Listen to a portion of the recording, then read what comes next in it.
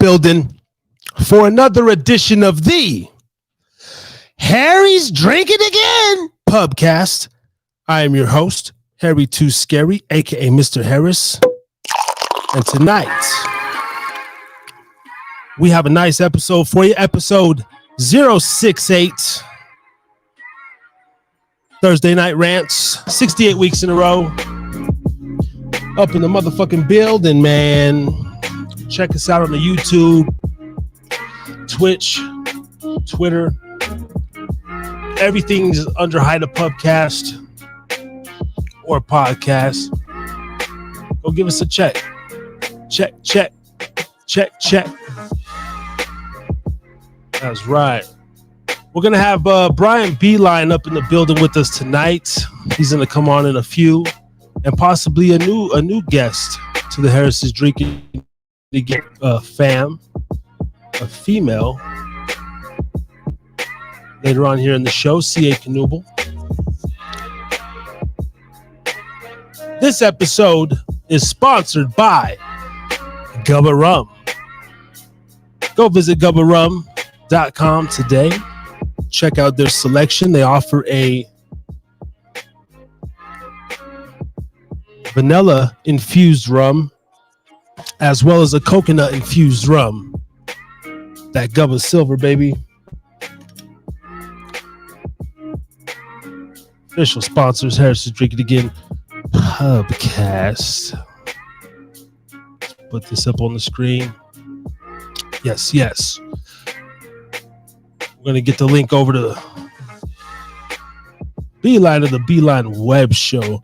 Definitely subscribe to his channel. He does the Sunday nights live on the line.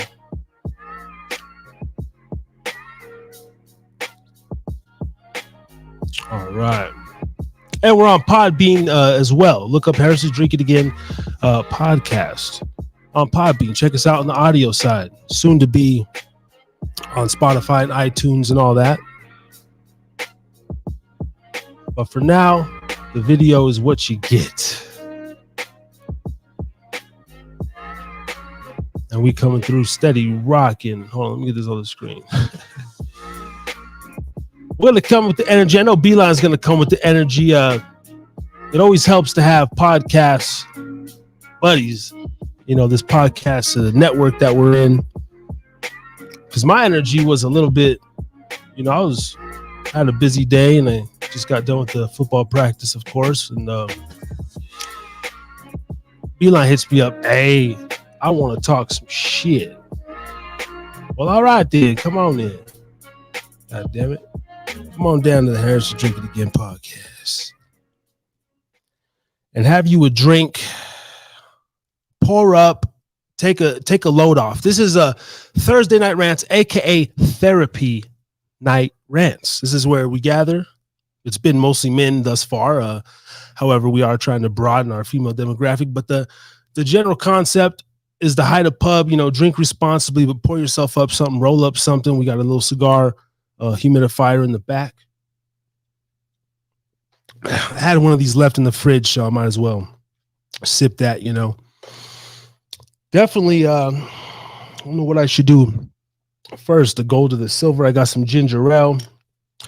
Also, later on the show, back in the NV, so we got some premium flowers here. Shout out to Greenleaf Dispensary, or Greenleaf Wellness. Yes. Some banana pudding. We got ourselves some banana pudding there, so we got this for you at the Hide a Pub. And that's how we rock it.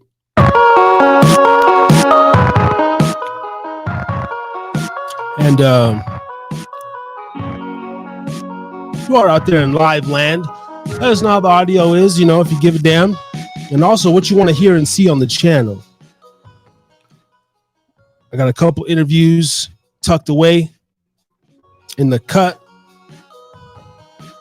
And I plan to do some drink reviews and such on the channel. I actually got some blueberry rose syrup, some simple syrup, lime juice, and some fresh mint and rosemary. I was thinking about doing a blueberry mojito with the coconut rum here. I might do it live here tonight. But also, we got the GoPro, a couple different cameras. So I'm trying to put together a little review. I see a lot of these bartenders on Instagram kicking ass, man, making these cool little drinks. I want to give my hand a try at that.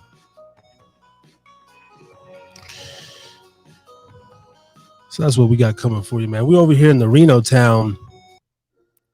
Let's get it cracking. You got a jukebox over there. You know, you go there, you put your dollar, you put a little dollar in, play your 5 songs. The Hyde Pub. Oh, we've had some legends. Had a couple legends up in here. Tommy Chong. Shout out Tommy Chong. Gianni Russo. Mark Christopher. Larry Hankin. Big Freeze. Saludos. Viva la Mexico. I'm itching for a little something. So why don't we start with this Gubba Silver. Actually, let's mix the two. Let's do them. A little silver and just a dash of the dark. You know, we can't be mixing too crazily. A little dash. You know, just a half and half like myself, huh? This is called a rum Oreo. And let that sit right there and mix it all down, huh? I don't always drink soda, but when I do, I make sure it's Canada Dry ginger ale.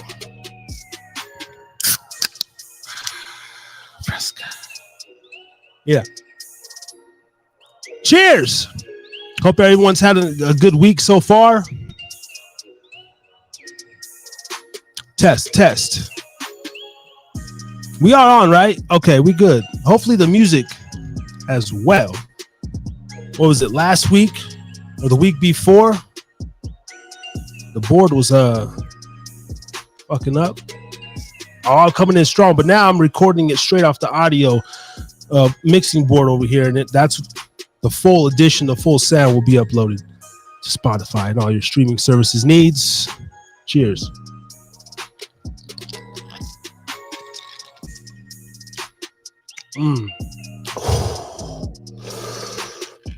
That's good. By the way, I haven't drank for pretty much 48 hours.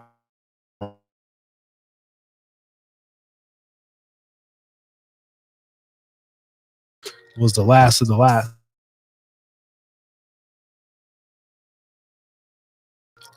Throughout the day. Oh, that's nice. A little vanilla coconut with that ginger. Pumped up, man.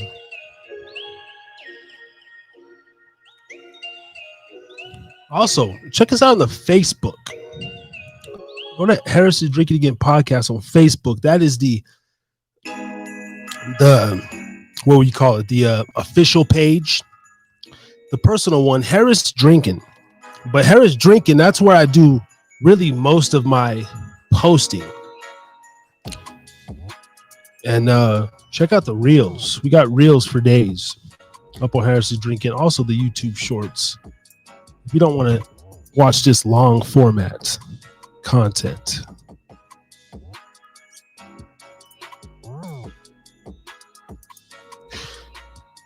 But the long format's where it's at, though, man. I'm telling you. I sit here and unwind. And we have these discussions amongst men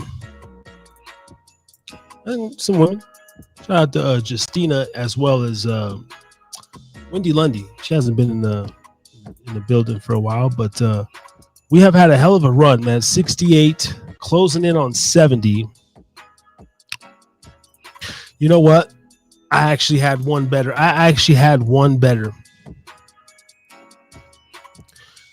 We're going to get Mrs. C.A. Knuble on next week for episode 69.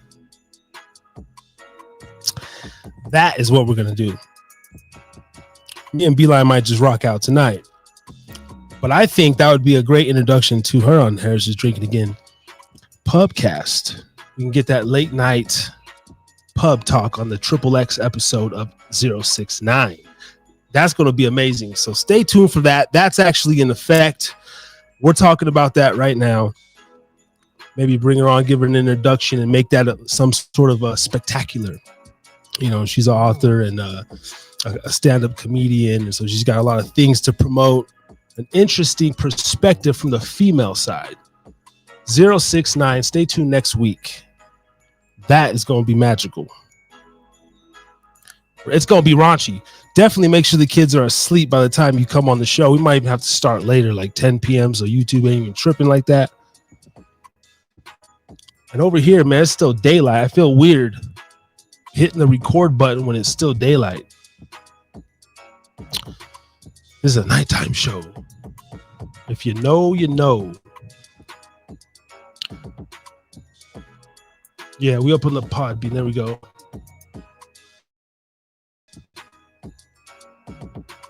Yep. Thank you.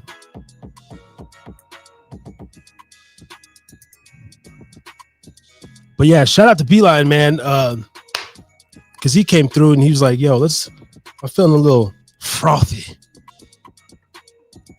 And so I'm like, great, come through, talk your shit. Hopefully he's drinking. We'll be on here in a few. This is late over there for him, man. Shout out to the East Coast viewers and the East Coast listeners. 11 p.m. We've had some great traction. The analytics show some pretty good traction. Late night fiasco. Thank you, Abigail Williams. Peace to you, mommy. But yeah, anyway, the theme as well. Got the sign. We're getting a couple things. Went to Staples today to get a resume printed out and some more business cards. And I see they got the banner service. And so I might go that route. I'm thinking about getting the board, putting my hooks up and this and that. We just might have to get in works of redoing the logo and this and that perhaps. But we're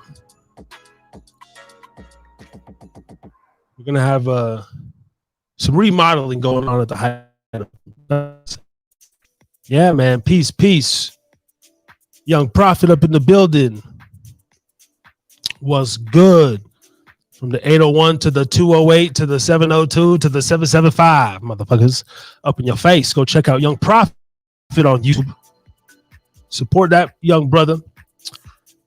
And check out his music. He's just dope. He's got some dope shit. And he is I believe he's working on a project right now, or he just dropped one. He's got a lot of new music, heavy on the Facebook. Check out Young Prophet. And if you want to get an inside view of Young Prophet, you can go to type in right now the episode T.N.R 027. That's the Young Prophet interview. We got a part 1 and a part 2 up there. Peace, man. Let us know, man. Come through back on the channel as well. We'll give you another interview. You know, I'm over here rocking Harry Too Scary by himself, huh? Peace to Brother Ray, though, and T3. They're doing their thing. Brian B, the LLC Entertainment joined. He's up in the building, ladies and gentlemen. West up, Young Prof. And shout out everybody over there. Yo, we about to bring on this man. Now, he's no stranger to the channel. You can also catch him on T.N.R 045. His first live, T.N.R 045. After that, I believe before that, he had me on his show, Beeline Entertainment, LLC, Webshow. I'm not sure the number. Then we did the Pods Giving extravaganza. That was remarkable. And then back on his platform, we're playing ping pong over in this motherfucker. He had the New Year's Eve Pods Ganza, Pods Stravaganza, goddammit. And then, ever since then, Sunday night, live on the line. You know, I got to get my intros ready.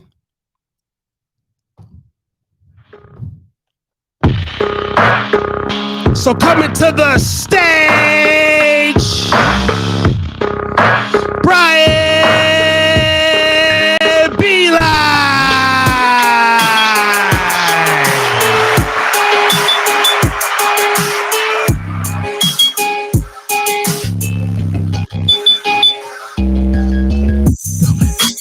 Yeah, we back. I'm back. T.N.R. What's that? We rap. Got gas. Yo, what's good, my boy in the building? I'm fly and I ain't got children. I'm lying because I got about 3 of them, and you don't know me if you ain't seeing them. Yeah, I'm on the map right now. Your boy got the hat and it's black right now. There ain't no stopping because I'm rapping right now. And if you ain't watching the T.N.R, where you at right now? Yeah, what's good, my boy? I'm drinking. Chilling on here, bro. I'm ready to go all day today. Ass real fast.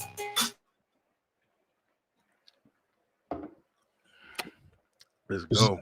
Just marinated, that's what one thing that I think really made my channel pop in the beginning. I was just loose with it, freestyling, drinking, talking shit, and I had a lot of artists on in the beginning and everything. And oh yeah, that's always fun. People love music, man. Definitely, man. People love music. Man. And here at the Hatta Pub, we get plenty of that. That's right. So yeah, I'm going with the this little pink and blue neon theme tonight. We got the lights, the drink response. Make sure, I'm feeling it, bro. I went and got me a couple of beers.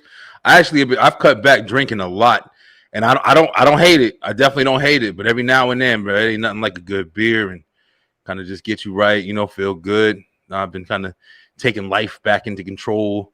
Kind of lost it. It's crazy how fucking ups and downs work, bro. Like it's literally like it's just that you get up, you got stuff going on, and then all of a sudden, boom, you back down. So now you got to build your shit back up. Some people don't know how to build themselves back up, man. That's the biggest problem, I think, yo. Yes, my first show back here was titled "Adjustments," and making the adjustments. And I know I reached out to you behind the scenes, and I was like, "Yo, check my audio and this and that." And I wouldn't say I necessarily bounced back, but it was definitely trying to make a transition and keep up what I'd already done. Yeah. And then I guess try to, through the scenario, come up with the best solution. And it's been fucking fun though. It's been fun. I'm settling in, starting to get to my groove. I went to Staples today to get some business cards and a resume printed up, and I see that they make banners, big ass shits. So I was even thinking about going that route and getting these printed up. Yeah, okay. My mother made that for me when I first started the show. And I think she went to Staples to get it done. So yeah, it's a lot of ways I'm saying, like, and that's just one thing you could. I mean, you go to Walgreens and get a banner made. Like it's just there's a lot of ways that you can go ahead and invent your shit. Reinvent. You've been on for a minute now, so I'm saying, like, it all comes with it, man. Just keep progressing. You know what I mean? Don't allow yourself to get sad. Your best shit, to me, your best shit is you're consistent. As a motherfucker, like you're more consistent than even I am. Like literally, I think you're at like almost 100 T.N.Rs alone. Just for every Thursday you getting on here talking it up with people or talking it up by yourself, whatever. Like wherever you at, and that shit is important, bro. People know they can rely on you to be there. That's true, and I appreciate that. This is the 68th consecutive T.N.R. That's what's up, man. The cuffs and the brother to brother, a couple of the off the cuffs are just when I'm literally sitting there and I'm like, fuck, I want to go talk some shit. And I'm really drunk. I got about a dozen of those. But appreciate that. And but you, my friend, are goddamn way more consistent than me on the fucking socials, bro. You, first of all, even me and Brother Ray be talking about that. We'll be together, we'll be smoking, and he's scrolling. Be like, damn, Beeline. And like, it's just like, that's where. And we had that discussion as well. Yeah. Where I've been trying to go hard on the Facebook, but I can't keep up with 2 Facebook pages, the 2 IGs, the Snap. That's a lot. And then you want me to get on TikTok. This man wants. And what's your TikTok, by the way? So, for the people that. Most of my social media handles are Brian B. Line, and there's underscores in the middle of each one. So it's Brian _B _B _line. I can leave it to me to be complicated and shit, but that's pretty much all of mine. So you can go ahead and follow me there. I'm still building. Like TikTok for me, I kind of was late to the TikTok party. Like I consistently posted on there, but I don't think I really knew how to really mess with it. I wasn't on there dancing and shit. I was just on there, like, posting my clips that I post everywhere else. But now we're actually doing a couple more things. And I got a manager. My girl's my manager, and she, consistently is telling me like, "Yo, B, you need to do this. You need to do that. You need to, be more personable with your audience. Give them content that they want to see. And if you notice, man, I've had a bunch of different guests on to where we've just talked about like how the fuck they became viral. What did they do? One of our friends that we talk with that comes on the live on the lines, CA Canoodle. I was just checking her out, man. And when I first met CA, she had a little Instagram page. It wasn't really much on there. It was like, I think she had like 300 people following her, and she just hit like 8,000 people. 8,000 people, because she consistently just posts every day, just little videos, little clips. You don't know what the fuck is going to take you over, man. You don't know what's just anything you do. Consistency is definitely important. Yeah. So I've managed to wake up every morning since the last 2 Thursdays. I got about 24 reels, like so about 12 a week. Yeah. 2 a day. Oh, yeah. So I've been doing that. But what I noticed is that the Facebook doesn't sync to the Instagram, but the Instagram reels you can sync to the Facebook. And I'm losing track. Yeah. Because I got a couple of reels, like I'll double upload, and then when I go on like my Instagram, they ain't showing me no love. The Facebook, they show me love in the reels. Got a few over 1,000, 400, 500, 600. But Instagram, I post on there like 40, 10. Yeah. It's like it's the more you do it, because listen, the one thing, like, I'm not trying to cheat and shit, but I got a business. I literally, the Beeline Entertainment, we do that for people. Like, we market, you know what I mean? So it's like we'll have different clients, whether it be shows, music artists and things like that. Well, we'll market them. So I don't have like a humongous social media following, myself personally on all my pages. My Facebook page is probably my biggest page. I got almost like 4,000 people on there, a lot of contacts, celebrities, a lot of different people. And that's where I usually start my marketing. Like you said, like, to learn those small things so you don't overwork yourself. Post on Instagram, your story, that carries over to Facebook. You know what I'm saying? Post on Instagram, your reel will carry over to Facebook. So consistently, you're hitting 2 spots, maybe 3 if you posting on Twitter. If you posting on TikTok. What's that guy? Oh, we got some, little trees over here. Green okay. In the building. There you go. You got trees in the package. I've never seen that shit before. I'm used to the baggy life.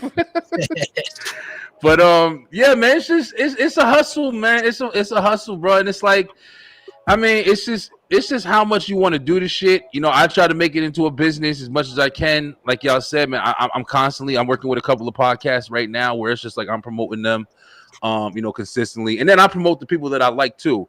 So like, we all in a group, on the message board and shit like that or whatever. And I'm constantly like, the advocate, like, yo, listen, push each other. That's the biggest thing that you could do. It's free. And you want to get pushed. If you push somebody and they push you, damn well that it's going to feel good. So share the wealth, yo. I live by that shit. You know what I mean? Yeah, it's dope, man. But even on that aspect, like, I believe you're the one that started all that, the groups and stuff. Yeah. And that shows your like willingness to reach out. I'm trying to take advantage of a little things like that. I'm trying to be more. I'm just a naturally anti fucking social media guy. So I'm like, I'll drop my links in there. You do your shit though, bro. You do your shit. I gotta give you credit, because I mean, ever since we did talk, the one thing I have seen, and I'm not saying it's like inspired or anything, but I'm just saying I've noticed like you definitely have been fucking, you post every day. Like, I always see something from you, because I'm sharing your shit, and I'm over here looking at my cousin. I think my cousin the other day, she was watching your shit and she was like, "Oh, I love this," and stuff. So it's like it's just that, man. It's just like, it's as much as you work, somebody sees it. I actually got caught up the other day, because I was sitting there, and when you working and you doing something and you always feel like, damn, it's not enough. Like, I don't feel like this is getting me anywhere, and you don't see the results and shit. But I went and I started checking back on old posts that I was doing, And you know, when you look at it for the first time, you might look at it for a couple of days and try to track it or whatever. But then if you go back, some of my posts was like 800 views, 900, and I'm like, holy shit! Like I didn't realize anything that I was posting was getting that much attention. And then when I started really consecutively looking at everything, I'm like, yo, almost every reel, like you said on Facebook, especially. I don't know if they got something going on with their algorithm right now, but Facebook. on Facebook, yeah, especially, bro. I have fucking like every video I post is like almost 600 views. So I'm like, it's definitely picking up, man. So it's they got these. Oh my! They got these cool tools. Like I got a message today, like you've unlocked, a trophy or some shit. Yeah, like, you've unlocked something because you keep posting. Like post another. yeah. Just keep fucking going. Okay. They all compete with each other too. It's like that's what Tiff was telling me. She's like, you know, the algorithm, like, you know, because TikTok is so popping right now that it's like, you know, Facebook and Instagram, they want their shit popping too. And it's like, yo, I can go on TikTok. I've said this shit a million times on my show, on live, everything. But I fucking TikTok every day, 20 fucking times a day. At night before I go to sleep, I'm on TikTok for 3 hours until 2 o'clock in the morning. Then I go to sleep and I wake up and I'm like, all right, cool. But like I don't watch TV that much anymore. Like, you know, I watch shit to talk about on the show. But it's just interesting seeing so many people have the opportunity to express themselves, present themselves to an audience. You know what I'm saying? Just think of all the shit you had to do back in the day to present yourself. Being somebody who was in music, you know, being somebody who has followed music, and you know, you have to do so much previously to get your fucking name out there. You don't have to do nothing but sit in your house to get your name out there now. And if you're not taking advantage of that, you're missing the golden opportunity, especially if you want to be a part of like the entertainment industry. So yeah, I live on that shit, bro. I live on that shit. Making connections, messaging people. I don't give a fuck. Like I everything. Being goofy, playing the games, all that shit. I fucking live on it. Yeah, you definitely inspired some shit though in that convo, man. Because I was like, and a lot of people be telling me this, so I was like, okay, I take heed, like, but I'm picking like a couple platforms and let me just do that. Yeah, I feel you. I'd be slacking on Twitter and everywhere else. Shout out to Ray, Big Ray, Talk T's Truth. What up, bro? Yeah, Ray doing this shit too. Ray doing this shit. One thing I like about what Ray got, you know, Ray has a great platform, you know, where he's, you know, speaking to the Bible and stuff like that, and it's really inspiring. I know a lot of people who actually, you know, I see a lot of comments and stuff that he's getting on his messages, and but Ray is consistent as well, man. He literally posts every day, posts me like, you know, blessed of day, and and shit like that makes you feel good, and I think that's why I enjoy seeing that he's so committed. Like he's reading the scriptures every day, and I'm not like the biggest, like, you know, person. You know, I've been to church my whole life, but I'm not the biggest. You know, maybe I can be a little better, but I respect people who are preaching their truth, like they information and trying to share it as much as they can. And he stays dedicated, yo. So I definitely shout out to Ray for that, yo. I like his new show, everything. He's really making noise. I'm feeling it.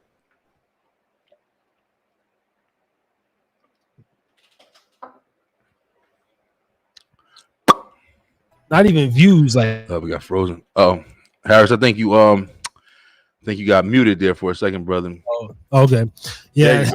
There you go. A couple times. Sorry about that. But I said Ray be killing on the Instagram, his likes. He be getting like 500, 600, 700 likes on his shit. Yeah. Not even the views, like actual likes. I'd be like, damn, bro. Yep. It's just weird how a lot of it doesn't translate over to YouTube or the other platforms, man. It's like if we could just get that all. That's one thing that, you know, when I'm working with these different podcasts, like just to kind of, you know, shout out, like once again, like I don't know if I said it before on your show, but what I do is I literally work with shows to get seen. And not that I'm, you know, I ain't Martin Lawrence and Will Smith and shit, but I will definitely take my time, maybe time that a lot of people don't have, and take your product and push it. You know what I'm saying? Whether it be your episodes, whether it be your name, your brand, whatever you're doing, I'm going to push it consistently across social media. And that's going to be the platforms that I'm a part of. But what I use my platform for is to connect with a lot of different platforms. So I'm a part of like maybe 300 groups in Facebook, podcast groups, whatever, like personal groups, business groups, different things like that. So I'll take your product, you put out a show or an idea or merchandise, whatever, and literally place it in all these different groups and positions where people are going to be more likely to see it and maybe be interested in it. So that's what I do as far as marketing and advertising. And then so by that, Beeline Entertainment LLC at gmail.com. Is that correct as well? So we have right now we have the website is the Beeline Entertainment LLC.com.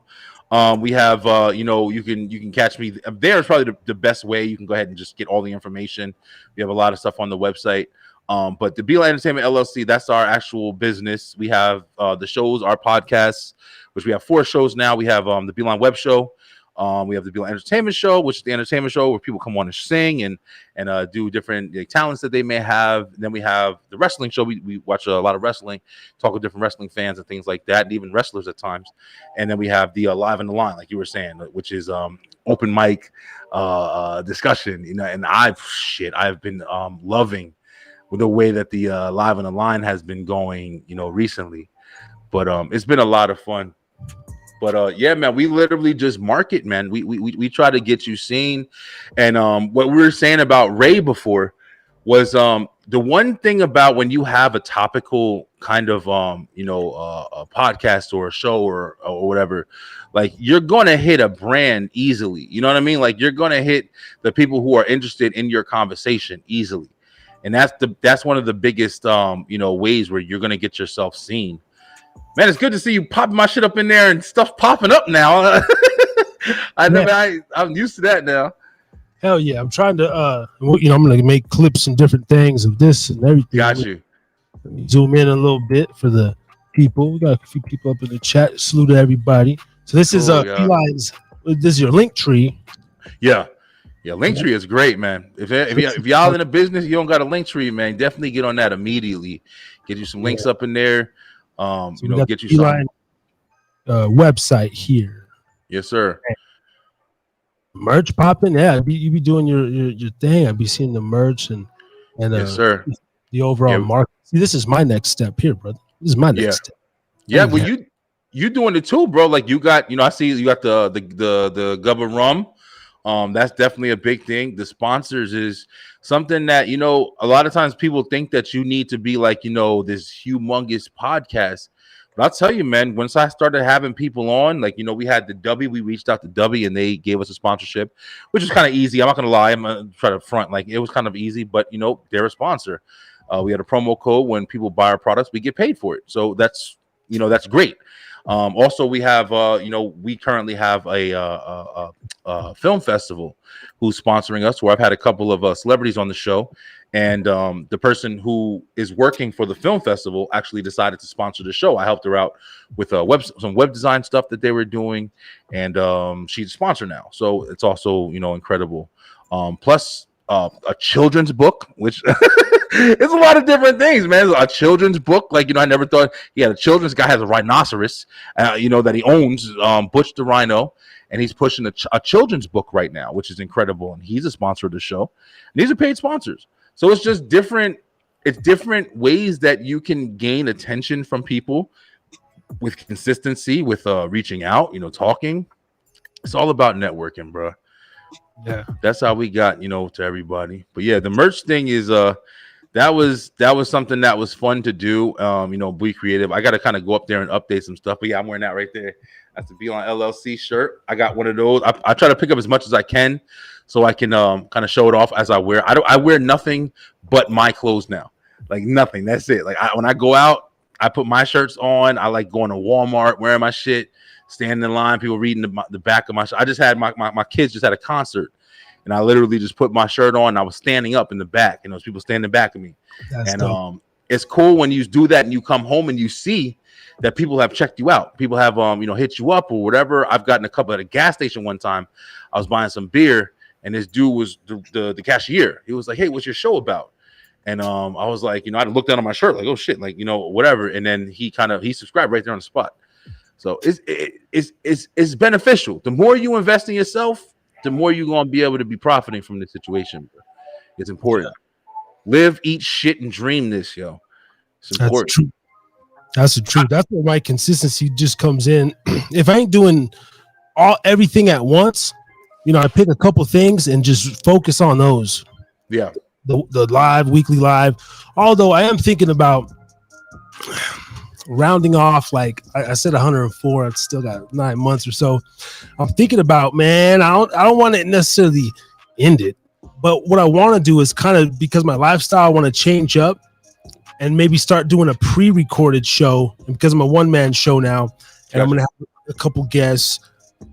Start pre-recording, Monday, Tuesday, and then just premiering the show live Thursday, so it's still that consistency factor, but maybe physically committing myself to like Thursdays, like every night. I don't know. Well, I don't know. But switching it up. Yeah. I feel you. I mean, it's a lot.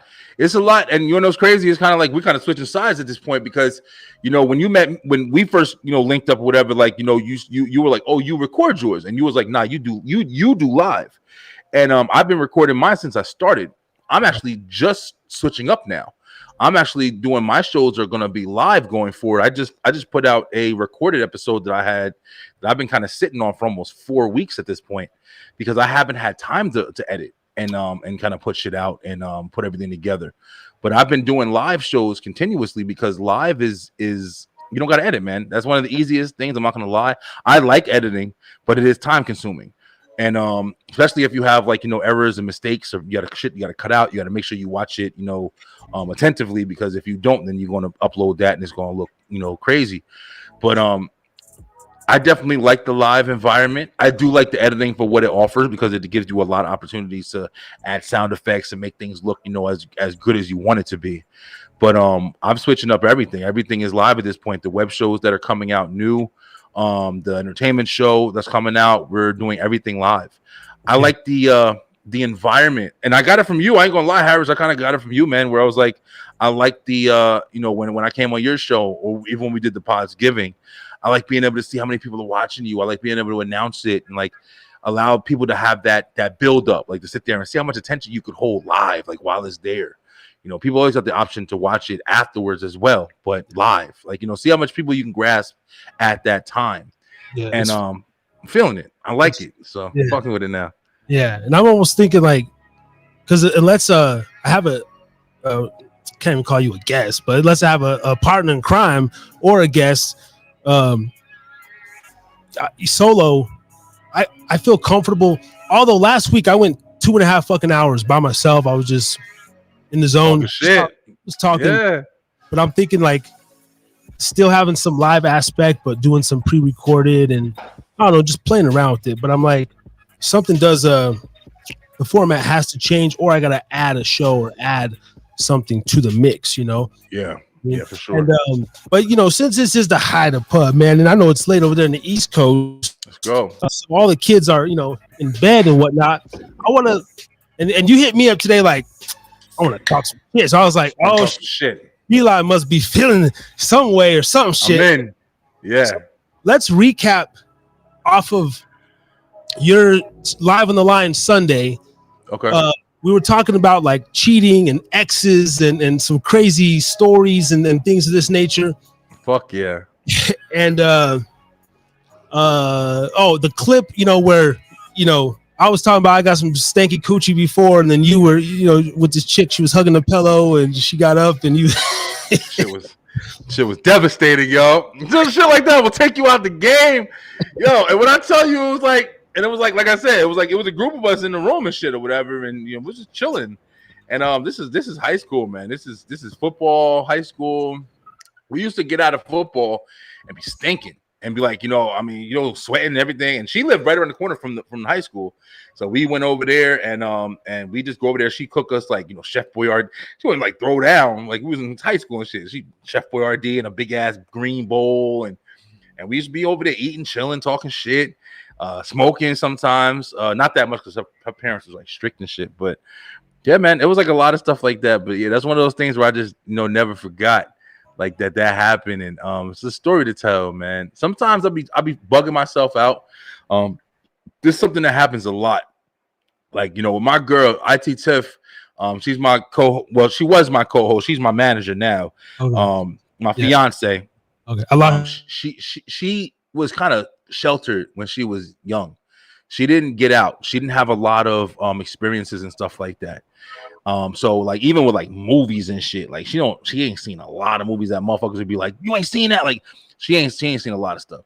So a lot of times I'm like presenting shit to her. Like, I'm like, yeah, well, because I was the complete opposite. I was fucking out and about fucking wild or whatever, my whole life really. And so it's like, when we're talking to people that I know or like family or shit like that or whatever, people I used to grow up with, like they'll just come out the blue, especially if I ain't seen them in a while, and be like, yo, B, remember when you did that shit? And I'm like, oh fuck, I forgot. And start telling her shit. So it's like when we get into situations like when we were on live, and I forgot how that topic popped up. I think we were talking about something, and I forgot how I remembered it. It's like a button, like it clicks, and you're like, oh shit, I remember that happened. And that's one thing I like about your live in the lines is like, unlike my ass doing the T.N.Rs, a lot of times I wouldn't even really have a topic, or I would just think of dependency, right before the show, and I'll type it in. But you get some unique or just these different topics, whether it's trending stuff, relationships, fatherhood, a lot of like women and men sort of convo, and I like that aspect. We were bringing up. I think it was you asked what would it, what's the very least it would take for you, or to what's the very least that you consider cheating, and then we went into. Yeah. It's interesting because there's so many different people. Like even on there, my brother, JD the Mouth, he kind of surprised me with his answer to that question, because it's not like I go and know what the fuck people are gonna say. Like these are just my thoughts, like to stuff like that. You have things that kind of like make you ask questions. You see a video or you see something. Like I said, I'm on TikTok fucking 4 hours, so I'm constantly just watching shit, and I'm like, damn, how the fuck people think they could do that, or whatever. And when he said, one of that to that question, like, what do you consider cheating? Like, what's the bare minimum? Because you got people who are like, oh, if you texted another girl, you cheated on me. Or if you looked that girl in her eyes and whatever, that's cheating. But then you have other people who are like, oh no, you touched his balls, or you didn't fuck him. Okay, you didn't cheat on me. You know what I'm saying? So it's like it's different, man. You got head, or you didn't cheat on me. It's interesting how different people have like their perspective on what faithfulness is. And to be honest, I'm a little bit more closed, but I'm definitely not like that closed to where I'm like, oh, you can't have any friends. And when my brother said that, I don't know if he was like fully real or fully understanding what he was saying. I don't think he necessarily means like his girl can't have any friends. I mean, I know for sure, but it's interesting that people are like that. Like, hey, you can't have any fucking male friends if you're dating me, because I don't want any opportunities to be available to you. And it's not like I don't understand it, but I think that if you're in a relationship, you have to have some kind of understanding where you can't fucking ball and chain your one, or a girl can't ball and chain your man. I don't want you to have no female friends. And nah, you just gotta have respect when you do it. Everything is about respect, in my opinion. I'd be on Reddit. I downloaded a Reddit and shit, made a Reddit account, and I'd be on there, and I was looking at like the relationship or whatever, just typing in crazy stories, and I get these little things, and it's like, I don't know if it's like the relationship, I think the category, but it'll be like, when I read one the other day, and one guy was like, my wife has been spending a lot of time with one of her new male friends.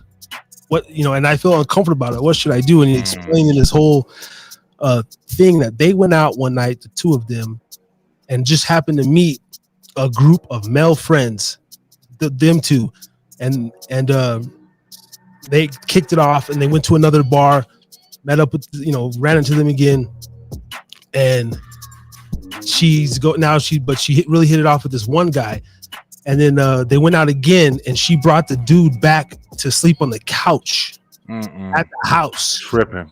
And then this dude, and everything. And of course, I got one sentence in, and I'm like, this dude's a simp and a sucker. Like you're letting but I'm reading all the comments, and they're like, what about Uber and this and that? And dude, she's getting donkey fucked while you're passed out drunk and all this shit. You know? They right. I'm like, damn, there's really some. So, but there's an example of, and I have not that close of an example, but I would never allow some shit like this. But No. But I have two very good platonic female friends. I've only had really two platonic friends, but one of them is married or happened to be married. But we would still she would call me in the car with this dude and like, oh, like, no, it's just Dakota. It's just Dakota. And he was apparently cool. There was times where she would like invite us over, like, oh, like smoke. And like, oh, my husband's getting off in like 30 minutes. But, yeah. And it was like, we would just still usually dip. Like, all right, but there was a couple instances where he would just come home, kick off his boots and like go into the fucking room and shit. And I'm just like it's a weird, like, I don't know, as a man, I don't even want, I wish I could go back to the old days to where I don't even want the UPS driver, the fucking, basically if a man's not in the room. Yeah. No, you're right. You don't let another man in, period. You absolutely right. A guy, nobody. I live by that now. I ain't gonna lie. Like, and you wanna know something? The thing I love about it is, I think it's another, important thing to establish when you're in a relationship. Yeah, you gotta know what the boundaries are, man. I mean, there are some people that just don't care, man. I mean, there's some people that don't care. There's some people who don't really take it seriously. And even if you do take it seriously, Wimby, what your definition of serious is, hey, we're together. We know we together. If you do what you got to do, just make sure you wipe your shoes off when you come home and shit. And I mean, that's cool. Like, it's everybody's own personal preference is their personal preference. But in my opinion, bro, I just got to be honest. Like, if you are deciding to be in a relationship and it's a committed relationship and you are living a life where it's like, hey, we're together and that's us together. But then you want to go ahead and, hey, I got a friend that we met at the bar and now I'm chilling out with him all the time. I don't understand how anybody can say, okay, well, I think that's a respectable decision that you're making. And I think that, I agree with you making this decision. Like, why are you hanging out with him so much? Oh, he's funny and nice and he does stuff for me. Really? Well, what the fuck are you with me for? Like, you know what I mean? Like, fuck that. People want too much, man. Yeah. People want too much. People want too much, in my opinion, yo. There's a lot of people out there like that. I ain't going front, like, in general terms like that, I would be considered I'm the type of dude, like, if there really should be no reason why you need another man's fucking energy or attention, period. And I like, there's a couple, my girl is like, RIP to her brother. Her brother passed away, whatever, a few years ago. Gotcha. And she was close to some of her brother's friends growing up, and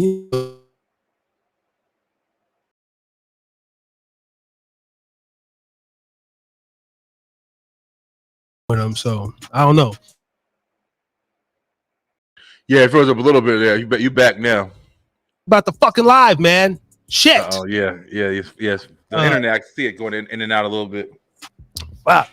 But everything's recorded here on the board. But I was saying, so she's close to some of their friends and doesn't really talk to them like that anymore, or whatever the fucking case is. But there was just some little instances where I'm like, yo, who the fuck you talking to, or what's, like those little things. Just as a man, like, I always want to feel secure, bro. I don't like for real. I don't like to feel any sort of like weirdness, and I'm the kind of guy, I just call out the weirdness, like, yo. And then honestly, if I get it off my chest and whatever it is, I feel cool. I'm like, all right, cool. Like, make it known.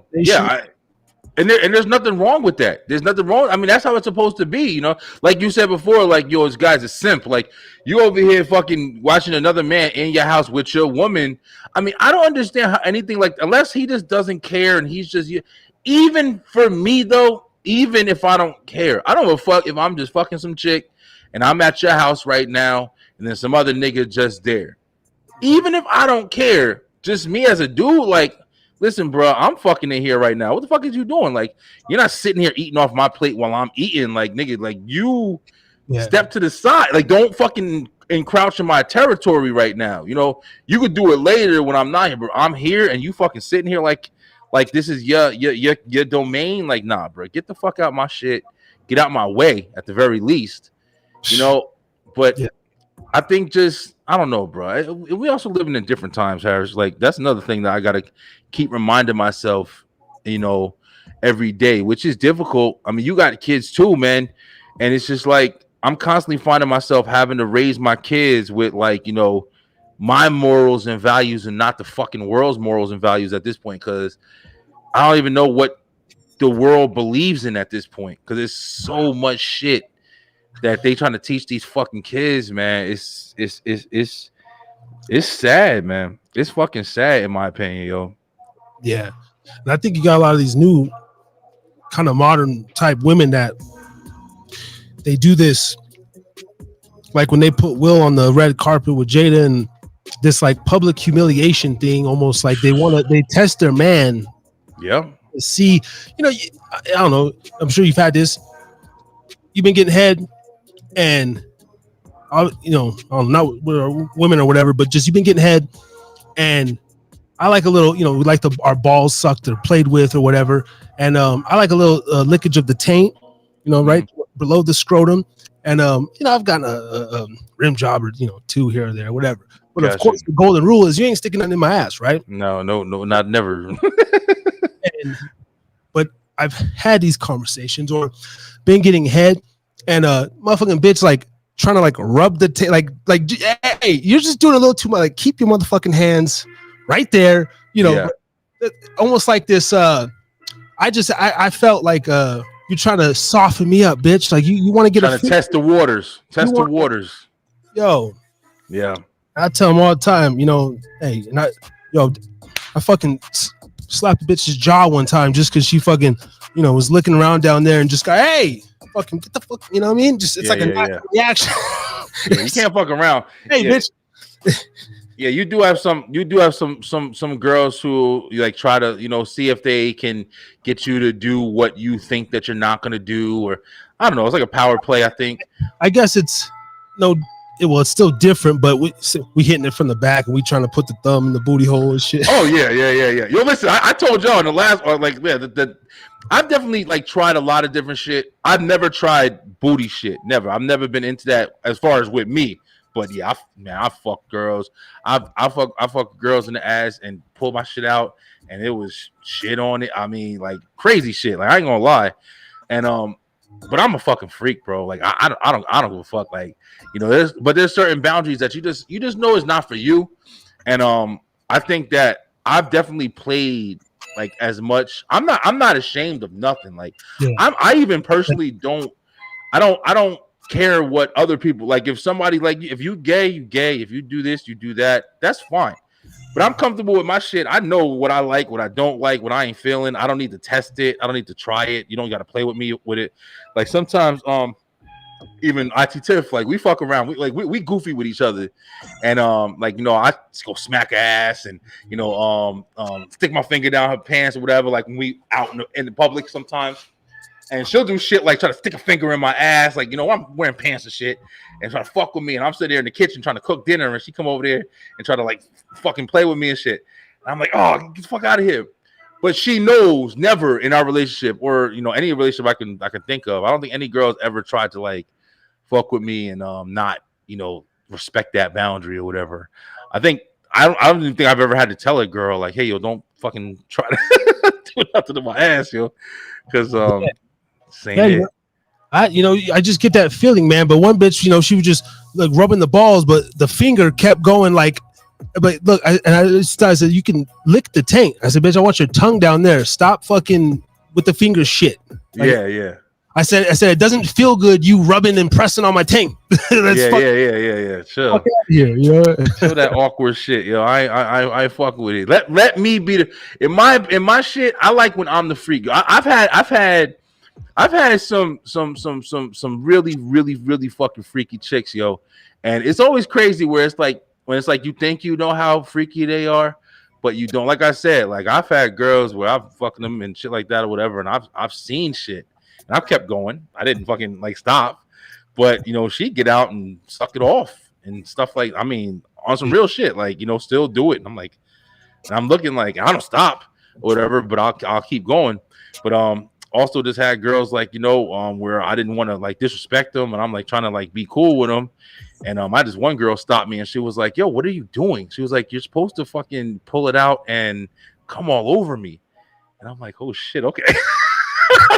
Sorry for trying to respect you and shit. Right? I'm trying to say, man. I had It's one weird. one broad. I've been with a number of women myself, but I had one in particular, in a black chick. Because the myth is black women don't suck dick, but they definitely do. Yeah, they definitely do. You've heard that like myth or whatever that Yeah. that thing. I don't think that exists anymore. But yeah, I've heard it. She would literally get mad, mind you, I was juicing this time. This was around the 2012, 13. I was on my juicing shit. I was looking stout.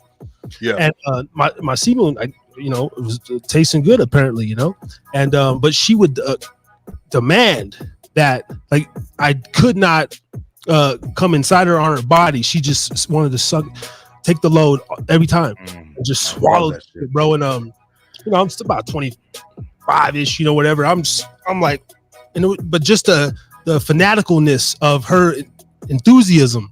Yeah. I'm just taking that shit out. I love it. It was hard to give that up and to go back to just Yeah. Whew. But yes, it's interesting. But that was interesting, man.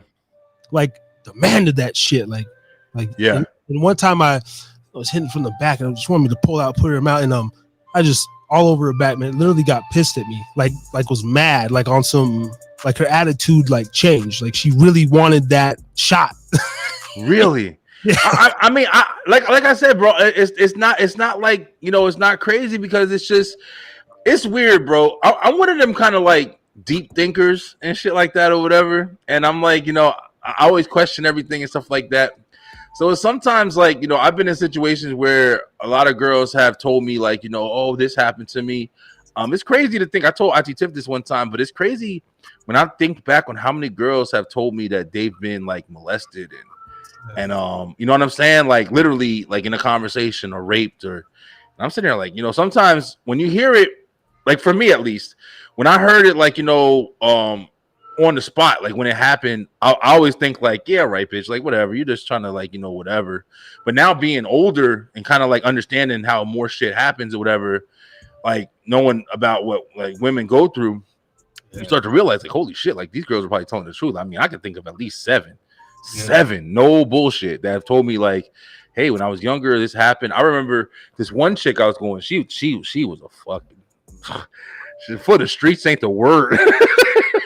But she had actually read me this poem that she wrote, and it was called like 100 or something like that, or something like that, and it was about the 100th guy she had sex with. And it was just really interesting sitting there listening to it and just understanding like, damn, yo, you didn't have a chance. Like your mom had her boyfriends was coming on to you when you were young, and she told me all that shit. So it's like real crazy. It's also crazy that shit never deterred me. Like I'm not gonna lie, and when you like somebody, you're just trying to think of the best, I guess, and you're just trying to fuck with it, especially when it's like fun. But it's just interesting, man. Like women go through a lot of shit, man, and that's why I'm doing my best. I got daughters, so it's like I'm doing my best to raise my girls. Stick around, make sure that I can stay here and make the relationship work and. Everything like that, because they go through a lot of shit. You wonder why she's getting mad at you because you didn't finish on her, because you never know what kind of like trauma that shit she needs to relive from. It's crazy. It's fucking crazy, man.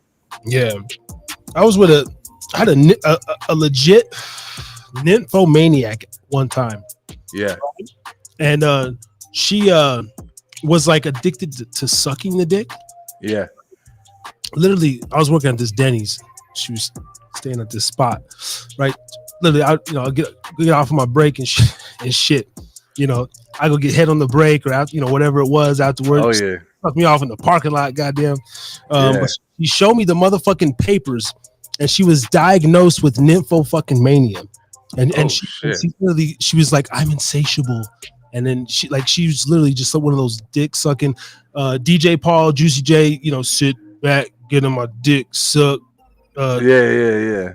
Done, you know, like it was just that was another experience where I was like, it was cool to like just say it, to be able to say like, yo, I was with a legit nymphomania. This bitch was taking pills and had all these psych, problems and shit. Cute, too. Yeah. And but she just was like love sucking dick. She would just go around sucking dicks. You on it, man. Didn't want to be fucked. Nothing. Just nothing. She just sucking dick, bro. And it was just like I used to think in my head like, yo, because I would even tell like, yo, like, can I get the pussy or something? Is just like her responses, no, like I'm cool. I'll just suck your dick. Yeah. I'm like, all right, like, and she explained to me though some of the little trauma, but just that her mom and different things. But she like showed me these legit papers. She's like, yeah, I'm diagnosed. I'm a nympho, like for real. Happens. They sex drive, man. Whether it be your sex drive, they sex drive. That's all the other things we were talking about was just like why. I think it was something we were talking about on the last live was why everybody's always trying to fuck all the time, like whether it be men or whatever. It's everything is sexual, man. Everything is you can't. I was over here fucking yesterday. I think it was yesterday or whatever because I got a new job. I start my new job at the end of this month. It's work from home, which I'm fucking loving because I can still do this and do everything. Like I love work from home now. But I started a new job, so I've been kind of hanging around, kind of chilling around. I was trying to get a job for a minute, and I finally got one. So I've been enjoying my time off right now. I just be on TikTok, I be on Reddit, I be on shit, and I don't know what, Instagram, everything ends up with fucking fine ass bitches, big ass titties and shit like that. Every time I'm on something, so I'll be watching shit and I'm horny as fuck. I'm like every 5 minutes, I see Tiff working down here or whatever. So I'm upstairs like fucking, I'm about to jack my shit real quick.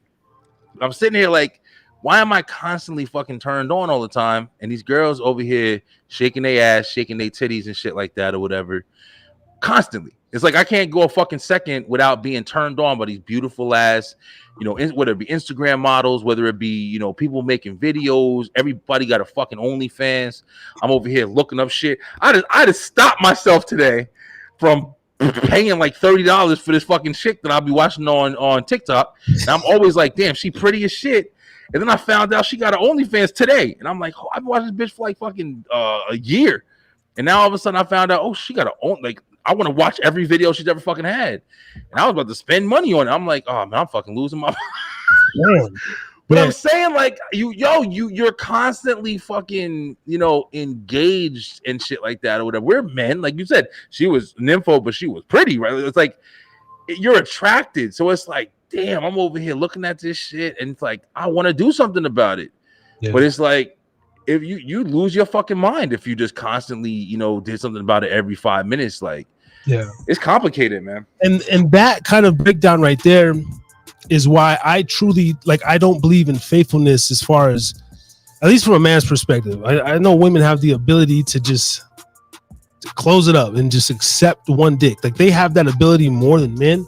Yeah. From my perspective, man, and it's not even so much that I'm actively cheating or I'm a cheater, but my girl knows, man, and it's not like I'm just gonna accept everything and risk myself for diseases and fucking crazy sex. Yeah. Used to be more like that. Used to be. But after sex addiction classes, they were good enough. Went to a couple SAAs, but either way, it's that temptation of, I was telling on your show, I work at a very nice bar. Saturday, Sunday brunches. I mean, the women are dressed to the fucking nine, dog. It's like Sex in the City out there. And I got a fucking foot fetish like a motherfucker, right? Hard, man. I love toes and legs and shit and thighs, right? That was like my fetish, and then ass and eating pussy and the booty and all that. And but when I see something I like, I'm like, okay. Now, without the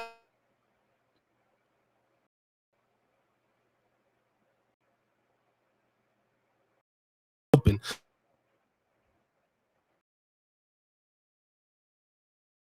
that's like what I be thinking, like, yo, I just want to eat. I want to smell that bitch's pussy, right? I want to fucking I want to feel, like it.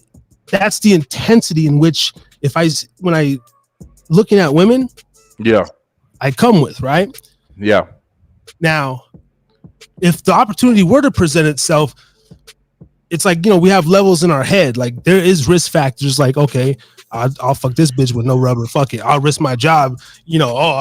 Damn, right now. And then there's like For real. there's those lower levels. That's like a bitch might want you to fuck, but she wants you to like leave the bar, go on break right now. And you're like, bitch, I ain't.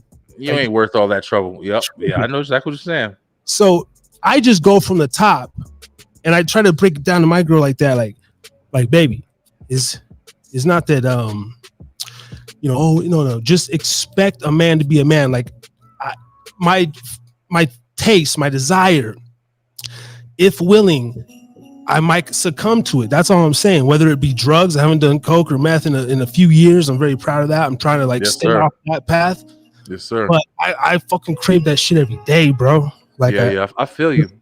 And then of course the meth is associated with an Adderall, with porn, going to the strip club, different things. So it's like a lot of those are triggers, but that's why I ultimately don't believe in faithfulness for a man, because if just put in a cage, eventually that kitty gonna get attacked.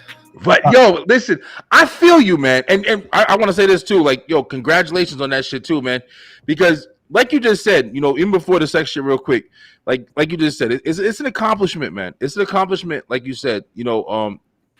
Triggers are real, man, and I say that shit now more than ever because last year for sure, I went through probably the scariest fucking shit I've went through in my life, yo. Like I had a fucking lump in my mouth. And I thought it was like a abscess, my tooth and shit like that or whatever. It was a giant fucking lump, yo. And I thought it was like something that was like an infection. Now I don't fuck with the dentist. I don't even know if I told this story on any other fucking show. You might be the first time I'm really telling like exactly what happened. But it was a lump in my fucking mouth. I had this shit in my mouth for like a year, yo. And I was never going to the dentist, nothing. It was fucking on my speech, everything. And I finally went to the dentist. My girl talked me into it finally. She was like, yo, I told her about it finally and shit like that or whatever. And she never noticed it or whatever, but it was a giant fucking lump. And I went to the dentist and shit, and I'm just like, okay, they're going to take this out. I showed my mother, and she's like, oh, it's abscess, probably abscess, whatever. And the first thing they started saying, oh, that's not an abscess, it's this, it's that, it's this and that. So I'm fucking, I went from just thinking this is going to be an easy thing, being scared of the damn doctor or whatever, to now being petrified. Like, holy shit, are you serious? Like, is this, is that? I was fucking petrified, bro. I was shitting in my fucking every night. I'm sitting there I woke up one night shaking. Like I was fucking shaking in the bed, bro. Like, and IT Tiff was there and I woke her up. I was like, yo, babe, I was like, yo, you gotta wake up. I was like, you gotta wake up. Yo, I don't know what the fuck is wrong with me. Like, I couldn't move. I thought I had like fucking cancer or whatever it was. And I'm like, I was all fucked up, yo. Now before that, I had quit smoking for I think it was like 2 years. I quit smoking for 2 years. And I had that previous year, I had just started re-smoking back up. And I was smoking pretty fucking heavy, yo. I was smoking consistently. I had a driving job. Every time I would stop, I would smoke. Every time I was talking on the phone, I would smoke. I would smoke while I was driving. I was constantly fucking smoking, yo. And I don't even know to this day if that's like the reason what caused it or whatever. But they asked me when I was at the thing, like, do you smoke and shit like that? And I went to the doctor, and he saw it, and he told me everything, what the precautions was, what this was, that they have to test it and this shit and that and whatever. I was fucking scared on my ass, yo. I was so fucking petrified. The first thing, this is the bad thing though. The first thing I fucking said, I'm never smoking again in my fucking life. Never. You know what I'm saying? Like that health scare for me, that shit ended a part of my life that I can honestly say, I don't give a fuck. You could be smoking free cigarettes in my, blacks, weed, everything in my face. I don't give a fuck about it. You couldn't pay me to fucking smoke at this point. And that's something I completely gave up. And luckily they removed it. They tested. I was good. I'm like, oh yeah, it's just this, blah, blah, whatever. Clean your mouth like this. It cleaned my fucking teeth, which was awesome. I never had that done. It was a fucking great feeling. But from there, man, like that's how deep it had to go for me to quit my addiction. Even after I fucking quit. And I say addiction, like I wasn't on crack and shit, but I was fucking smoking, yo. I smoked my ass off. I was hooked on that shit, bro.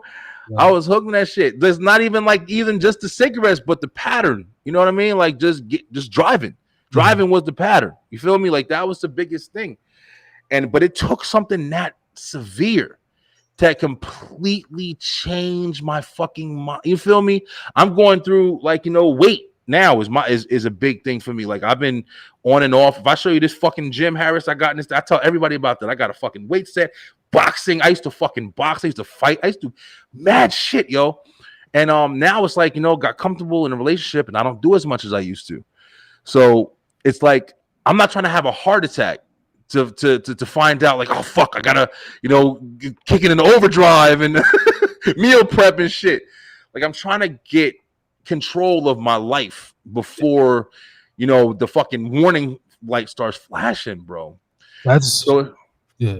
It's important, That's what I felt on my drug use and stuff. I smoke and drink to maintain, man, life's daily shit. And that's my equivalent. I grew up doing a lot of pharmaceutical. I was on medication from like 6 to 18 consistently, all sorts of shit, from Haldol to Adderall and all, Xanax, all this shit. Yeah, all the different doctors. And so then I became really anti that and quit drinking soda and the pills when I was 18. Went through a little transformation. I grew and was like, whoa, holy shit, and lost weight. And then but the drugs was that's for me. I didn't want to. I feel like my heart and shit might give out now. Yeah, so I've done twisted the fucking quagmire so many times. I done, and shout out to the homies, man, who still, bumping hard, right? bumping every weekend or every other week. But at this point, between that the shit, not the anthrax, but what are they putting in it now? The fentanyl between the lace bags and just my own heart, and then like so just the universe in my body, the Lord saying, bro, you've been lucky too many times. Bro, you got this going on, and you want to go and do a little bumper or a little fucking relapse and go fucking beat your meat, look at porn for 24 hours in a fucking row and fucking, or go to this. Now that I'm here, I can go to the whorehouse freely. I can go to the strip club and just sit there and like get titties in my face with, for $20 and just get that rush. You know what I mean? Yeah. For sure. I'll go home because over here, and I'm sure in Georgia too, right? You just butt naked. They just put the booty in your face. Yeah, we went to damn, where did I go? I think we've been. I know they're reckless out this motherfucker. The only, believe it or not, bro, I was never a strip club guy. I've done a lot in my life, man. I've done a lot in my fucking life, but I was never a strip club guy.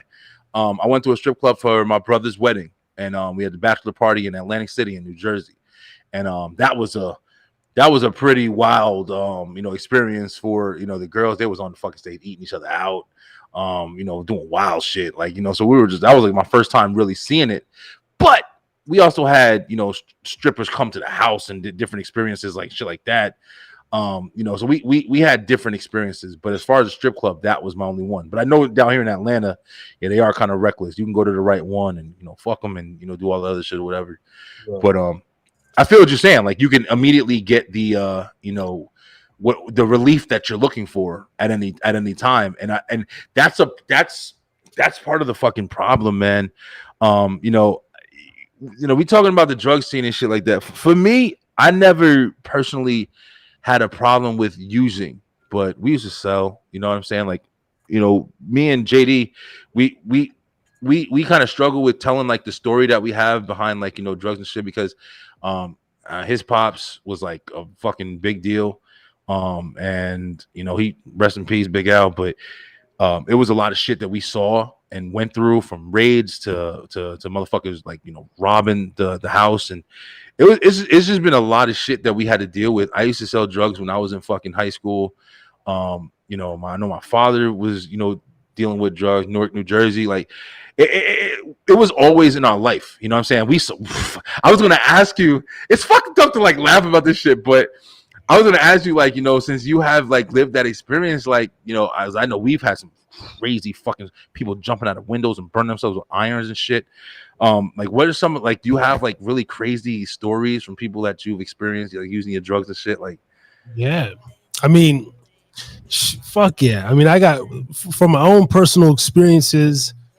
briefly, like, remember when I first did shrooms when I was about 12, and I didn't feel like I really got the effects, right? Yeah. Until my boys are in the room, they're tripping out, shit's flickering. They leave, my whole world starts crashing in. My mom worked night, she won't get home till 3 a.m. and shit. And so that's when I learned at a young age to, like, even as a grown man, I would go in the bathroom and I just, like, lock the door, bro. I'd be in the bathroom for a long time, lights on, lights off, but I take cold showers, cold baths. But Yeah. I was in that bitch, like, smoking and shit. Devo's pigeon coop from being at having an apartment here in Reno and running with a couple people, being affiliated with one cat and he's affiliated with other cats, and pretty much that turns into the crash pad that gets raided, everybody hemmed up and everything, and checking and shit, seeing what's Yeah. going on, to those same people, swinging a motherfucking baseball bat trying to crack somebody's dome, and thank goodness he didn't, man. Like, that was one of the first instances where I was, like, really started to become. I've already had some lucky blows, getting pulled over with a pound, a little pound, and Yeah. in the back seat, and the cop, I see his nostrils flare. He got all the reasons to pull me over. Ain't got no seatbelt. I'm a dumbass. I Me neither, bro. All day. I just got a white tee over the peaser in the back, and this is all over. This is like way past statue, whatever. So fuck, I mean, but no. And then and just lets me go. Looks at it, looks at me, and just, like, hands me my shit back, type shit. Like, from mysterious things like that to man, crazy Vegas nights. Yeah. Oh man. Yeah. Damn. I fucking raging, man. Been a couple, like, mansion parties that are just, like, epic, and I'm not there. I'm just there because it's Vegas, and you fucking just sometimes tag along and end up out there in fucking Green Valley Parkway or Summerlin somewhere, and you're just at a fucking flat, a mansion pad, and there's bitches and there's fucking bottles, and it's just like, it's just motherfucker doing flip off like the movies and shit. Flip off. Oh yeah. Oh, I believe it. I know y'all. I forget you fucking Vegas area, man, Nevada and all that shit. You right there. I've never personally been. My closest thing was Atlantic City in Jersey or whatever. My cousins have been. Stuff like, I've always wanted to go to Vegas, but at the end of the day, it's fun. I'm pretty sure it's fun. It's like it's definitely a milestone for a lot of people. But it's also, I'm pretty sure, a hood. Like, you definitely in there. There's definitely, I know the environment. I know the fucking environment. I know the type of people, whether it be drugs or whether it be prostitutes and shit. I know what it looks like. But it's just interesting, man, because it's like, like, you tell people some shit like that, and like, when you say raise, like, and I remember, like, how bad that shit used to be, and people who want to kind of, like, live that life, I think they don't understand, like, whether it be like they want to play like that position or have people think that they are that kind of person. You don't understand what that shit is like really about. Like, they threw Jay's mom out of the fucking wheelchair and stepped on her back when they did the one raid. Like, this is just fucking one. Like, even it was a couple, but threw her out the wheelchair, stepped on her back, tore open the fucking refrigerator, like, just everything. Like, it was just, when you see, like, the potential that, the people that you think are supposed to, like, protect and serve, and this is us at what, we were in fucking 6th grade when this shit was happening. When you see the people that you're told, like, the DARE program, all these people are supposed to protect and serve you, do the shit like this, and like, understand that this is what happens. Like, it's fucking life changing, bro. It doesn't put you in the same predicament as the people who ain't never been a part of this or seen this before. You're still living in that fucking bubble. Like, you're living thinking that the cops are this and that. You don't know what it's like to get pulled out and have fucking multiple cop cars come. I told this story before. We were me and my people, we was fucking coming home from school, man. Me, my sister, we were all walking, and my crew, my people that I used to fucking roll with, and we had stopped in front of this a liquor store. just on the way to the fucking house, and we was talking to some guys out there, some people we knew, and I'll never fucking forget this shit, bro. I turned around because we were about to start walking again. I turned around, and on the fucking road, it was like traffic or whatever, and it was like 3 or 4 black SUVs, bro, with tinted fucking windows, pulled up as soon as I turned around and hopped out with the fucking vests on, sunglasses, fucking white cop. Freeze! Get on the fucking gun right in our fucking face, yo. And I'm standing here. We get out of high school. Well, I was like a freshman and shit. And I'm standing here like, what the fuck is going on? All these cops jumped out this fucking car, put all of our asses on the wall, including my sister. I'm standing here, my boy C right next to me, and then down the line is my sister. And I'm sitting there looking down, and there's this fucking female cop got my sister on the wall, and she's frisking her and shit like that. I'm like, what the fuck is going on? And it turned out somebody had called. We was just chilling. We didn't do shit. At least that I know, like, you know, because you don't ever know when you roll with people. Yeah. But they said that we had a gun and shit like that or whatever. And I'm like, get the fuck out of here. Like, nobody had a fucking gun. Like, my boy C, it was funny. It was funny. My boy C was like, oh, well, I'm going to jail because he had like weed and shit on him. Yeah. But you know, they jumped out, they jumped out, fucking pulled the guns on us, and you know, in that situation, like, especially knowing, like, hearing these stories and stuff now, like, I could have fucking been dead multiple times. Yeah, that's one of the time that I got pulled over by cops and jumped out at and shit. Yeah. So it's like living that life definitely opened a lot of eyes for me, especially me having kids and shit now, to where it's like I watch my kids, like you said, your mom's working nights home at 3 o'clock, so I'm pretty sure, like, you know, to pay attention to your kid, like, you know what I'm saying, like, you know what you were doing, so you know, I was doing this shit, and you ain't get over me. Not to interrupt, but like, so many things are going through my head right now, and I've said this on the podcast before, but I'm gonna say it again. And you know, whatever, you know, been molested or whatever, but you know, when I was a kid, right? And you know, but one of the times, and not, you know, not well. First of all, let me clarify this. When I say molested, ain't nothing in my booty or nothing like that. And shout out to the kids that got boinked. Yeah. I have some gay ass older drunk men, you know, saying like weird shit, you know, little shit, try to touch your penis, you know, try to suck my dick and shit when I was a kid, real shit. Yeah. And it is what it is. It's out there. I'm gonna make a clip of that myself. Yeah, my buddies ain't gonna come back on me. You're gonna come back on me. Listen, bro. Yo, listen. You speaking truth right now. Hey, and you know, I can get further into it, whatever, but I'll just quickly brush over some shit. And even at that same age, I was 6 years old. I was under my bunk beds and I was fingering this neighborhood girl, Michelle. She was 5 or 6 too. And I remember smelling my, you know, like, and it fucking was the grossest thing ever. And it was similar to the belly button lint when you stick your finger in your belly button, right? Got you. I remember going out to I'm on 2 different things. Give me a second, bro. This is gonna. You good. This is gonna lead back. I'm feeling this. This is real shit. We on some real T.N.R. right now. Let's go. We on the real shit, man. I'm sipping and motherfucking. Harry's drinking again. Right. We all drinking tonight. I'm on my second beer. I'm feeling good. I ain't drinking months. This is great. Hey, it's also therapy night rants. That's also T.N. So I'm getting my therapy. I talk my shit, speak my piece, right? Let's go, bro. But I remember going out to my mom down the hall. We live in this single wide, and I told her, like, you know, she's, well, what's wrong? And I say, I asked her, like, smell my fingers, and like I kind of remember, like, and she's like, what is that? You know, and I told her, like, you know, whatever, and it's a blur after that.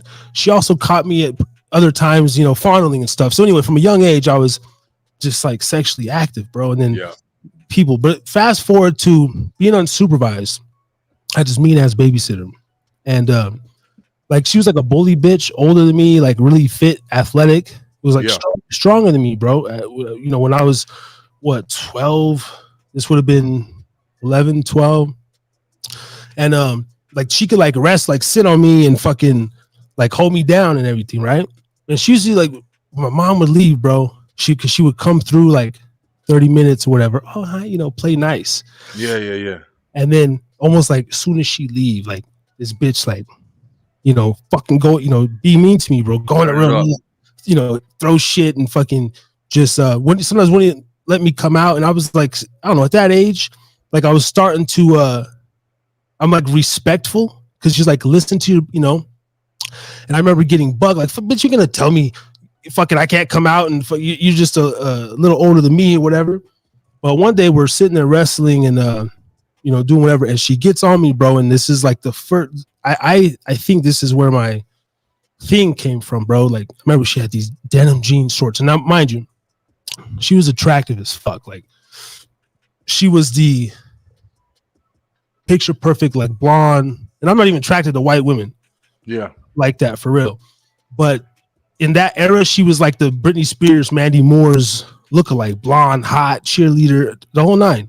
And I remember sitting on my face, bro, and these denim, like holding me down and like pulling my hair, like rubbing my face in her pussy, Oh shit. Like through the jeans though, but like super short. I could almost feel the warmth of like her pussy, like coming out of my face on my chin, bro. Like yeah. And dude, like that scent or whatever, like that shit, bro, because it wasn't nasty. It was like this fucking sweet pheromone, dude. I swear to God, that was the something, bro. Anyway, like woke you up. Yeah, and then fast forward, I like, and even snuck a little patty sniff or whatever when you're hanging out at a homegirl's house or something. But there's girls that I've just actively dated or hooked up with. Even when we're getting ready to do our thing, like I'll take the panties off if they're, smell them and fucking I'll be hitting it and shit, but wrap them up fucking like a fucking shit. Like to get off, bro, and that's one of my omissions, man. And I'm gonna shut the fuck up after this because but this is segues into something else on the jail shit. But yeah, it even went so far, and she knows who she is. Shout out to you, man. I still love you, baby. I still love you. I would request we would make appointments because she was married and everything. And we would make appointments basically to hook up and do our thing. And then I would request that the night before, like she like sleep in her panties or like wake up and she would like put them in a bag and like seal them, bro, because I really crave the scent of a woman's vagina. Not all. It's like it's very particular, man. Yeah. Like it just there's a certain thing there. And but that's what I attribute to lust, man. Like that little sweet fucking thing. But I don't know if that's from just getting that thing when I was a kid, man, because it was kind of it was kind of traumatizing too. Yeah. Do you feel like you kind of chasing it? I mean, it's from what I hear, like I don't really think I have anything. I can't think of anything that like, I mean, for me, and like, even hearing your story, like I said, like I don't like to tell IT Tips story too much. But we actually did an episode of the show, and it was really early on. Like I'm talking about like maybe like episode 12 or something like that of the web show when I first started doing the podcast. And we didn't air it. And she told her whole fucking story, man. And her IT Tip was in some really, really, really crazy shit.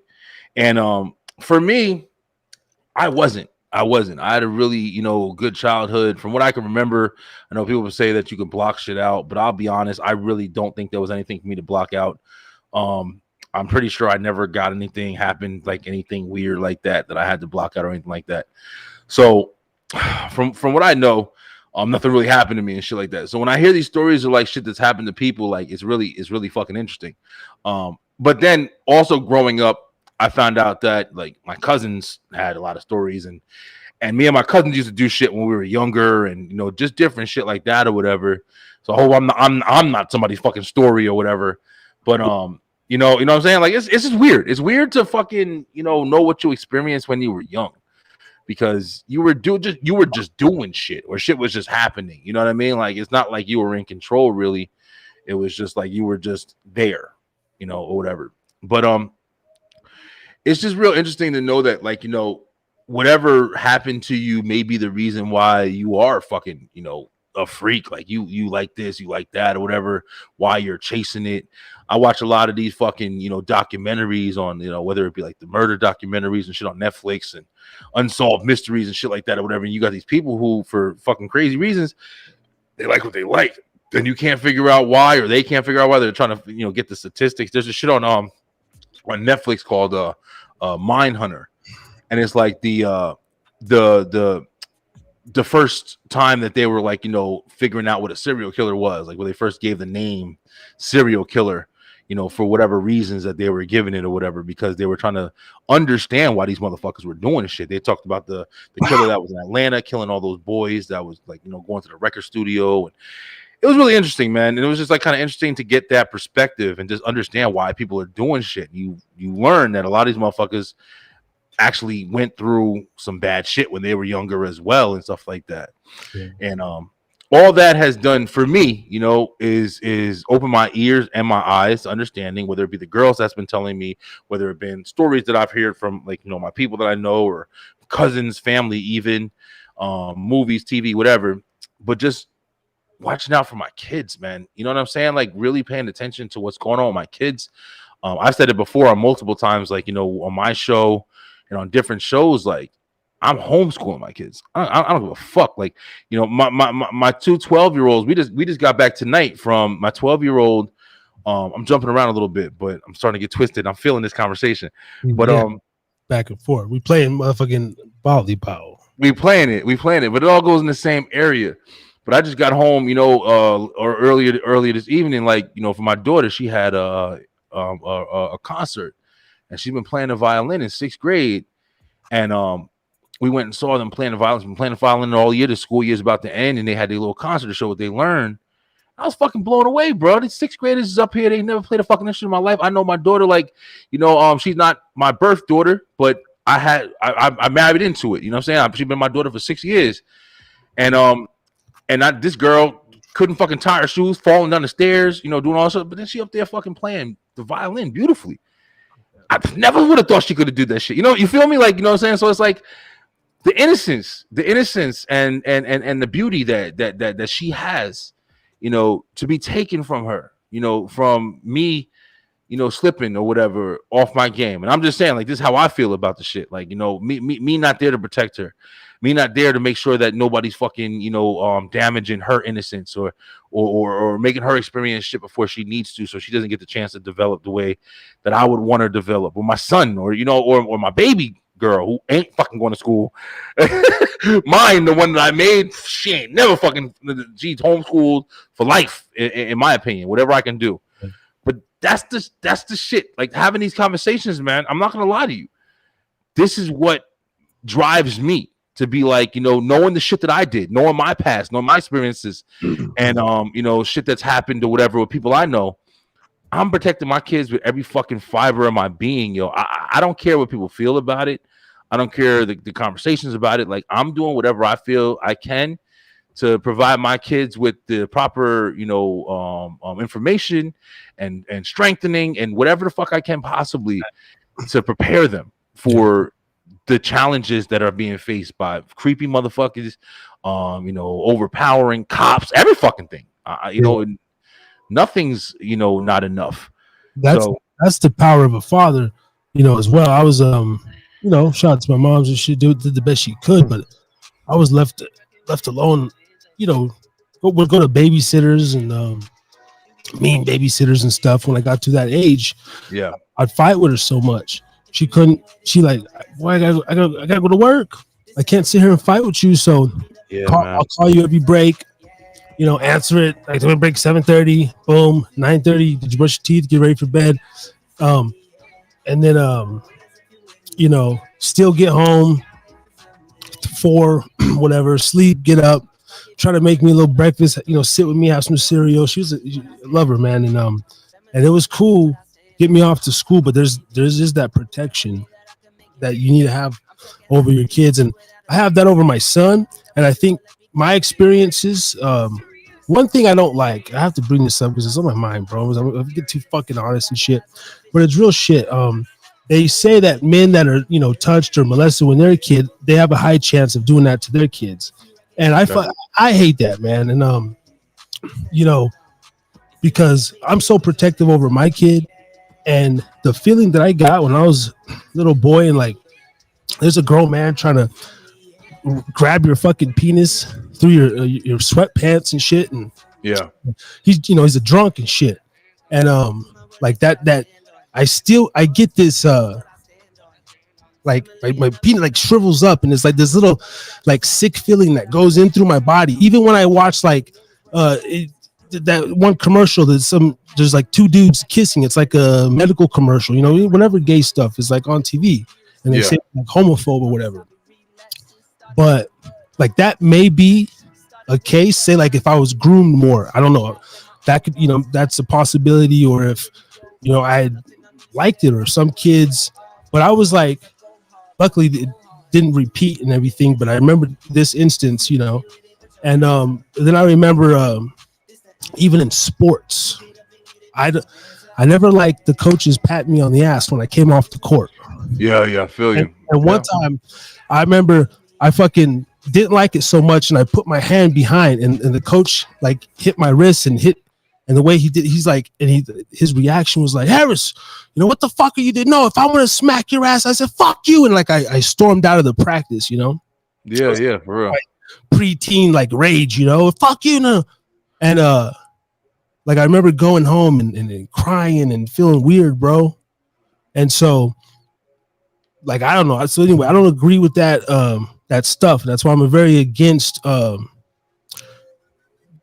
pedals and everything, and the programming of it, because it's like there is kids that far more worse happens to them, or Yeah.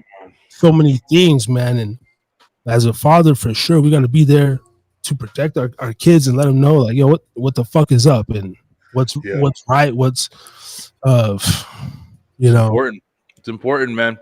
It's yeah, important, bro. It's one of the. It's another reason why kind of just tying everything back together. It's like relationships and shit like that are so much more than just your personal satisfaction, if that makes sense. Like sex is a big deal. You know what I mean? Like especially for, like we're saying, this day and age. For certain people, like I like what you said on my show when you were talking about options. You know what I'm saying? A motherfucker who's walking around and he big as shit, not that attractive. You know what I'm saying? Like, there's somebody for everybody, but we can all agree that there's some motherfuckers that got a lot less options than others. And shit, you know, feel me? Like, that motherfucker having a conversation about, oh, this person, that person, or I can stay committed. Yeah, I bet you can, motherfucker. There's a reason why, because there ain't a lot of motherfuckers out there after you and shit. But but I'm not gonna lie, I say it all the time, man. I know I'm fucking, comfy and shit now, and I'm still working on my weight and stuff like that. But yo, listen, on some real shit, like I know I'm a good looking motherfucker. I ain't trying to be, whatever. When I was younger, I definitely was a lot better looking. And I got a lot of fucking play, man. I got a lot of fucking play, and I still had the mentality of just I want to. I like commitment. You know what I mean? I like commitment as far as, I don't know if it's possessive, I don't know, whatever, but I like having what's mine. I like knowing what's mine, and I like what's mine to be mine, without interference. It's not so much jealousy. It's not so much anything else. That's why I'm not like the sharing type. I'm not like I need to have this girl and that girl and shit like that. Like, I've had fucking options. I've had options. I still got options. I ain't going bullshit. I got fucking messages on my thing right now. I still got options. But at the end of the day, it's just like I have been one of them people to where it's like it isn't for me. So it's like you got to understand that shit too. So that's why I don't judge other people, because I understand this. Other people who are just like, it's for them. They want to have multiple options. They want to have this. They want to have that. yeah, But it's just, for me, I feel like, man, because of the complication, man, that and the struggles of raising a family and yeah, teaching your kids how to do the right shit and try to, it's so much, man. Like, yeah, you said it before, where it's like, it's only so much time. You know what I mean? Like, it's only so much time with I respect single moms, the dads, for whatever situation, if there's dads out there who just they just couldn't commit, they couldn't do this, they couldn't do that, whatever, they just maybe passed. There's a lot of different scenarios that are out there, but The moms have the kids. You can't go nowhere. What fucking you know what I'm saying? Like, if there ain't nobody else there, you got to be there. Some of them don't even fucking be there when it's that situation.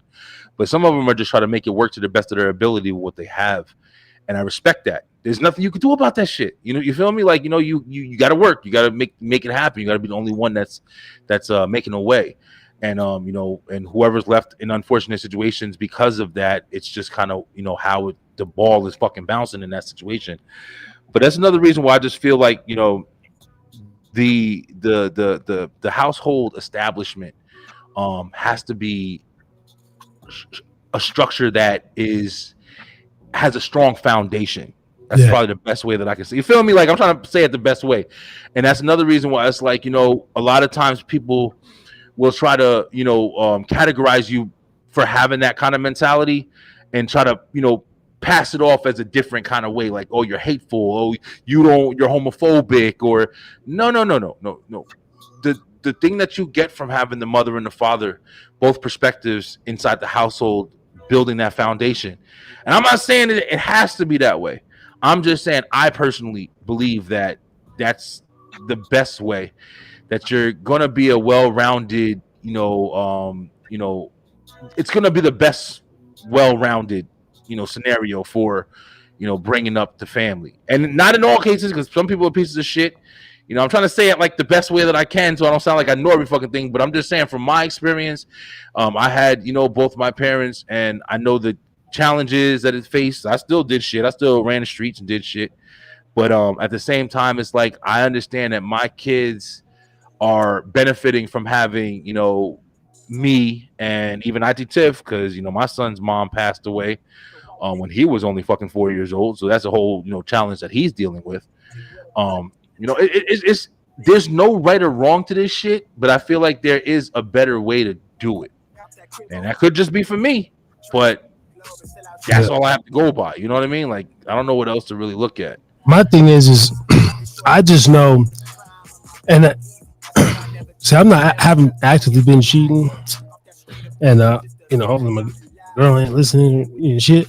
But I have this thing, man, and shout out to my boy Jake and shit, man. But we be talking about, it's like every so often, bro, like you just fall into some pussy, And even when I was young, I had like 2-3 month droughts, right? Just on some real shit where I'm just single, doing my, like, I ain't had no pussy in a couple months, but I need to get some bitches. Yeah. And this thing in my head, and I respect players, like real players, and like people, just cats that have a lot of women. I mean, to a certain degree, as far as I used to hold them high regard when I was younger, but this thing clicks, and it's like I start to feel like less of myself, like, yo, like I actually need I need to go fuck something. I just need a hump as a man, like I have to pound, like, to make me feel better. And I can't be in a relationship sexually, because even though I might not actively pursue it, the brain's a motherfucker, man. I'm talking about like a coworker, whatever. Like, I've literally like fallen into pussy, like to where I'm on my way to do one thing and fucking pussy just like presents itself, and I'm like, that shit fucking every few months that shit happens, man. Yeah. And it's like, and it's like option A, what you were gonna do, or it's like, do I veer off and just hit option B? And every so often I hit option B. And that's my honesty to keep me sane. Yeah.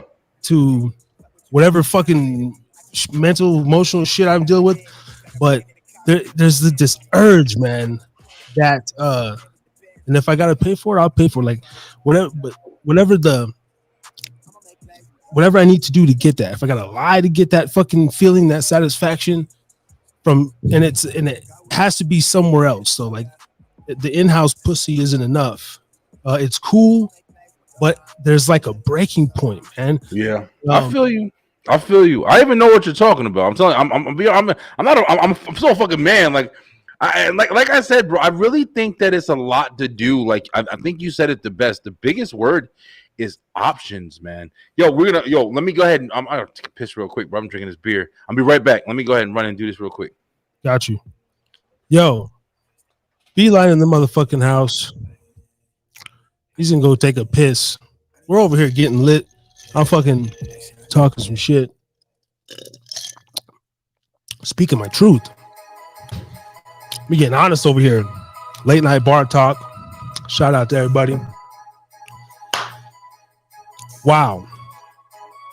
But every so often, I mean, that's just the urge that I have as a man. And I can't lie about it. I can't run from it. Yeah. I don't think maybe it needs to be corrected or doesn't. I think it's just what a man's going to do. But you definitely need to hold shit down in your home life, in your family life. I don't think you can be out here fucking around. That's not what I'm talking about. Just a simple act. The simple act, but it makes us feel good. Shout out to SAA, Sex Addicts Anonymous, man. I had to go hit a couple classes. Maybe that's what it is. Like Beeline described it, man. He gets the urge. He's scrolling on IG. You know, whether I have sex with my woman or I'm jerking off, but like I feel the urge to rub one out every morning or every night or every other day. It's like whatever it is, like every 36, 48 hours, just skeet, motherfucker. And whether it be sex and then skeeting and then skeeting again, because I just don't want to have sex. Or if I do, it would have to be with something else, a larger demographic.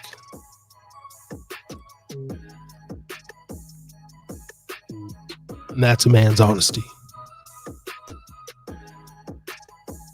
As we move into hour number 2 on T.N.R. 068 of the Harris is Drinking Again Pubcast. Getting raunchy. When Beeline gets back in the building, we're going to see what's up with CA. It might be too late, but episode 069 is what I want to get up into. Up in the menu. Support your local podcasters. And visit the Beeline Entertainment LLC.com. YouTube.com/@HideAPodcast. Every Thursday and Sunday night for your viewing pleasure, motherfuckers. Loving it, eh? Remember late at night, yo, Harris, was you like me? We over here. Let's switch it up. Yo, was you like me when you was little, man? Did you watch like the shows and shit? I'm still like this. Like I can't go to sleep unless I got TV on and shit. Something playing, yo. I can't fucking go to sleep. Like even after I go to bed from watching TikTok and shit, I watch TikTok until about, I'll go to sleep. Usually I lay down probably about 11 o'clock, and then be on TikTok for like an hour. Like depending on how much I'm fucking around that day, maybe 2 hours.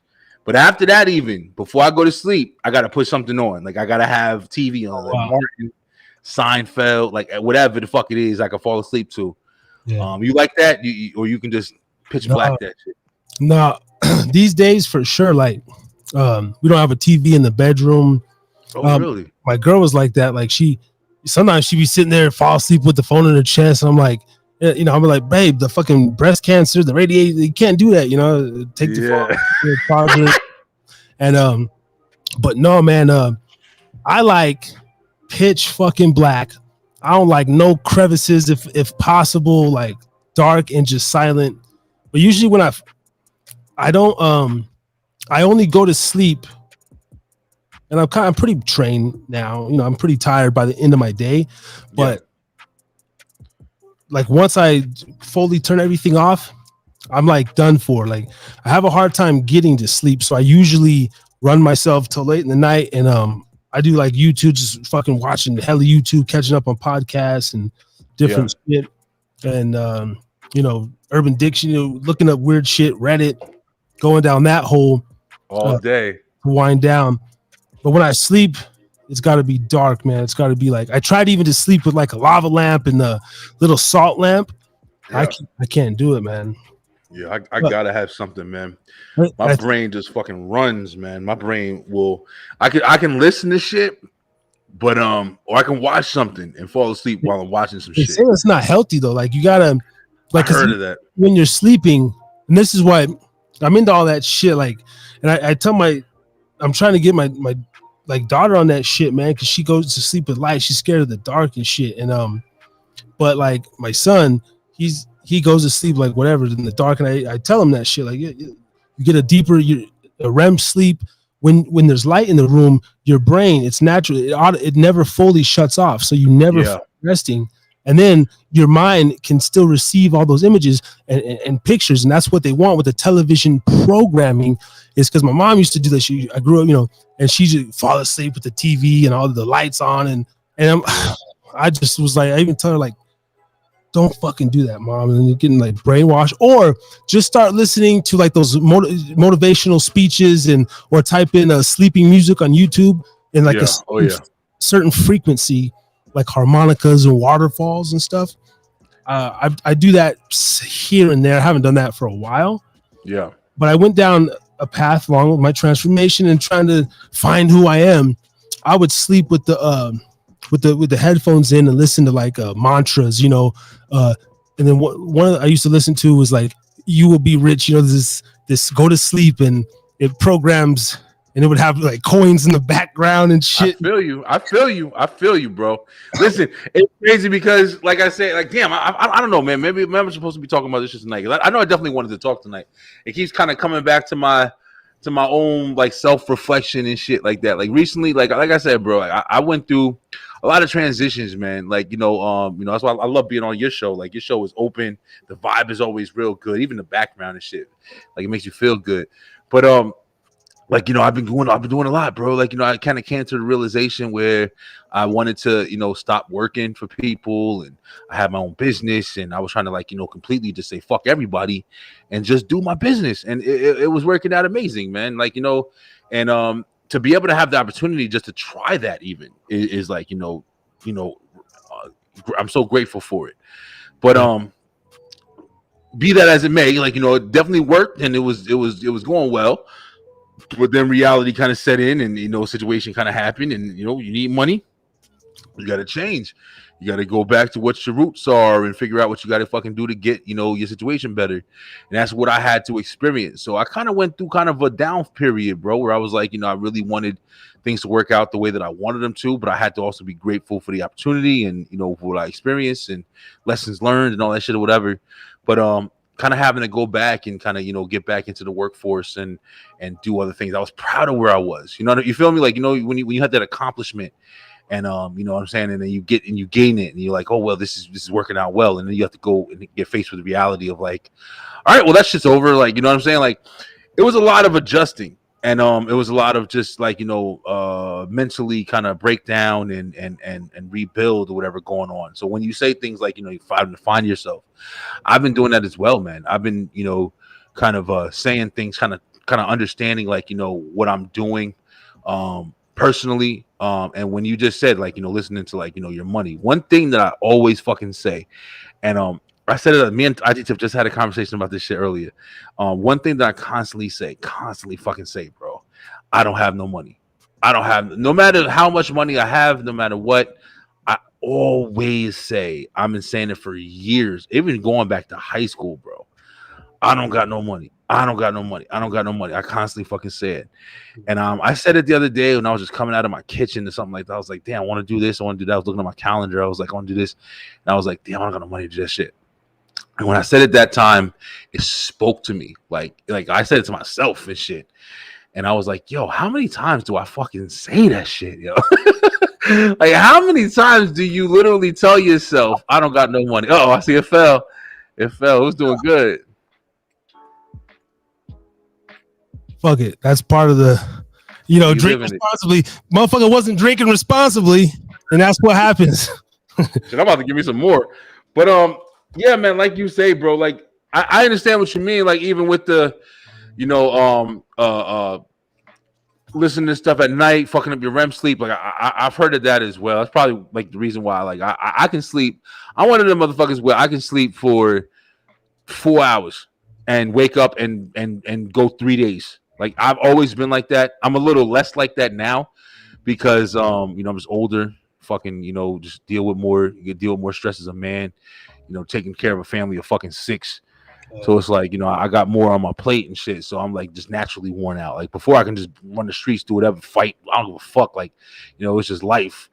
But now it's just like just living. Not even doing shit. Like now you just fucking the stress of just living and shit. Like, dealing with stuff or whatever. Yeah. You worn the fuck out. Like today, I go do my job.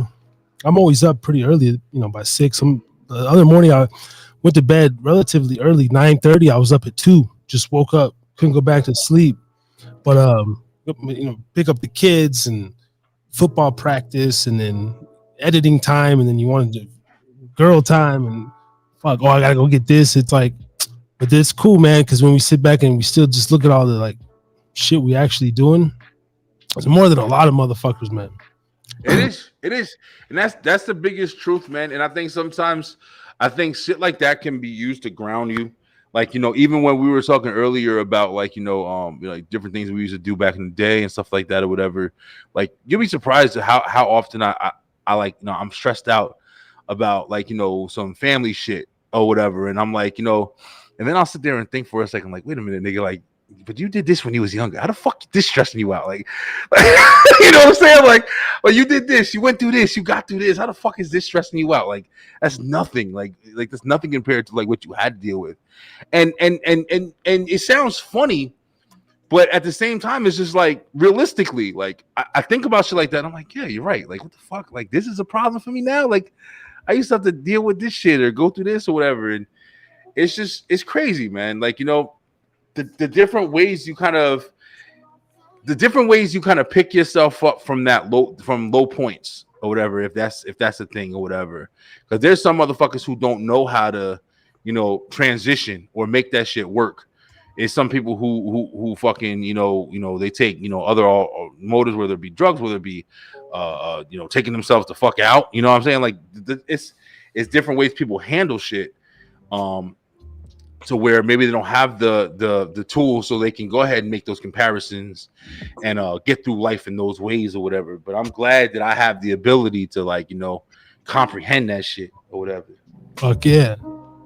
Yo, speaking about like, you asked me when I was a kid and shit, like let's kind of go into that. We talked about a little darkness childhoods, but like as a grown man, I had this feeling for a while. I only, I could sit here all day and get dreary and write a fucking dark noir book and put little exaggerations on it and make it like, oh, you had the worst childhood. But when I think about back, I only think about the good shit, man. And when and these days, trying to raise my kid, like me and my girl was at the game today. Do you remember the drink Fruitopia? Fruit passion. Yes. Fruit passion. Hell yeah. Right? And then so my son's on this kick. Like he goes, he'll be on YouTube and he looks up all the old shit. He like follows retro channels. Hell yeah. He's always like, old school's better and stuff. But like, what are those like memorable moments, drinks, food, snacks? Like, I mean, we're relatively the same age, but for people listening and just in general, like what, like for me, the Fruitopia, if they could bring back Fruitopia, Sobe, like Sobe might still be around, but remember in the glass bottle, the original, and then you open the cap and it had a little message on the cap. Oh yeah. Oh, all day. Like, it's funny that you're fucking talking about that right now, because literally, we were supposed to talk tonight, bro. We're speaking to somebody tonight. I'm telling you right now, we're speaking to somebody tonight. We're supposed to talk tonight. I constantly, not to cut you off, we'll get right back. I literally was just last night on TikTok. I always look at the old school shit. That's my clarity. Remembering shit from back in the day, the 90s, my time period when I was a kid, and fucking living life freely, don't care about nothing. I saw one and Fruitopia was on there. And I remember that was our drink. Like me and JD the Mouth, like, yo, we literally would get a Fruitopia and fucking go everywhere, get on the bus, drive here. We'd always have a Fruitopia in our pocket, the fruit punch one. And I just saw that last night. That's why you saying that right now is blowing my fucking mind. So yes, please, bro. Yo, if that is not simulation theory, this fucking AI, I'm telling you, nigga. The phone's reading your brain and scanning the and then They got mind control technology that puts it into my brain because because we're on the same kind of algorithm and we're sharing shit. I don't know, man. That's like that new 5G weird wave shit, but or it could just be we're all connected as one being. And bro, listen. I mean, you know what? Honestly, I don't know. I mean, we might be all connected in some ways. You know what I'm saying? But you are right. I mean, there's definitely fucking the connection that's definitely made. You know what I mean? Like, it's a connection that's definitely made throughout. You know what they're doing at this point. But it is really interesting how, you know, and it's not like we're strangers and shit. You know what I mean? Like we're constantly like, you know, talking to each other on a pretty regular basis at this point. So it's like, you know, just to know that our brains is getting the same kind of connections and shit like that or whatever at the same time is really interesting, man. I literally just watched this shit. I'm not even fucking exaggerating. I literally just saw this like maybe last night. And I was like, Sobe, like Sobe and Fruitopia. Like, I'm literally like, yo, bro, this is the shit I used to drink when I was a kid. Yo, the orange creamsicle one, the orange one that they came out with, and then the strawberry was my second, and the I think it was Tsunami something. The orange Sobe one. I had the name in my head, but it was like Tsunami something. Those, but real quickly, shout out to CA Canoe. CA. I wanted to bring up something. I was gonna hit you up, CA, on the back end. So Beeline had talked about getting you on the show tonight, but we got to yapping, and that's how it happened. Next week, T.N.R. Wait for it. 069. Yo, yo, dirty hoe ass, huh? The mentally ill hoe. We got to do a 69 special episode with CA Canoe and get fucking raunchy. That's what I would like to see happen, if that's a possibility. I'll watch that shit for real. I was sitting there thinking, I was like, wait, yeah, we could do something, but I'm like, well, hold on.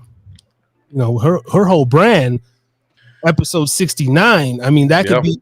And you know, Beeline, if you want to come back next week, we get a little because we was already going filth, and then bro, I'm ready. I think that'd be cool. I think that'd be fire. Like, you know, yeah. One thing about CA, man, is I respect the shit out of CA. Like we were just talking about earlier, like her hustle is incredible, man. Like she puts herself out there. She's not scared to put herself out there. You know, it's definitely sometimes like even I'm just like I don't want to like you know bring her in and upset her with like shit that I might be talking about or whatever. And that's the reason why, like, I try to structure, like, you know, how the conversations are gonna be. I try, you know what I'm saying? But then it's like, even with this right here, like, I had no idea what the fuck we were gonna talk about tonight, and I love that. I ain't gonna lie, I love that. Like, I like that we can just kind of just conversate, and it's just natural. And I think people like watching that shit as well. Like, it's not fun when you are just watching some structured shit and it's kind of catered, tailored to how it is or whatever. It's fun when it's natural. Like we're literally opening up on some shit. Like, you know, I feel great. Like I said, I haven't drank in months. I don't even remember the last time I had a drink. And I'm on here, got me a couple beers. I'm fucking feeling really good right now. It's 1:00 in the morning over here. My whole fucking house is asleep. Like, and it's just natural. You feel me? Like, you know, and Harris, you know, we all day. So it's I would love to come on. You know, CA is real natural with it too. She's definitely fam. And I would do, like, I would like to CA send me some photos, headshots, whatever. I want to like, you know, amp it up, like make it a thing. You know, I brought it everywhere too. 69, you know, put the XXX in the thumbnail and you know, just get into it, man. And you know, fucking do some shit. And you know, it's pub talk, so we over here getting shitty and litty like a titty. Hey, that's what I want to ask her too, like. But have you? Because I made a little Patreon or whatever. Let's get CA in here, yo. You got the link. You got the link. You ready to get her in here? You want to get her in here? We can. I mean, we can get her in here now. But I definitely want to get her back. Like an official one next week. Yeah, I think she's asking me right now with the link. Let me go ahead and make sure she got the link in the chat here. Well, I think you sent it the YouTube. Okay, let me. Well, I don't. Okay, I can send it to her in Messenger. You want to send her a messenger? That's right. Get CA in there and talk some shit, man. CA got if you want, bro. I ain't trying to hijack the show and shit. I just feel good. That's been a great conversation, man. I think I needed this shit tonight. I know you had mentioned it earlier. Okay, we'll get her here in a few minutes. Here we just crossed the 2 hour mark. Yeah, here in a few minutes. See if you're cool with that. Maybe come on for a few minutes, talk some shit, and then but let's do it next week like official. Got it. This. And she could be the guest. I'll do the thumbnail and we'll do the official 69. Oh yeah, I'll post that shit everywhere too. That'll be a fun show.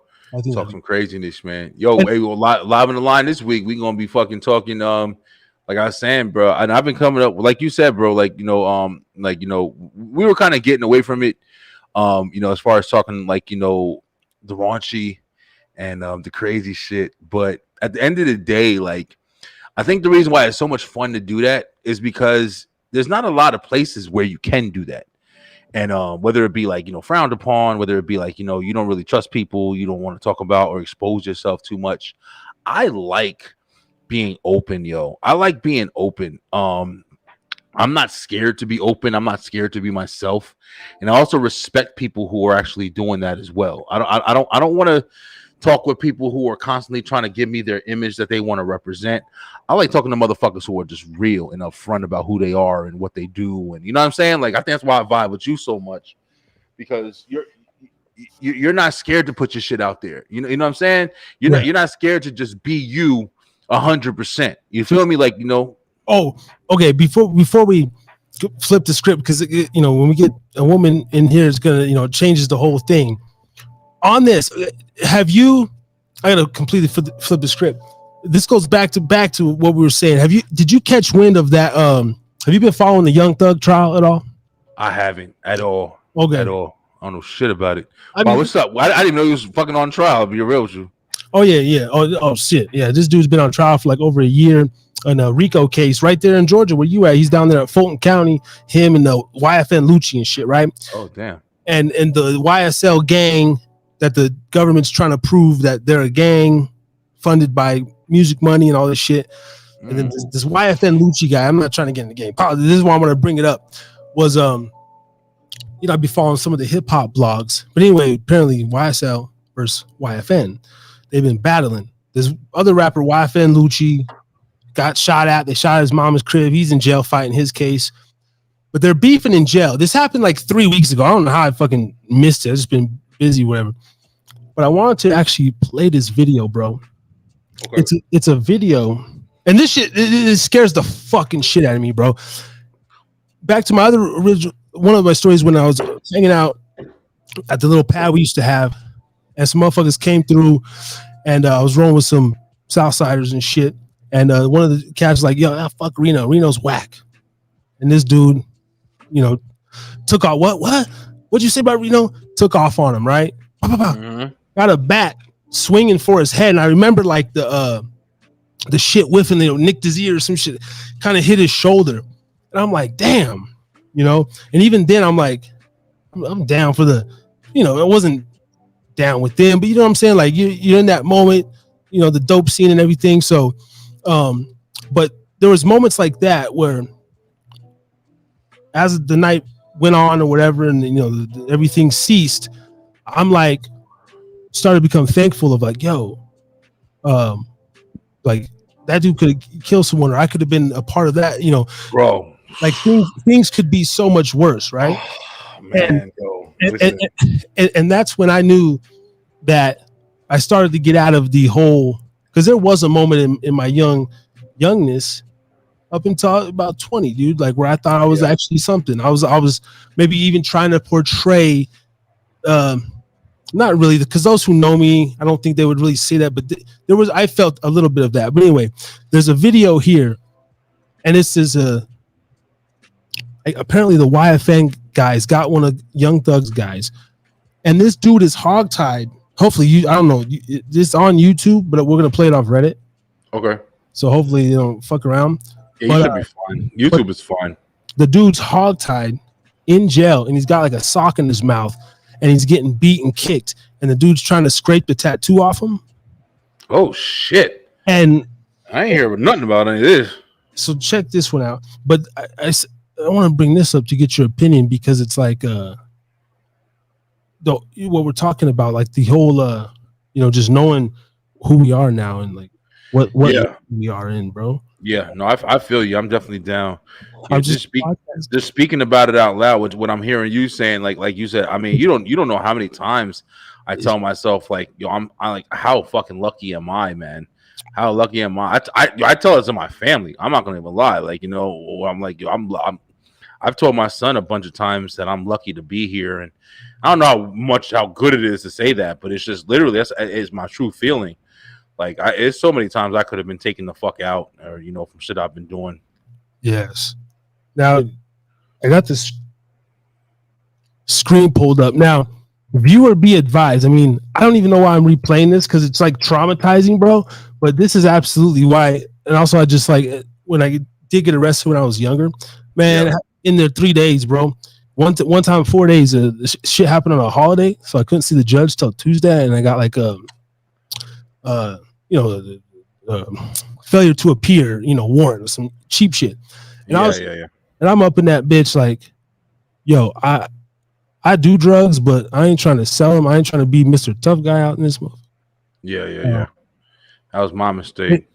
Shit, cut that shit out your neck, bitch ass nigga. Shut up, nigga. Pussy ass nigga. And first of all, just the first 7 seconds, bro. It's a grown ass man gagged and bound and in moaning. Shut your bitch ass. Yeah. It's horrible, man. Too much you slime, nigga. Stop moving, bro, before I bust your ass, man.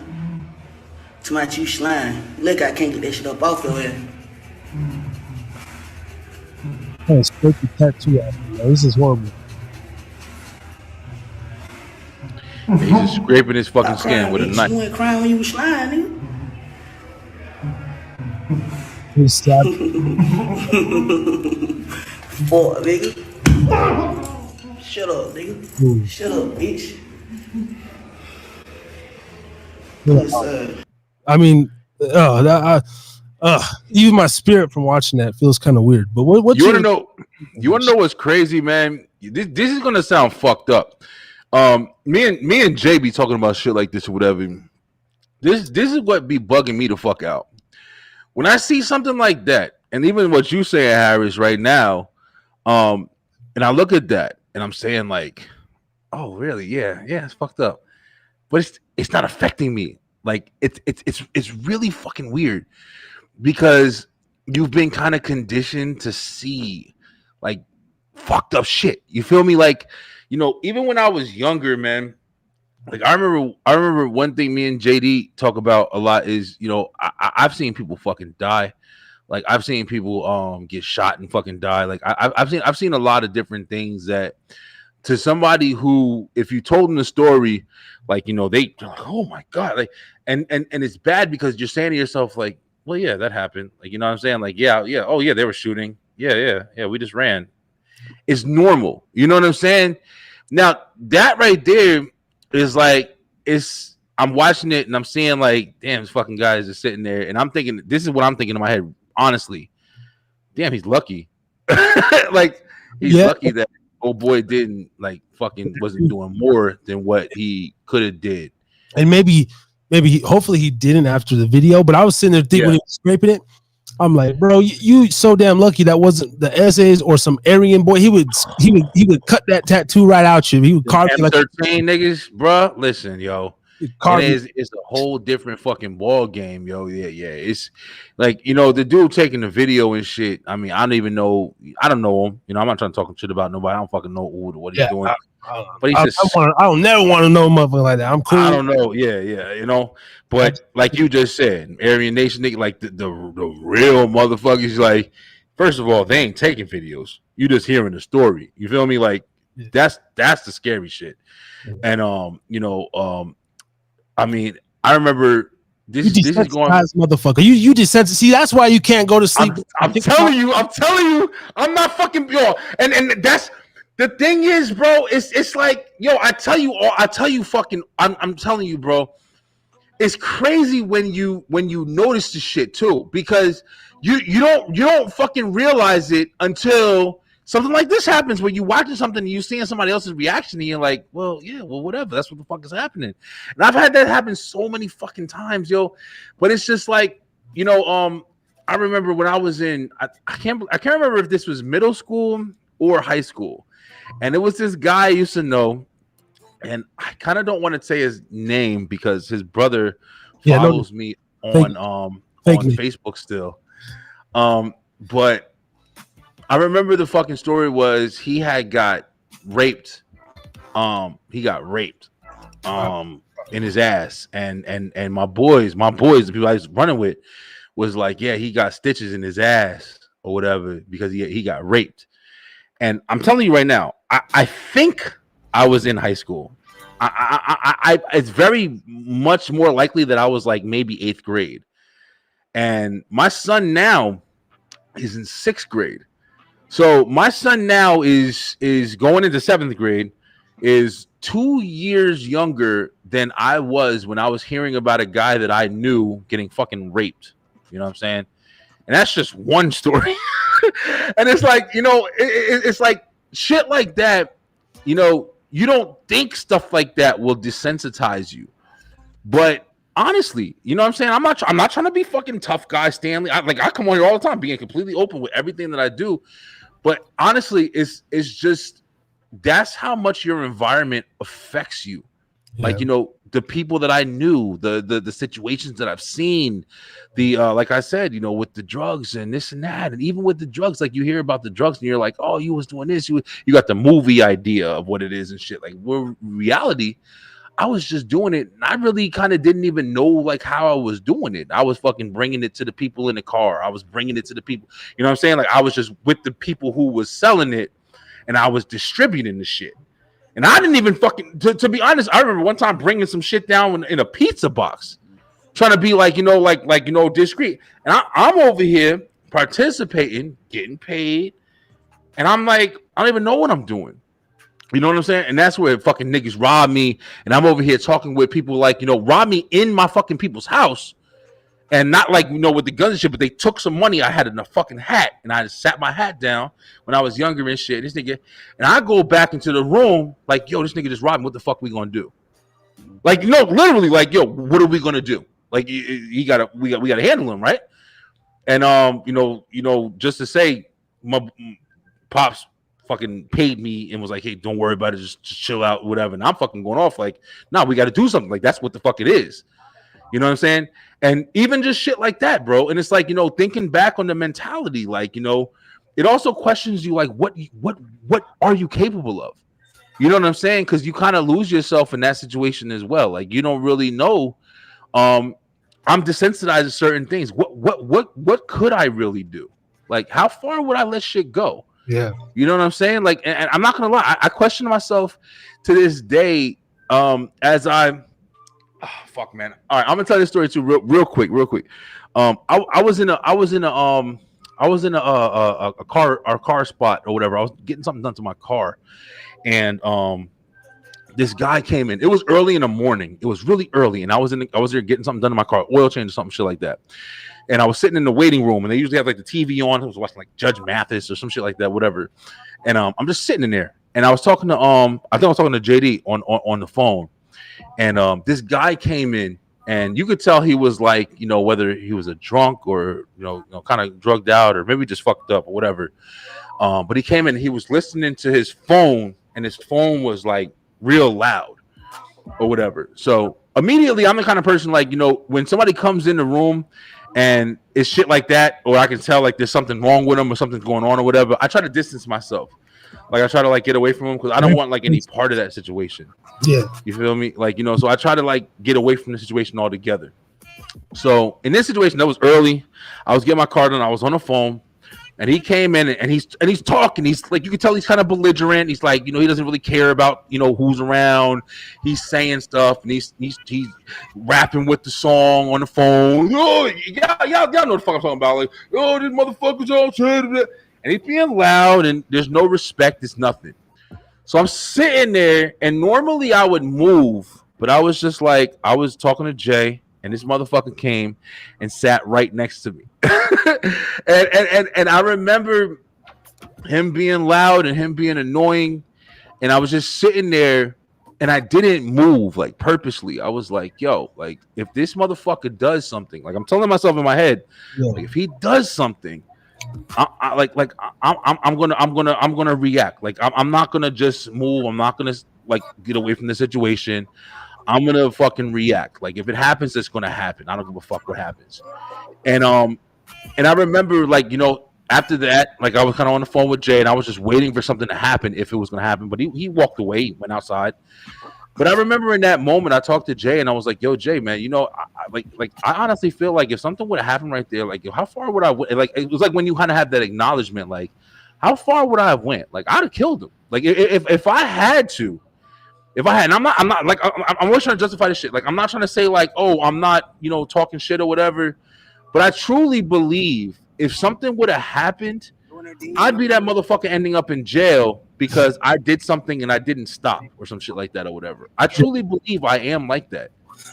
And it's weird, like when you start to fucking like notice that shit about yourself. You know, if you can. Yeah, I have one of my like a fight I had when I was real young. A lot of shit happened when I was 18, 19, 20. But long story short, I was over at this girl's house I was seeing. I think it was the roommate or her sister, and they were there, bro. I'm chilling with the one, and we were just smoking, drinking. We were both on the couch. Unbeknownst to me, now people in Reno know, like Par Boulevard, Dandini, this motherfucker just got released, and I'm chilling with the bitches, and boom, boom, boom, boom. And they look at me, I'm like, I'll live here, motherfucker. The fuck? And the way the bitch got up, she was like, I seen fright in her eyes, open the door. This fool just got out. I was 19 at this time. He was 29. Because I ended up getting the best of him. And the next day, she was like, you whooped a 29-year-old's ass. I don't know.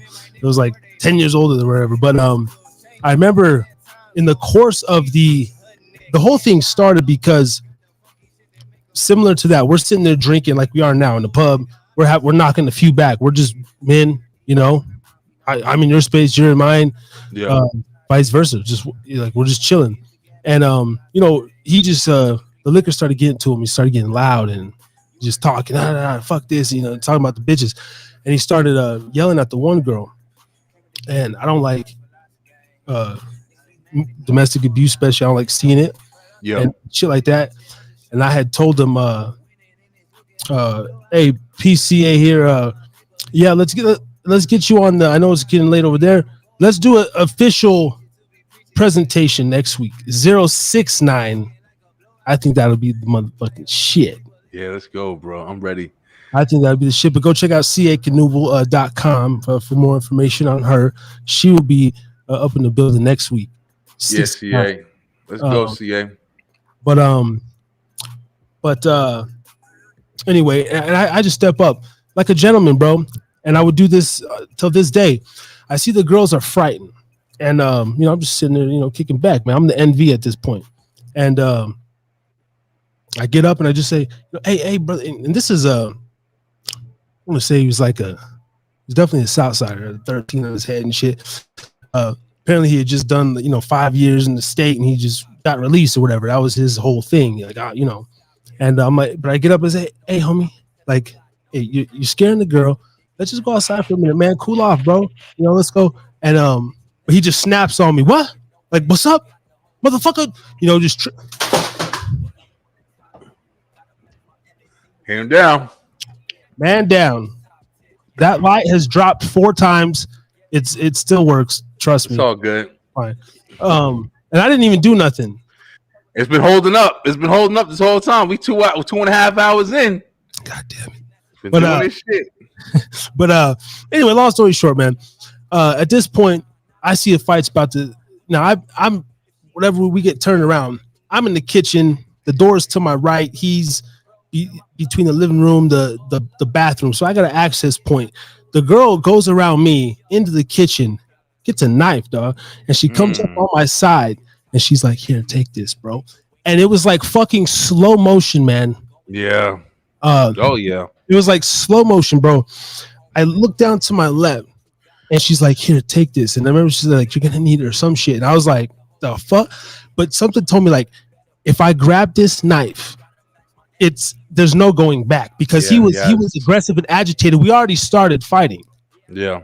But I knew, like, yo, I can get about this situation. I ain't about to stab a motherfucker. I'm just sitting here chilling with bitches, and a fucking hour or two later, I'm fighting this motherfucker, because I literally just got, and I would even do that now, like, whatever, like, you're getting, to whatever, even if, like, we're out, and say, like, I wouldn't get into your business, like, but if you were just like, and I'm like, yo, be like, yo, chill, man, like, we just having fun, and you just trip out. I'd be like, But anyway, there was this moment where I said, and this dude's sitting here talking about his prison bid this whole time, and it was almost this flash to be like, we could reverse roles. He's out. I could have been going in. We proceed to fight, tussle, give him a couple blows. But I remember getting him in a headlock, and like, I didn't want to let go. And I remember this apartment had security guards. This is how like cautious I am, bro. Yeah. This is like, I was literally thinking like, yo, because I don't want it to go this route. And I said, how do I get out of this situation and at least these girls for the night? And I said, well, if I make as much ruckus and I bash this motherfucker, because I had him like pretty good, but he was going for my balls. And I remember this, it must be like a prison move or something. Yeah. Because he was literally, when I had him there, he was literally just reaching at my thigh, and he was trying to grab my balls. And I remember pressing, and I'm like, yo, if this dude gets a hold of my, because I never had it. I never heard of that. I never found no prison dude, bro. And like he had this little like stockiness on, dude. But I remember like, I cannot let him go. And that's when like just like ferociousness, like, and I'm fucking banging, and we're loud. And luckily, bro, boom, boom, boom, boom. And I do, and I fucking, at this point, I got him still in the headlock, and I'm backing up. And I open the door, and it's a security guard, bro. And I just fucking, I run, I threw this motherfucker, and I just run like a yo, for real, man. Ran out the door. I left the motherfucking bitches. I said, there's a security here. I'm sure the cops are going to come. The bitch comes out running after me, and no, wait. And in a fit of rage, bro, I pushed the bitch down. Like I really did. Like I pushed her hard. Like, nah, like fuck you. And I feel bad about it. I remember she fell back. She hit her head, and I pushed her fucking hard. But I was just so rageful. Yeah. In that moment, the knife, this dude, like I felt like that was a fight for survival. It was. It sounds like it. Yeah, like I had to get in. Just my whole thing was like, hey, I did something valiant. I still stood up for the bitches. The security's here. The cops are on the way, but I'm dipping. And I just remember going home that night, nothing was ever, she called me the next day. She thanked me. I apologized for like pushing her. And she's like, no, you were mad. Like he went back to jail. He's going to prison.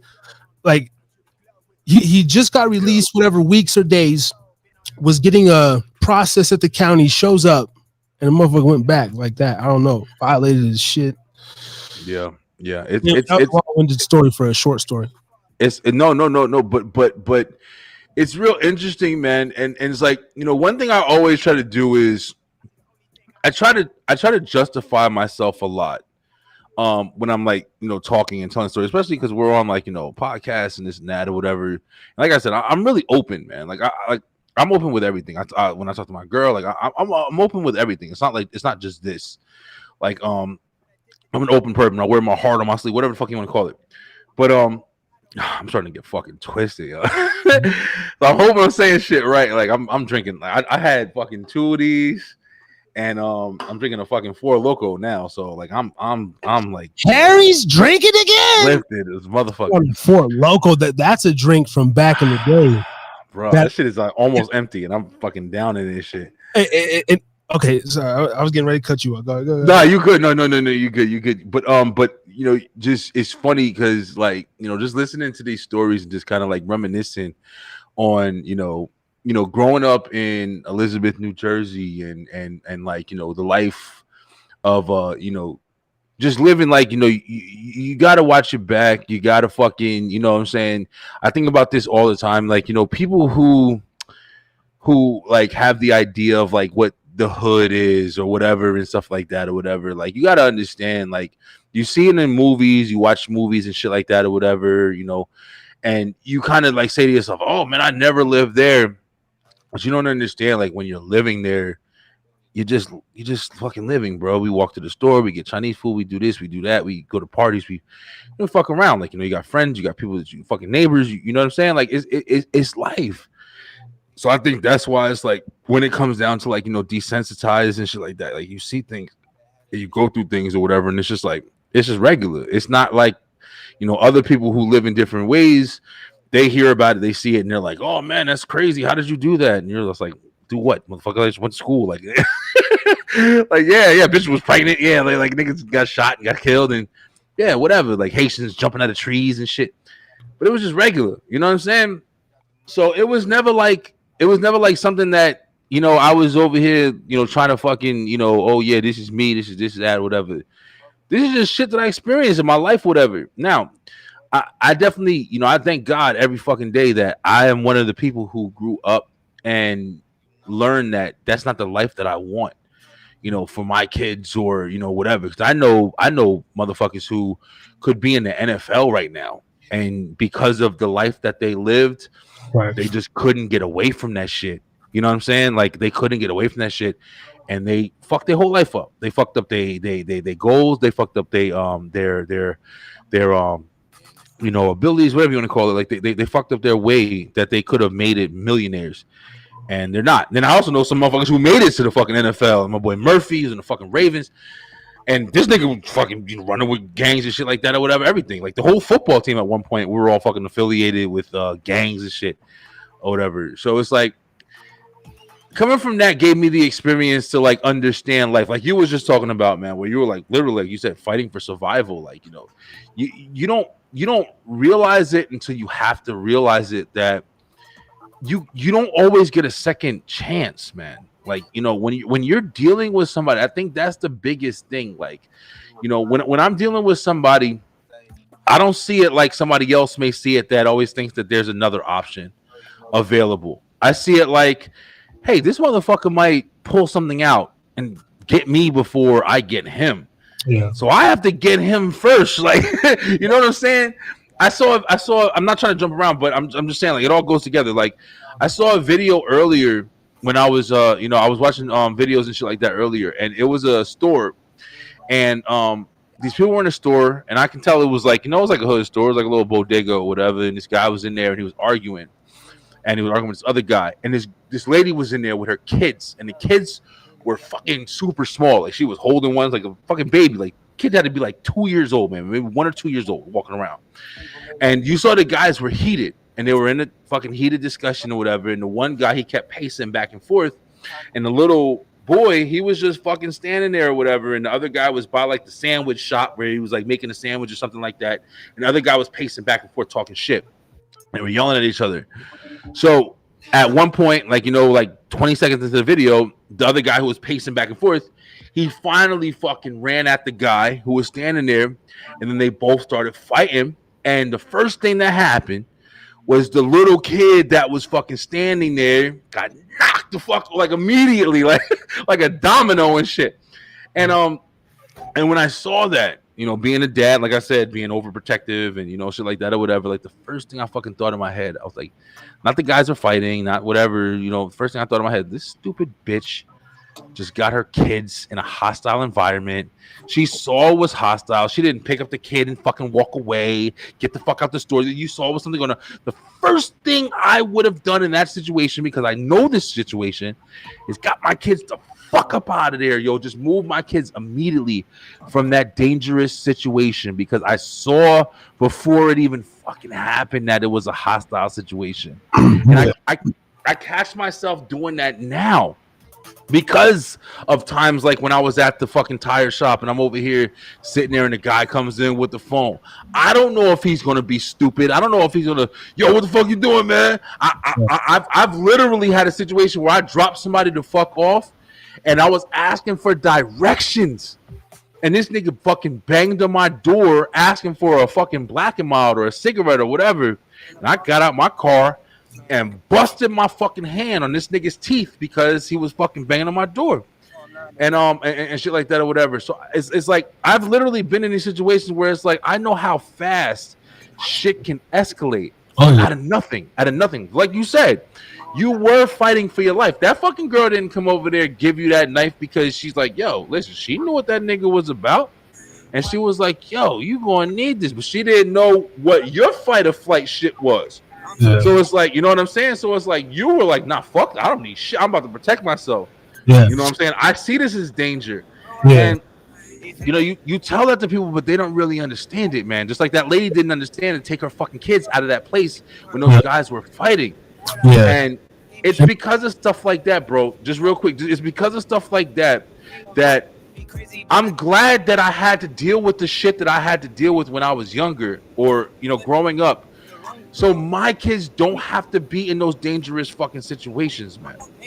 If that makes any sense, yo, it's like I'm so glad that I know what to look for. I'm so glad when I'm in Walmart and I hear the motherfuckers arguing, I know to take my fucking whole family and say, nah, baby, come on, we're gonna go walk over here and go to this line because I don't know what the fuck is gonna happen over here. Oh yeah, they just arguing about Slim Jims, but that's what they arguing about now. But it can escalate quickly.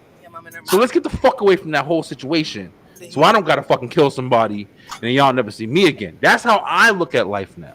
Yeah. You know what I mean? It's crazy, bro, but I've that's real. I've kind of always had that conscious mindset even before I was a dad, to where I escaped a lot of those situations, man. I'll be doing some pretty shiesty shit when I was young, hanging out with some interesting cats, and but I always seemed to slizzle through and just be by the hair of my chin and looking back. That's why it keeps me from going back, because it's like Yeah. you can only get so many strikes, before you strike out of this motherfucker. Very true.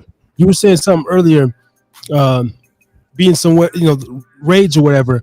I was the Pep Mill parking lot here, the Pep Mill Casino. Me and my boy J. James, we were actually doing a dope transaction. We were buying, not supplying, and we was waiting on some dope, bro. And we're sitting, I was smoking a blunt, whatever, rolling up, and we already been up for a couple of days. So we going to re-up, and we're sitting in the parking lot, bro, and we're waiting for the med dealer, and I'm looking around, just nothing's going on. The motherfucking guy pull up, right? Gets in, serves a little thing, pulls off. I'm sitting there still rolling. This motherfucker, it's checking it out and everything. We're sitting there getting ready to pull off. This is the weirdest shit ever happened. And all of a sudden, I don't even know where the fuck they came from out of my peripheral. Like the undercover boys to another car. Hey, everybody, get the fuck down. Guns out and shit. Bro, I'm sitting there rolling up. He got a blunt lit, and we're watching this shit, and we're like, what the fuck? And bro, shit dropped, my pants, everything, bro. Yeah. My whole life flash. I'm like, I'm going away for a couple years. Going to jail. Fucking scary as shit. Bro, so this day, and he was like, I said, no, fucking chill, bro. We sat there for a few minutes, probably not a minute, 8 minute, watch this shit, then pull this dude out the car. A couple more people hop out, and we're like, dog, they're not here for us. But it was the weirdest shit, because we'd already gotten our re-up, bro. Yeah. We got served. I don't know if this was a hot spot, but like, we got meth right here in the car. We just pulled off weed and all this shit. But out of nowhere, the cops like really arrested someone. It wasn't like they were trying to get us, and there was no like, no, I feel you. Already an operation or something going on. Yeah. But I sometimes flash back to that, bro, and it's like, dog, how lucky, how stupid. Like, that shit could have changed the course of my whole shit, bro. Yeah, man. Yo, it's crazy. I say this shit to myself every fucking day. With all the shit that I've done, with all the times I've been pulled over, with all the shit that I've had, from my Uncle Ricky to fucking tricking me, telling me he was going to his girl's house to pick up some pants, to pick up some fucking drugs. My Uncle Ricky was in and out of jail my whole life, and I was young. I had my Chevy Blazer, and everybody fucking, I was the ride for the family. And I went and picking up drugs, and I'm saying, like that or whatever. And I didn't fucking really know, but I don't think I wanted to know either, if I was being real with myself, or whatever. But like you just said, bro, like that night could have turned out to be something completely fucking different. But it's crazy. I didn't get locked up until I got to Georgia, which is fucking bananas. Like, knowing all the shit that I've been through and, the raids and this and that or whatever, like I would just so happen to not be there at the right times, until I got to Georgia. And I got locked up in Georgia. I got locked up in Georgia fucking twice, because these niggas was reading my fucking license wrong. And I was in the first time I was in jail for like 3 days. And then I got out. I think I was out for 3 days. And then I went to go to work again. And because I was coming from New Jersey I had my Jersey license in Georgia like the whole first year that I was there. And I was kind of still getting myself together. I didn't know what the rules was or whatever. I was fucking just trying to be there for my son. I went to fucking work again 3 days after I got out of jail. I went to fucking jail again. They caught me they pulled my ass over again or whatever and put me in jail. I was in fucking jail for fucking 4 days that time, whatever. So I was in Douglas County jail 4 fucking times. And it's crazy because the second time I was sitting in there and I was in there fucking sleeping in the thing. They processed me, they did this or whatever. And then I guess my girl that I was dating at that time, she's the one who bailed me out. And when a lady finally, like, when one of the ladies saw me, she was like, "Weren't you just in here?" And I was like, "Listen, ma'am, I don't know what the fuck is going on." That's what I told her. I was like, I had my stupid work off. I was stinking. And I don't fuck anybody says like, "Yo, them motherfuckers will leave you in that tank or that whole shit." Bro, we were in that bitch for 4 days. I tell motherfuckers that shit. Now I think that's why they were so nice to me when I was leaving that bitch. But I told him, I was like, "Miss, I don't know what the fuck is going on." And I told her that. And the guy came out and he was like, "Yo, listen," he was like, "Blah, blah, this is your information or whatever." And he saw that I was from Jersey and they were reading my Class D license like it was a Class D license in Georgia. And apparently that was like provisional. So they were like, "Oh, you're not supposed to be driving, blah, blah, your license is suspended, blah, blah, this and that." And I'm like, "No, it's fucking Jersey. Like I just moved down here." So they gave me get out of jail free cards. They gave me like a whole bunch of shit. And the guy was like, immediately, he was like, "Take this and go to the DMV right now and change your license." He was like, "Take these cards, take this or whatever." And then I had a court date and the lawyer. Let me tell you something. When I think back on it now, it pisses me off. I probably could have got some fucking money, bro. Because the lawyer, even when I got to the courthouse, like I told him the story, I explained to everything that was going on. This motherfucker was like, "Huh." Like he was shocked that happened. And then I told him, I was trying to make sure that everything was good. I was like, "Hey, sir, are you sure? Like everything's good?" He was like, look. He wrote in that fucking paper, void or whatever the fuck he wrote or whatever to let him know that I was, clear or whatever. And I walked up that bitch. I didn't care about anything. I was like, "Man, thank God this shit is over." But it was crazy that after the only thing that I can remember is like, I felt like, I'm not gonna lie, I felt like, it was God. Like, this is your punishment for the shit that you've done. You know what I'm saying? Because I literally, everything else that I got, even getting pulled over, I never fucking got a ticket. I never got like, taken to jail. I never got caught in any of the situations where other people have gotten caught. I was lucky, even the time I got fucking jumped out, I got jumped out a couple different times when I was on my way to work. I worked at a supermarket. It was overnight, so a lot of cops knew me. I worked at Walgreens overnight, so a lot of cops knew me. That was another reason I got out. And because some of the cops we had were fucking cool with my uncle, which got me out of some shit too. But that's why I never got locked up in Jersey. But when I got to Georgia, fucking immediately, bro, I got locked up. And I was like, I felt like karma. I ain't gonna lie, I felt like fucking karma, bro. And I changed my license, and since then, I've been playing it by the book, yo. I haven't fucked around, and I came down here, had my son. That's why, I feel like my son probably really did like save my life in a way, because sure. Yeah, see, yeah, it's like I definitely do feel like the change of environment, the change of life, like getting away from the people that I knew, getting away from like my comfort. I was comfortable. I knew motherfuckers. I knew how to get out of situations. I knew how to get like the people that I knew to help me. I knew to help me. I was always comforted, and I'd probably be in a lot worse situations if I would have stayed where I was. So I think me moving to Georgia, even though it was crazy, like my story just moving to Georgia was fucking crazy. But it's the best thing that probably fucking happened to me, bro. It's crazy, man. That's what my transition from Vegas originally to Utah. Then I had my kid in Utah. And then I'm here back in Nevada, but in Reno. And it was that same situation. I'm, heavily into drugs. I'm still 25-ish, 6 at this point, and it's just like getting old. Little bullshit just warrants failure to appear. I'm in dang, got nothing going on. Fucking had a car repoed. Fucking weird, just like being dumb and reckless. Yeah. On in that trap, man, and then let me a cool little. Had a couple when I had my son, and then that told me too. I said, okay, I'm out here still playing the field, and if I was going to massage school, I went to massage school. That's another shit, really? That's another interesting tidbit. Yeah. I graduated and everything. I know how to rub them down and doing a little reflexology on them. Oh yeah. But when I had my kid, because this is an interesting thing too, man. I got a friend that brag about busting nuts and bitches left and right. I be skeeting bitches. No, not fucking Harry, dude. That's me. That's me, nigga. Like the whole the pull out masters fucking cliche, but I was scared shitless to come in bitches, man. So I would just fuck and always pull my nut out, or hopefully I could jerk off in their mouth, which that one she let me just keep it up in there, man. Yeah. And my son, I am proud to say, he's literally born off of one shot, one kill. That's the deal. Yeah. And because even when we were dating, she had the IED, whatever that shit is, and remember we got it removed. And even for weeks after, I was scared to let one go, even after she like got it removed, man. Because I'm just like, I know my shit.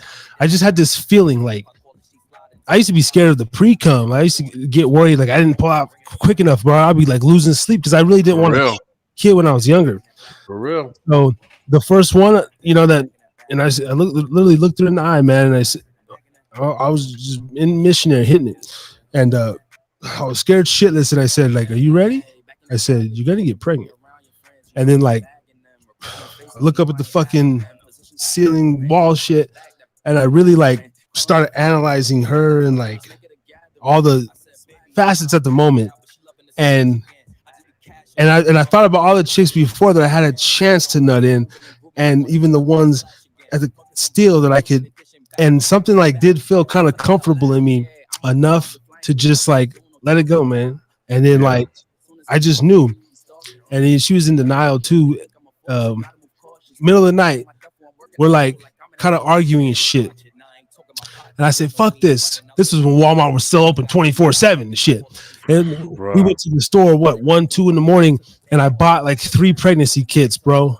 Went home, and it was literally, we had this thing, if it's negative, I'm out in the morning. Because, we were hostile shit, This is like 4 weeks after. I don't know, it was, whatever, 3 weeks, like she's starting to feel. And I was just like looking, I was like, you're fucking pregnant. And, but I was like, if it's positive, well, I'm here. Like it's meant to be. There's something here, because I said I don't come in bitches. Like I don't. Yeah, for real. And so it's you. And sure enough, it was fucking positive. And I don't know, man. I did. I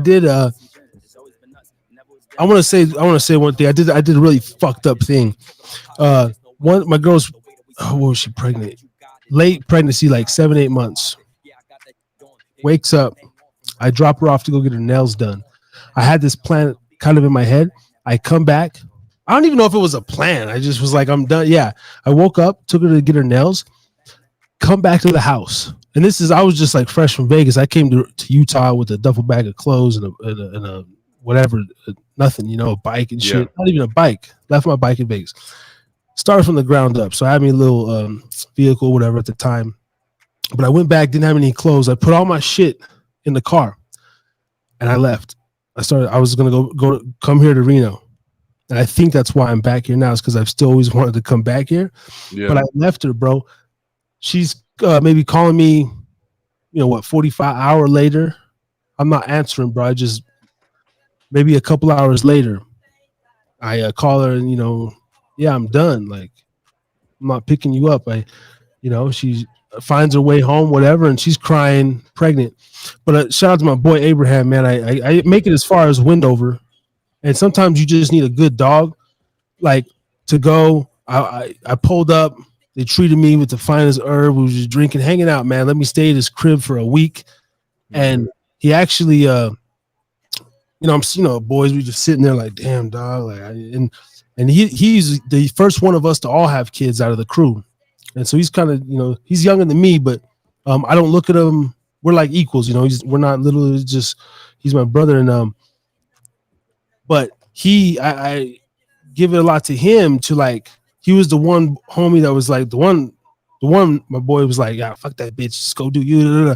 Yeah, you always got that guy, bro. Always, and every crew was fucking that guy. Always.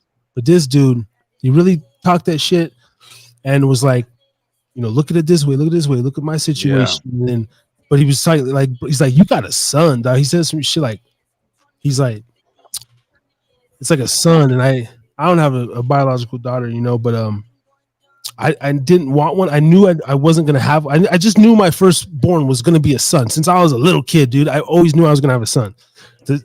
I don't know the second and third, but I already had his name like for the years, bro. I already knew my son's name. Four Locos. Go on. And but I stayed there for a week, getting high, doing whatever, fuck around with a couple other bitches in the town, but I ended up going back, man. I made my decision. I said, I can't. I was almost going to leave him as a bastard. I'm sorry, son. When you're watching this in the future, that's true shit, man. You're going to go maybe through true that. Shit. But I made the right decision. I love you. And we here rocking on the motherfucker. I love that. I love that, bro. I love that. But I love that shit, man. I had to dip. I had to fuck you, bitch. I took everything out, bro. Left her stranded, dog. Like, no way to get back, like crying for days and like, what are we gonna do? Her mom, if you leave, like, we're gonna like, you don't have no rights and all this shit. And then I'm talking to my mom in the course of the week. I'm high, I'm down, I'm up, maybe I slept a little bit during that time. I don't know. I was just fucked up and I was like, but I was on my transition out because I'd already graduated massage school and everything. And like, I'm like, okay, I got this opportunity to do this and this, but something told me, man, be a father, bro. Like, and this is the best decision I ever made. I love it, bro. I fucking love it, man. Yeah, your story right now, I'm loving, bro. I'm fucking loving it, man. It's yo, listen, bro, listen. I'm telling you, yo, dude, usually I'll be up in the fucking room, right? Tiff was laying on the fucking chair over here, like on the other side of this computer right here, and my baby was. I said, baby, I'm gonna go and talk with Harris tonight. I'm on with Harris tonight. Like, she was mad. She's like, nigga, you supposed to be upstairs with me? Like, baby, listen, I'm sorry, Harris tonight. I feel like doing a show. I'm fucking back on my Beeline shit. And I knew I was supposed to talk to you, bro. But I love this fucking story, bro, because just like you're just saying, bro, like the shit that I had to go through, to be a dad, man. And just hearing your story, it's incredible, man. You have the fucking picture perfect people who, oh, we're together, we love each other, oh, we're pregnant, oh, we're gonna raise this picket fence and all this shit. Bro, you think that was my story? Fuck no. Yeah. I had to leave everything to be a fucking dad to my son, man. Like you said, like, it's crazy because like even when you were talking about it, like I've never admitted this, bro. Like this is really therapy night, yo. I've never admitted this, but I knew I got my baby mother pregnant, yo. It's crazy. That whole year, I was telling my cousins that I used to hang out with all the time. My cousin Terry, my cousin Kyra. I was telling them every fucking day, like, yo, I'm gonna have a baby this year. I don't know why I feel like I'm gonna have a fucking baby this year. I'm gonna have a baby this year. And then I met my baby moms, and it wasn't even like some strong ass connection or anything like that or whatever, but she was just there. And I tell this story a lot, but I actually at one point I used to skate. I used to go skating every fucking, like, I used to get skating like 3 times a week, yo. I got my skates over here in the corner. I skate my ass off, and I fucking was skating one night, and she called me, and I literally was on some shit like, bitch, what the fuck are you calling me for? Fuck you, like, don't fucking call me. I'm doing something. I banged on her, and I went and skated the whole night. And I thought that was the last time I was gonna call this fucking girl in my life. But she called me like the next day, and not even just called me the next day, but she called me the next day like nothing happened. Like I didn't just bang on her and be like, yo, fuck you. Like, why are you calling me? Leave me the fuck alone. Fuck you. Like, get out of my life and shit. And then we did our relationship, and she got pregnant. And I remember she was on top. That was just fucking crazy. And I remember I nutted all up in her, bro. Now I was opposite of you a little, Harris, because I used to nut in bitches fucking left and right. That's the reason why I was kind of like significant. Like, I used to nut in bitches left and right. I've had, I'm not proud of it, but I'm honest. I've had 2 abortions. Two girls have gotten abortions. I would have 4 biological kids at this point in my life. But two got abortions and I'm not gonna lie, I'm fucking happy that I'm not tied to those girls that I got abortions with. Oh shit. Holy shit. Oh, I might not be able to. I might not be supposed to be talking about this shit. I heard some crazy shit right there. But honestly, that's what happened. But when my baby moms got pregnant, like I knew she was pregnant. Same thing, like you just said right now. Like I knew she was pregnant. Yeah, I knew I was gonna have a kid, yo. And it was like that reality kind of just, we took the test, and it was weird because we were going through things, and her family was in Georgia, and she was staying up, north, because her family was from up north, but then they moved to Georgia, but then she went back up to live up north to go to school, and she was staying with her grandparents, with her mom's parents. And that's when I met her. I met her on fucking MySpace. Of all places, I met her on fucking MySpace. And she lived right next to the grocery store that I worked at.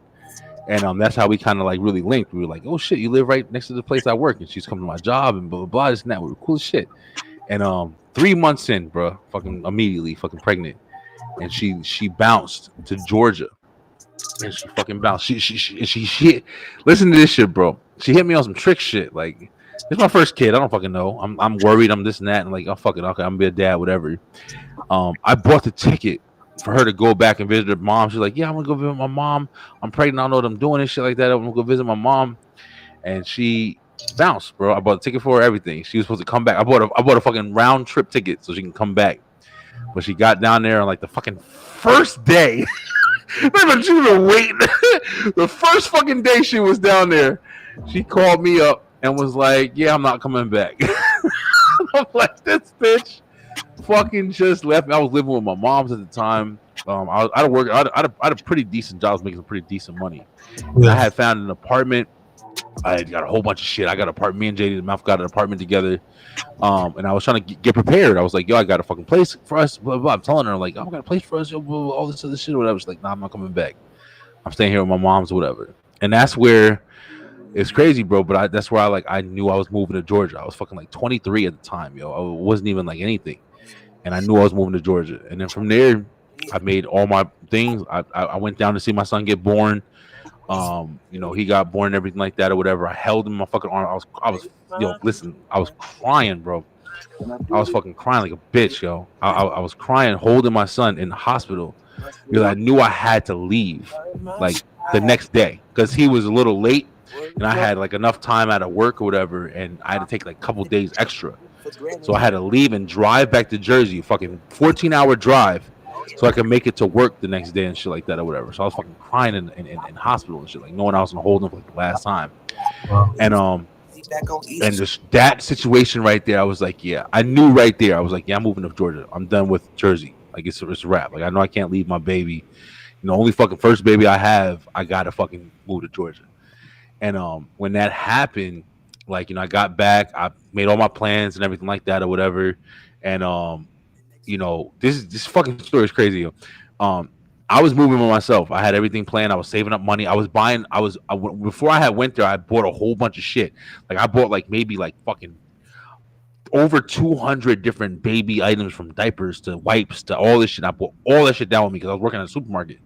So I was getting discounts and I was just buying that shit every night before I went to fucking, I don't know, pictures on Facebook, fucking like a warehouse in my fucking room and shit like that, whatever, because I had so much shit. So I went back to work. I think I stayed there for another year, another like 8 months or whatever. And I stayed there and I was telling my job, like, yeah, I'm moving to Georgia, blah, blah, blah, this and that. I was just moving by myself. I didn't know I was going to stay. I didn't know what I was going to do. I was just moving.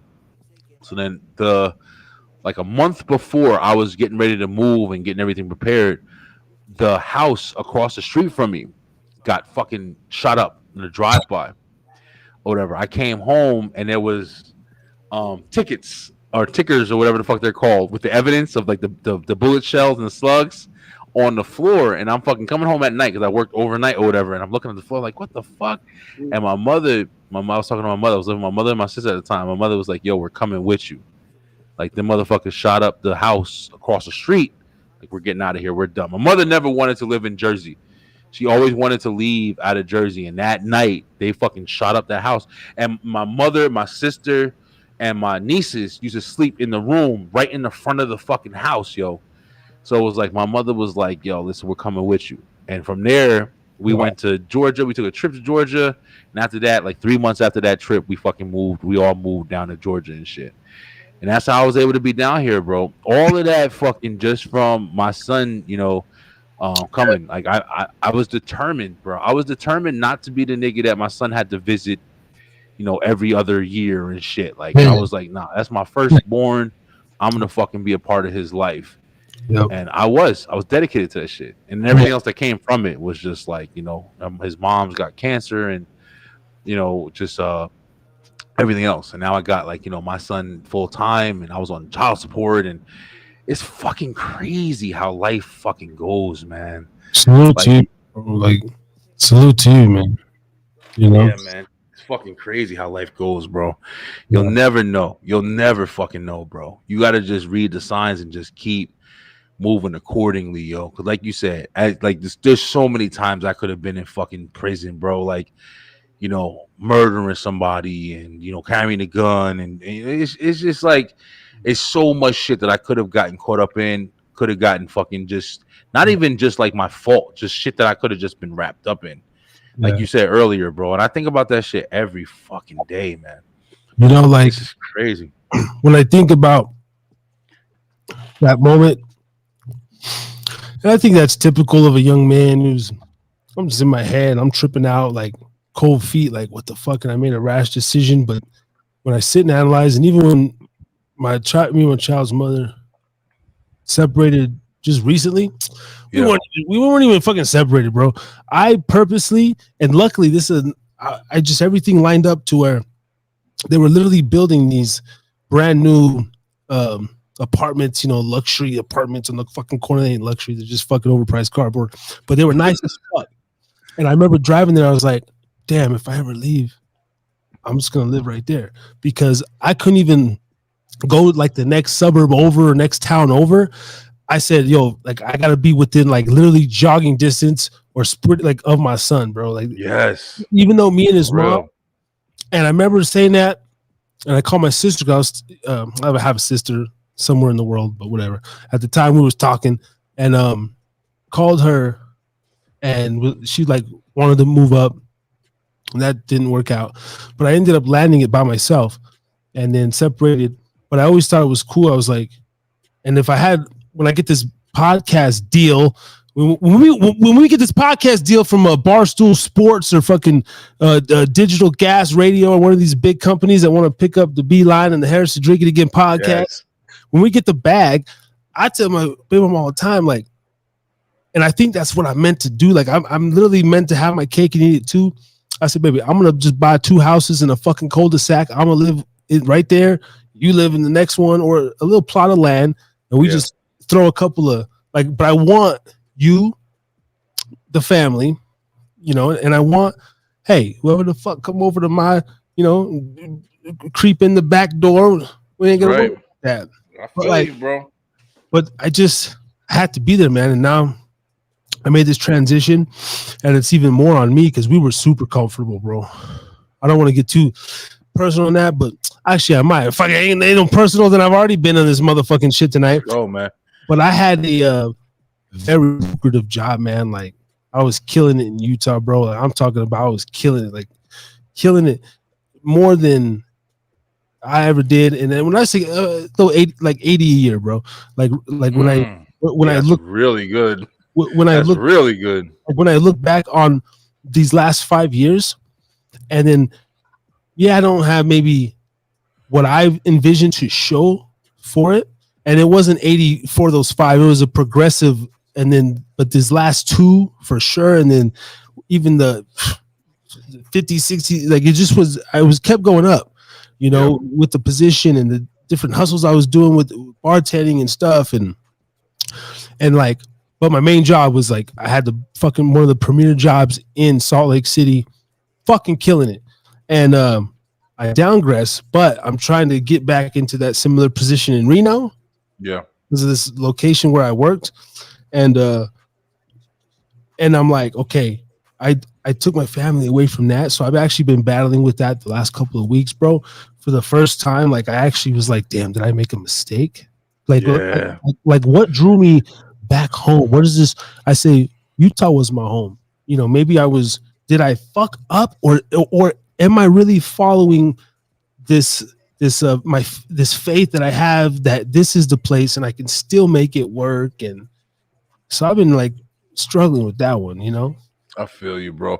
I think when you're, I think any new situation, man, it always feels like that at the beginning, man. I think, and this is where I kind of battle with like the fate situation, because fate is like you're supposed to, well, at least it seems like you're supposed to know that you're doing the right thing. You know what I'm saying? Like you're supposed to know that you're on the right track, you're on the right, path, or whatever the case may be. But the situation is, in all situations that I've experienced personally, every bit of change has come with struggle, yo.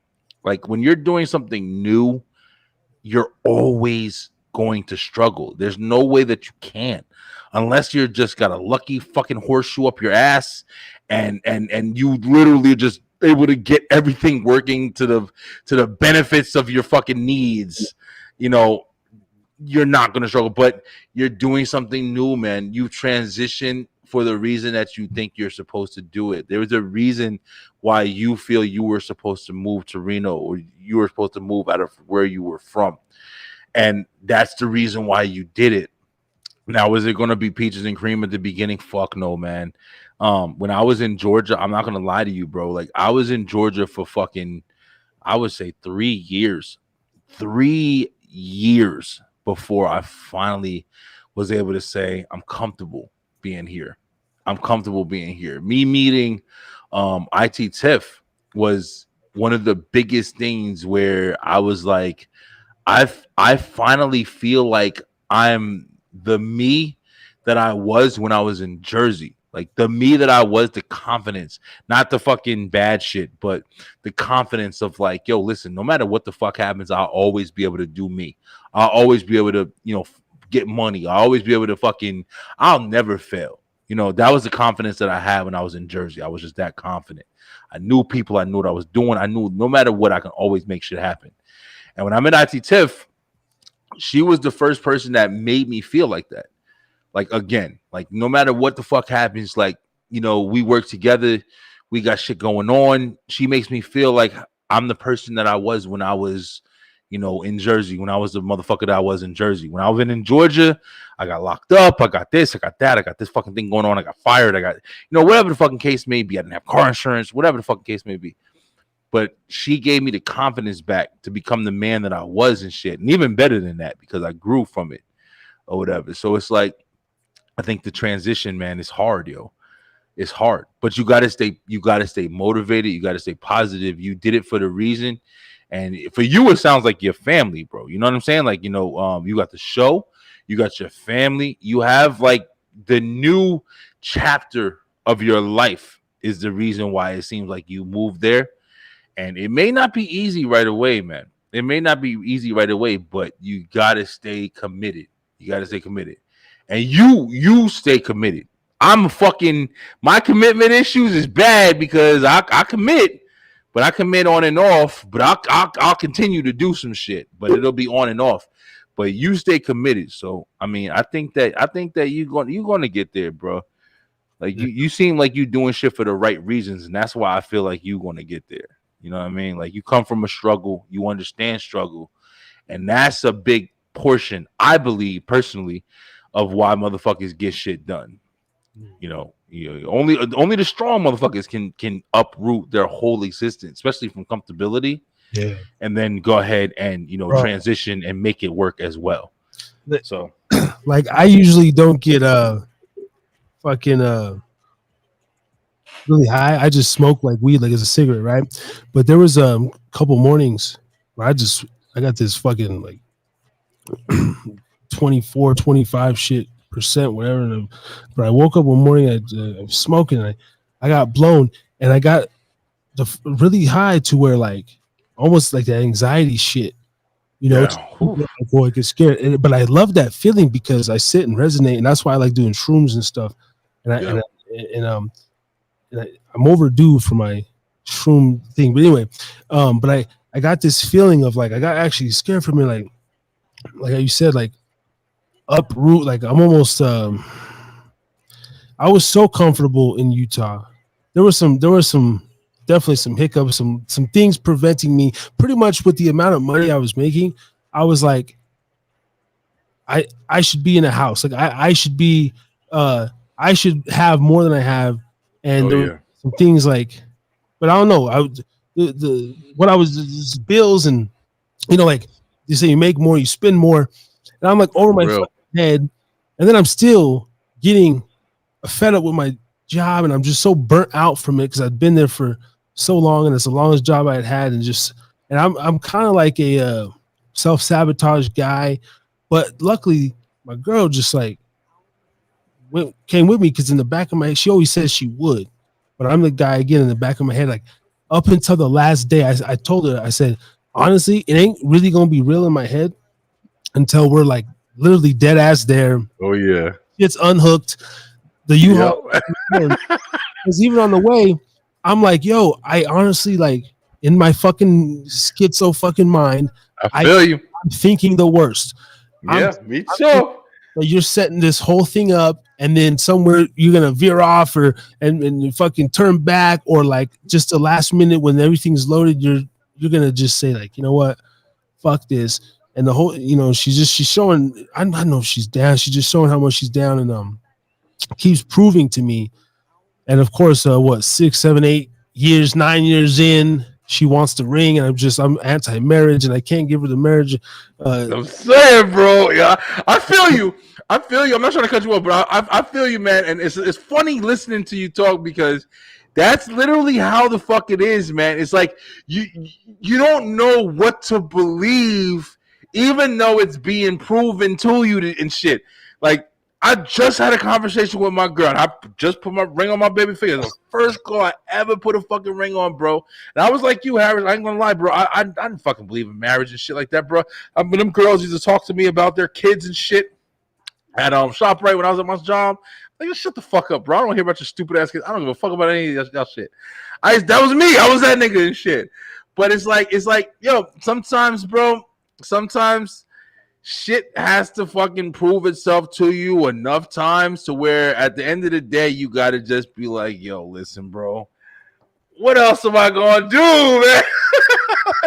You know what I'm saying? I prepare I'm one of them motherfuckers who prepare for the worst too, bro. I prepare. We were just having this fucking conversation in the living room today. Me and Tiff was talking about this shit today. How, I'm the motherfucker who I prepare for the worst. I'm preparing for zombies taking over the fucking all of that shit, bro. I prepare for the worst. And, at times you have to be able, even though you do that, it's fine to fucking prepare for the worst. But even though you do that, you still have to take what's happening now. Like, you still have to fucking, be able to accept what's happening in the present, the reality of the situation and shit like that or whatever. It does depend on the person. I'm not saying go marry a girl tomorrow and shit, but like from what I'm hearing you saying right now, and I'm twisted and I'm fucking listening to you, every fucking word you're saying right now. But if your girl was down with you and you saying like you were already prepared, like, oh, for the fucking very last second, she gonna fucking, oh, fuck it, it's a rouge. I'm changing my mind. I'm turning this fucking truck around. Yo. But she moved. She said, I'm down, and she proved it. Yep. So it's up to you, man. And still proving it. the fucked up. Let me tell you how much of a fucking asshole I am. I didn't believe it so much. I'm so anti-marriage for some reason. Even though my life was peachy keen there, but only the money, the comfortability. I'm so just comfortable here. It's like it's a smell in the air. It's a feeling. But I told her, I said, baby, if we move back to Nevada, I'll marry you. Like that's the only way I'm going to marry you. And now she moved back. And she's, well, you know what you said? Yeah, I'm a fucking liar. Okay, goddamn, I didn't say when. I didn't say when I'll marry you. I just say, shit, I'm married. It could still be another 7 years down the road, but fuck, Yeah. We'll discuss it. I think I'm one of them cats that's, you're gonna be with me 15 years, and I just like literally give in at 48 or 50. I feel you, bro. It's hard, man. I'm a fiance now. I'm not gonna lie to you, man. I love I know I have the right one, man. I know I have the right one. I know that my situation is where it's supposed to be.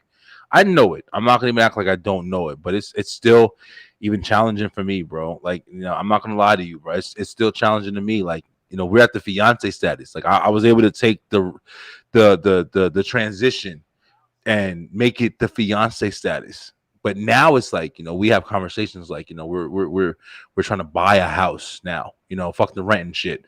Now we're trying to buy a house, and my daughter's getting older and she needs her own room. And, it's like we're going through the different stages, and we're talking about it, and it's real. It's not the dreams. You know what I'm saying? You talk about the dreams and shit, and it's like, oh, yeah, well, that'll happen someday. And now it's like, well, when is this going to happen? What's the fucking date? What's the where's the financial calendar and shit like that or whatever? But it's like she's got a ring on her finger now. It's reality. Like now it's a countdown. It's not just a dream or a fucking conversation. It's a countdown now because she has the ring on her finger. And I think about that sometimes. I'm not gonna lie to you. I think about that shit sometimes. Like, when is the fucking wedding gonna be? How is the wedding gonna be? And I'm not gonna lie. Like, maybe I'm just speaking a lot. I don't know how many people are watching or whatever, but like IT Tiff, she's telling me like, hey, listen, I want to get married at the courthouse. She wants to be married. She wants to have the last name. Yeah, she's ready for it. And see, but my girl is so the same. She would love. She's like, honestly, I just want my mom and my sister there. Because I always say, at this point, we've been together so long, and we don't have. Neither one of us have fathers that's gonna pay for a fucking wedding, all that traditional shit. So I say, yeah, okay, we're gonna do the courthouse drive-through shit. But my thing is, I just don't want to get married under U.S. jurisdiction, bro. I don't want to do that business contract between me, the woman, and the state. And yeah. I've kind of talked like, let's do like some sort of foreign tribal wedding. Let's fucking put crystals in a circle and go do some spiritual moon ceremony. Like whatever. We've even talked about just the tattoos. I said, let's like I get your name fucking tattooed. Whenever you like, I just don't understand this, like, because there's nothing in it for me. I feel you, man. And a lot of it too. I'll be honest. And she's giving me passes and stuff, right? And I know it's not applicable to a family. Like, I don't ever want to bring, even when I was single, the 2 years we were away, my son never see me with no other woman. He's never seen me with another woman. He never will. I have that respect. Like, I don't want him to be confused. Like, your mom's a wonderful woman. I have some like sex issues or some lust issues. But one of the things I'm trying to, and then just get them open with is like, look, if I open that cooler door and there's just a fat, juicy ass bent over a pack of beer at work, and like, I just need to know that you're not gonna uproot the marriage on some Tiger Woods dumb shit. You already have the world. Like, just know that from time to time, I want to. I'm just shit. Oh, bro, like I'll be good for so long, but I can only work around you for so long before I just like, and then before I know it, bro, it's like it's just in there. It's like, it's not hard to like like talk to these like You honest. when I get in there, you know, and I just know that. But I'm not gonna ever do it disrespectfully. Tell her the same. Hey, when you get off work, like if I don't know, because I know women like this, so just like, and I've done it. Like I said, I was eating pussy in the parking lot and shit. Like, and she was basically just on a rebound. I was a rebound pussy eater kind of guy. I feel you, man. And then a couple months later, her and her dude's back together. But it's like I shouldn't know about that. You know, he shouldn't. You know, if you're gonna do your thing, I just don't want to get married and then like it really come back to that. I gotta have this. You know that I'm not gonna ever put it in your face. I'm not like you got my full attention. I'm not sitting there on the couch texting this bitch. It's just like it's such a rep. It's just like a going. I just want to like go fucking like run into the store to get some bread, like get some head, some bread, some milk, come back to the fam.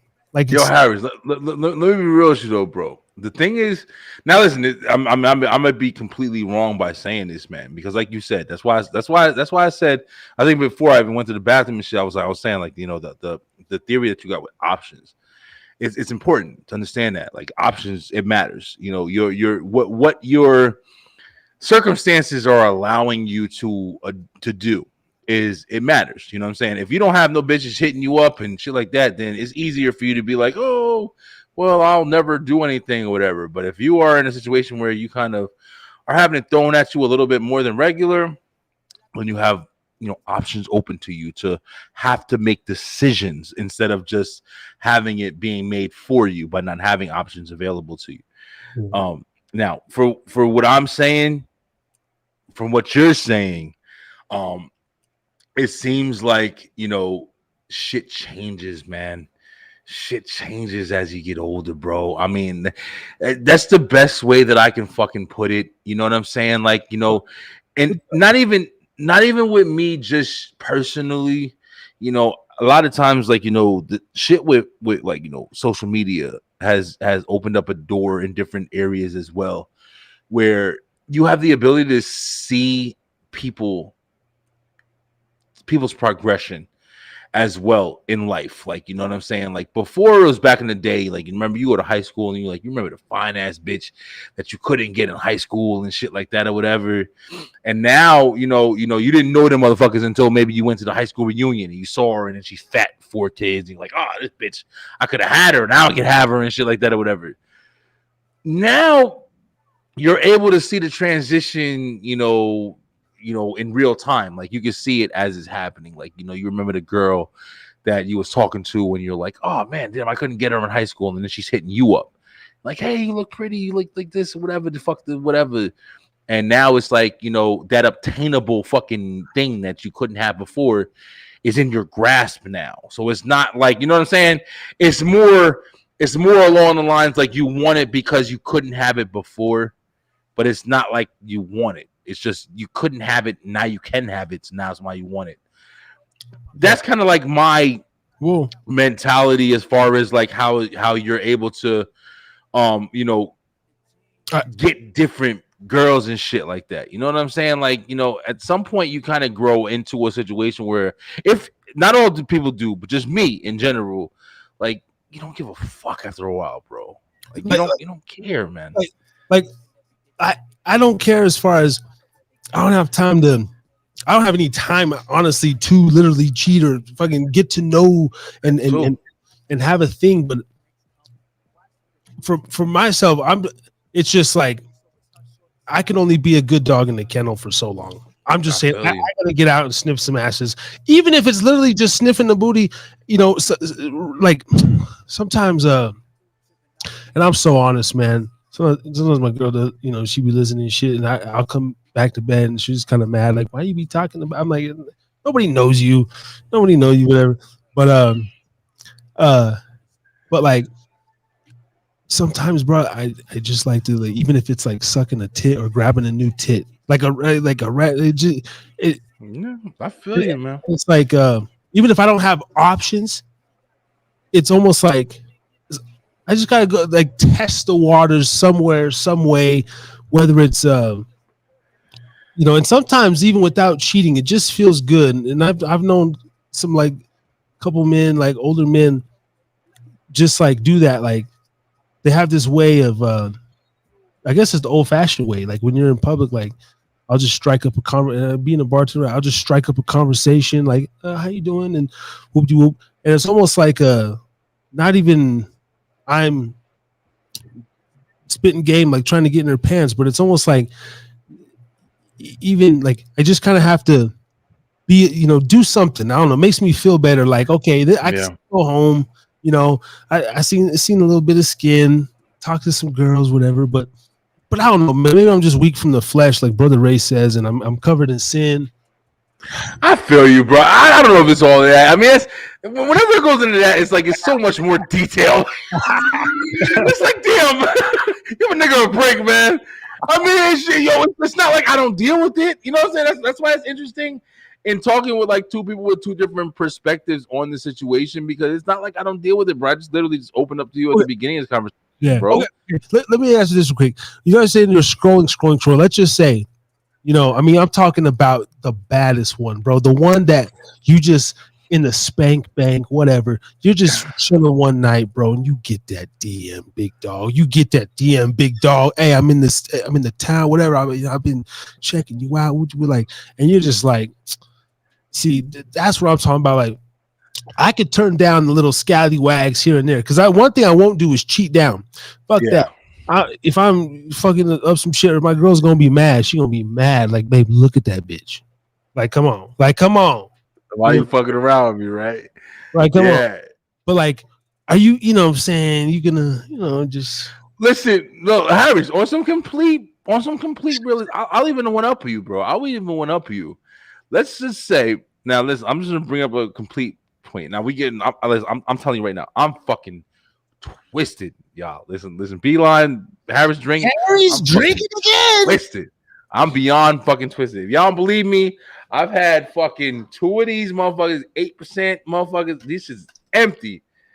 And I fucking have had a whole 4 Loco. All right. This shit is empty. All right. Hell yeah. But I'm still fucking, that's what I'm saying. Like, don't ever call me no weak nigga on my drink or whatever. Right. But sitting smoking, drinking all night. All night. But listen, just on some realistic shit. Now, even if, like, I've had a fucking crush. Like, I'm a wrestling fan. I love wrestling. I've had a crush on this wrestler. She's a wrestler. Her name is Bailey. Fucking, she ain't like the prettiest, but she does it for me. It's just my fucking girl. I look at her every time. I'm like, damn, it's fucking bitch. I'll do anything for this motherfucker. Like, I'll eat her ass, whatever. Even if at this point in my life where I'm at right now, honestly, and I firmly fucking believe this shit, bro. I'm not just blowing smoke. If Bailey was to hit me up and I had to fucking sit with myself and say, damn, Bailey just hit me up and said, yo, nigga, you the finest nigga I've fucking seen. I love you, nigga. Like, I want you to eat my ass backwards, left and right, back and forth. Whatever. Like, just saying like the most crazy shit that I would fucking wish that I could hear. I would get that message. I'd be like, holy shit, I can't believe she just hit me up. But still, I would say to myself, like, damn, I'd be damaging what the fuck I got right now. Yo,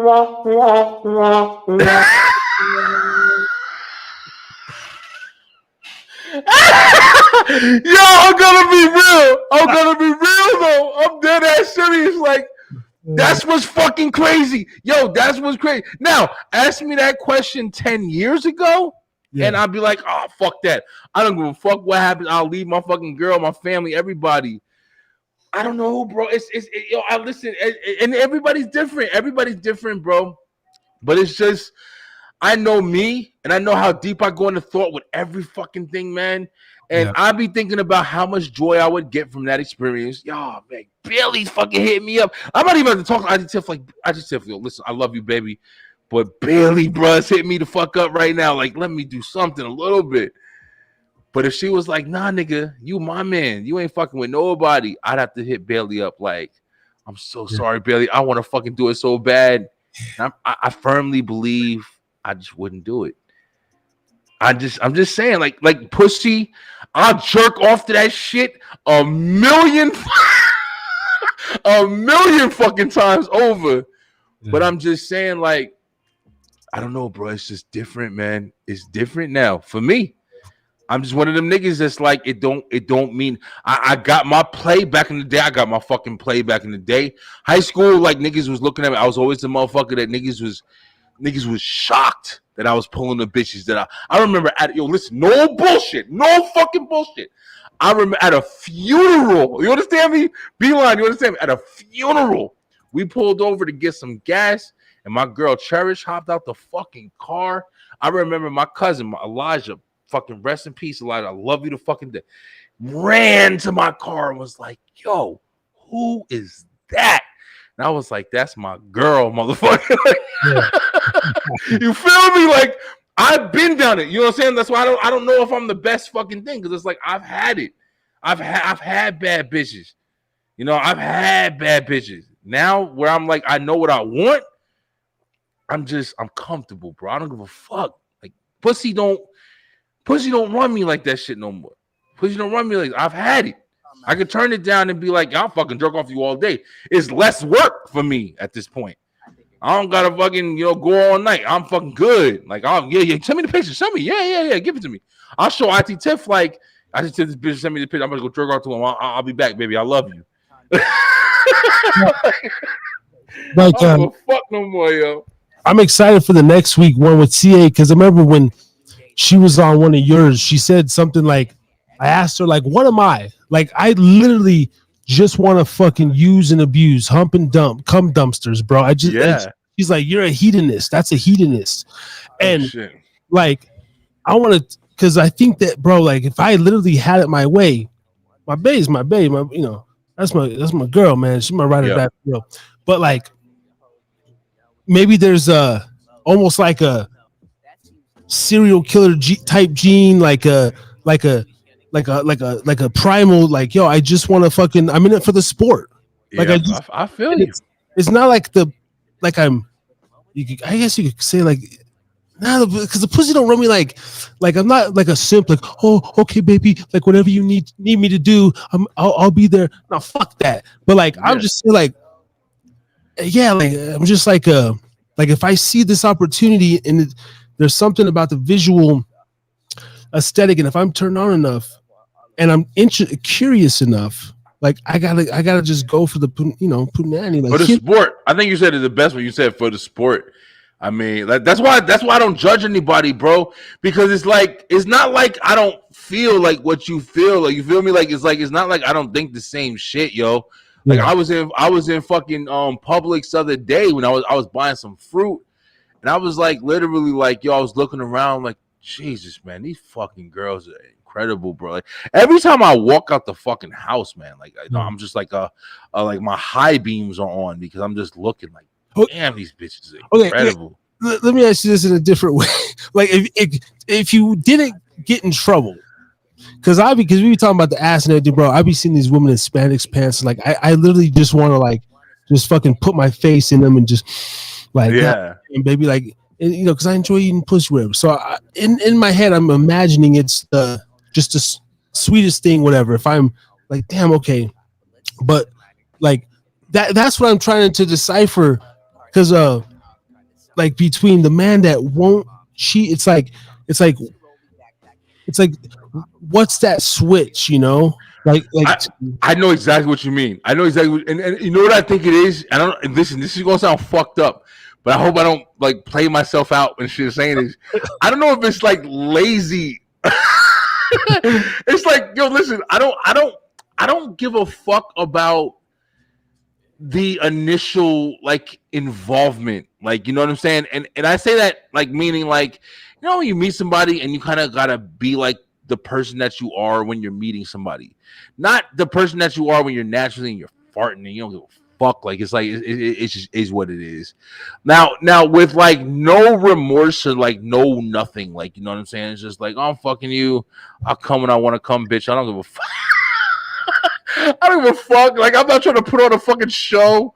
I'm not trying to prove to you who I am and all that shit or whatever. It's like, I don't know. For me, it's like, once you finally get comfortable and you just like, and I mean, I don't even know how much that's speaking on, like, my sex life or whatever, but It's like me and IT Tiff, yo. It's like we love each other. We don't give a fuck, bro. When we fuck, and we have fun, and we make each other do whatever and shit like that or whatever. She's a freak, and I love it. You know what I'm saying? We don't fuck every single day. You know, ain't none of that shit. We fuck when we horny, and that's when we get it. And I'll beat the fuck off the rest of the time, and I'm fine with it. And she's fine with it. You know what I'm saying? Like we buy toys, we do everything we fucking do. And I'm telling everything right now. I'm just being honest. I'm completely honest.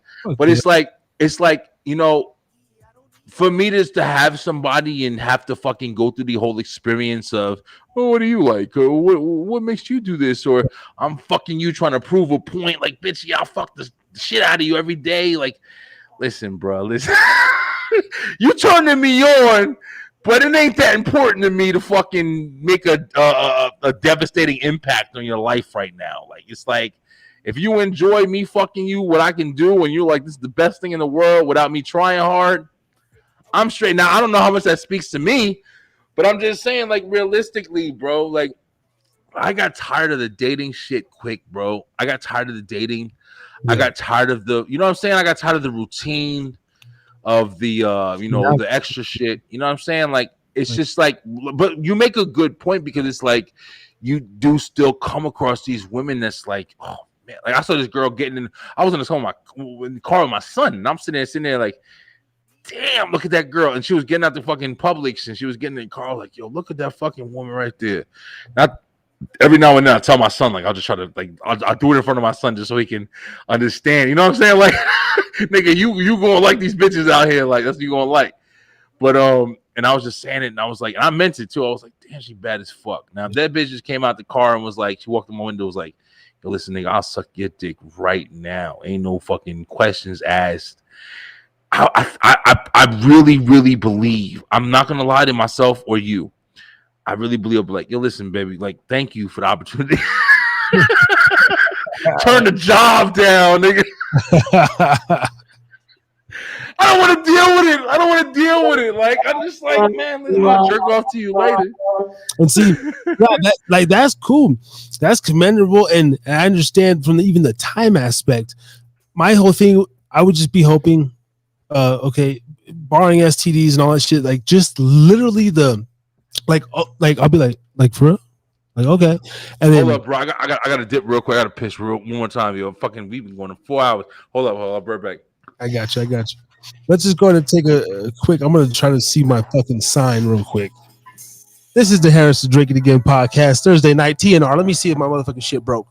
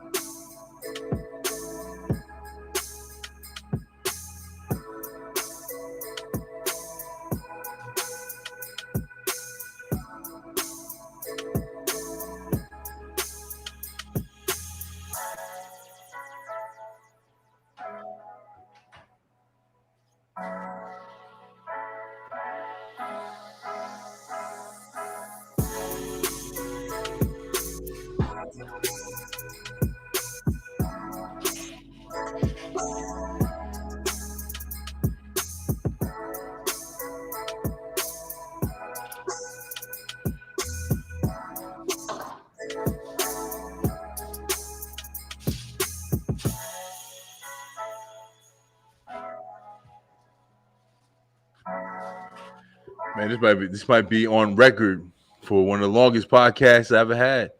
I'm loving it, man. I'm fucking loving the convo. At times I think at times I've forgotten that we were on a fucking podcast, just talking real shit right now. That's got to be like the best thing about doing this or whatever. Literally just being honest and real, man. It's like one of the best fucking things, period. Like, that's another part of this, like, you know, this whole experience, man, is literally just being able to talk to people, you know what I'm saying, and like Like, you know, I love the fact that you call it, you know, T.N.R, like therapy, because, you know, we deal with stuff every day, you know, and, you know, we get, you know, the different, you know, methods of how you deal with things, and what's the right way to deal with things or whatever. But sometimes, yo, it's just a release, man. It's just understanding that other people understand you. You know what I'm saying? And your struggles and your complications and shit like that or whatever. And understanding that, like, you know, it's being experienced by somebody else, not just you individually. I think that's why a lot of people carry that heavy fucking burden. It's like, damn, I'm going through this, and I don't know if anybody else is going through this. And then you talk to somebody who is similar in the situation, and you're like, oh man, it's good to know that, you know what I'm saying? I'm not just the only person going through this and shit. And it helps, man. It helps. It really does, bro. I've been fucking enjoying this conversation. And to be honest with you, I didn't even know I needed this conversation. You know what I'm saying? Like, I needed this to just understand that it's real. You know what I mean? It's not, we're not acting right now. We're not reading from a fucking script. We're literally just like relaying real shit, bro. We were talking about fucking 4 hours, almost 4 hours at this point. And it's, You know? and it's nothing, you know. And it really started Thursday Night Rants, and then it was like after like the 6th or 7th episode, man, I'm sitting there. I think it was Justina, one of my first co-hosts. And me and Ray talked about it before. I said, bro, like I would get off the podcast and I'd feel lighter and happier, and my endorphins would be going. And I'd be like, bro, I feel good. Like it's like some therapy shit.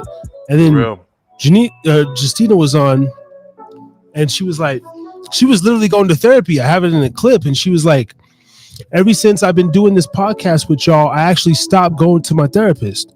And I was like, whoa. And she's like, yeah, like this is actually, you know, whatever, you know, it had helped her work through some shit, just bullshit with us. And I was like, and then like every night I get off the show and then I go about my day, it's like, for one, it's like productivity. It's you have something in the, because I'll, you know, remake the clip. It's reclippable. It's up there forever. And then there's no going back. So like if I act a fool, or if I say something, or if I stutter, that's what I like about live is like all your flaws are on deck and your shit's out there. It's targeted. So then, you know, you know, marked. It's like you could, someone could call you back on something or something. It's like, hey, everything's out there. Go back to episode 38 or whatever. I don't know. Fucking, you know, and a lot of the stuff, of course, I've had conversations. I'm like, man, I don't know what the fuck I said last night, but absolutely, bro.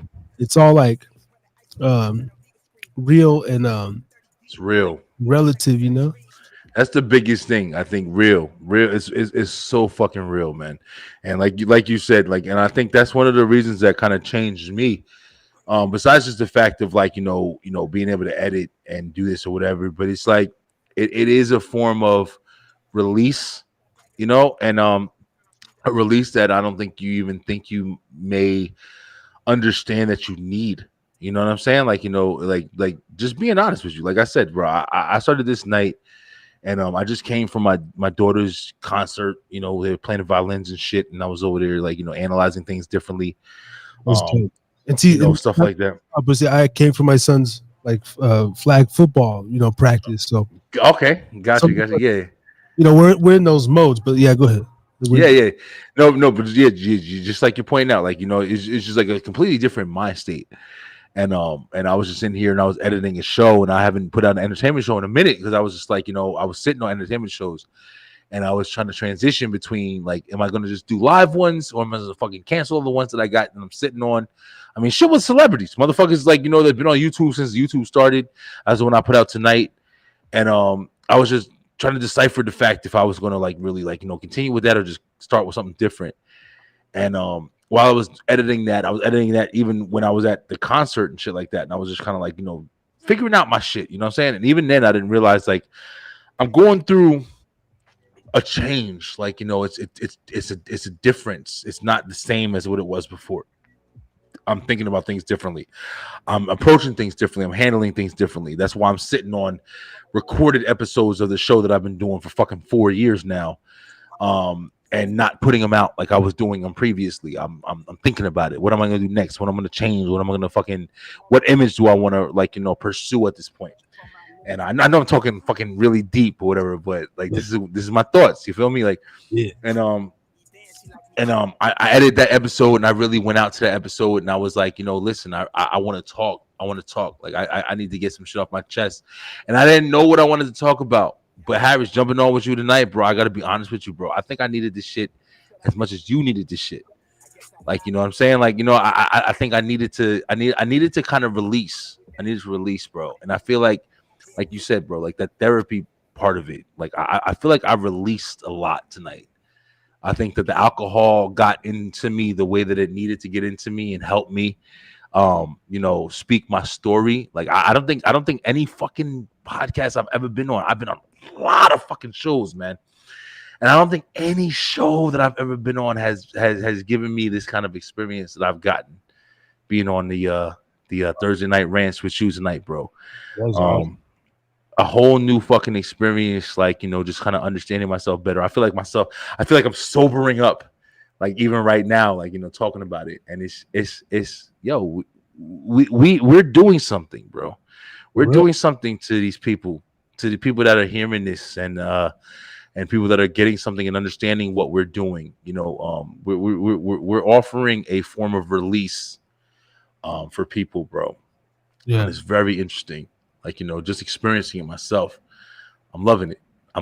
You like I'm coming back full fucking throttle, man. I'm coming back with every show full throttle 4 times a week, and just allowing myself to just, kind of, express and release through my pleasure and entertainment. And I'm loving this shit, bro.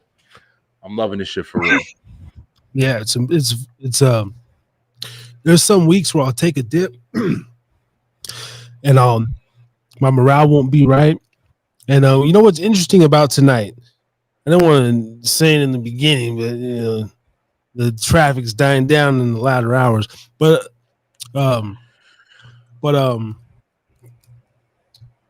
so I have this feeling every week. I know, like, the show, and bro, I'll say it now. But I looked at my phone. I was just at my son's flag football game, bro, and I knew last night that I was like, I just want to be consistent. But like last night, I was like, damn. Like I had about 3-4 times that I just literally not even didn't want to do it, but I'm just like, I don't know, just the energy wasn't there, and I'm like, man, I should just cancel the night. Like just that thought. And then I'm going about my day. I did a couple Facebook posts, and then I'm just like, what the fuck am I? What's my real? Because I don't want necessarily like you said, to be just guests like all the time or whatever. I do want to have my moments where I can just rock for an hour, but maybe dial it into it's more informative, more this, more entertaining.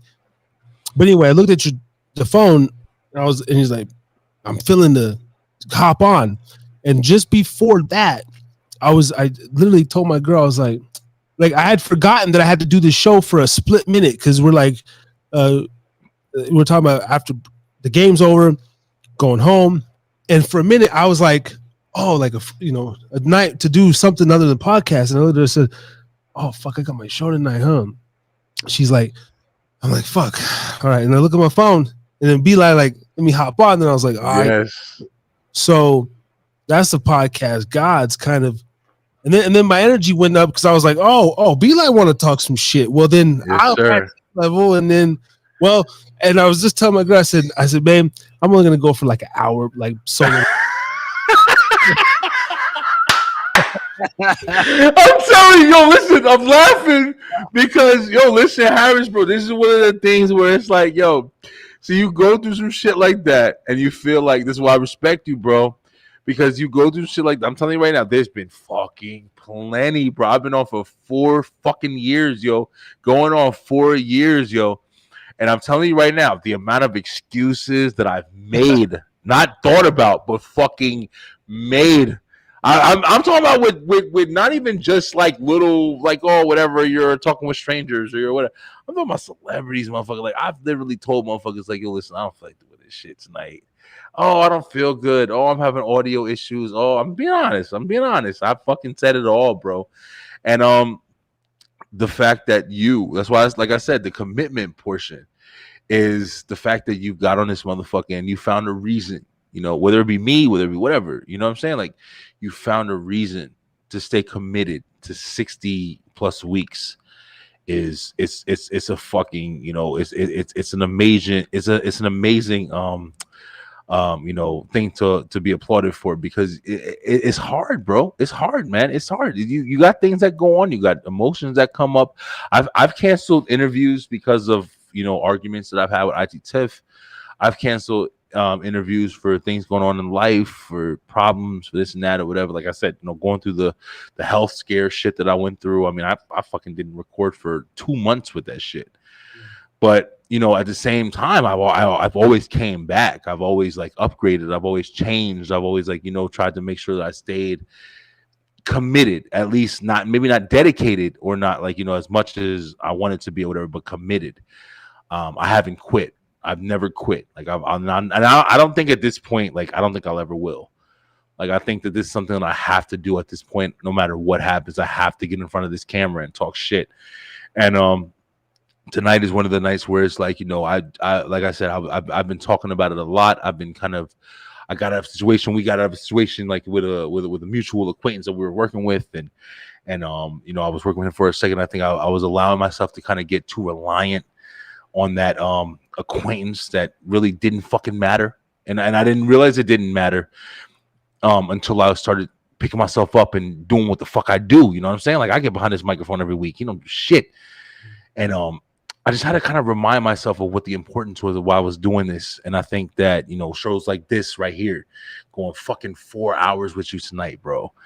Like, it was the reminder. Like, you think I was fucking doing shit before. Like, my shit is in supreme overdrive. You know what I'm saying? Like, twisted everything. Like, you don't know what the reasons are why you're being called. You know what I'm saying? Like, that's why I respect Brother Ray. Like, it's like he speaks a lot.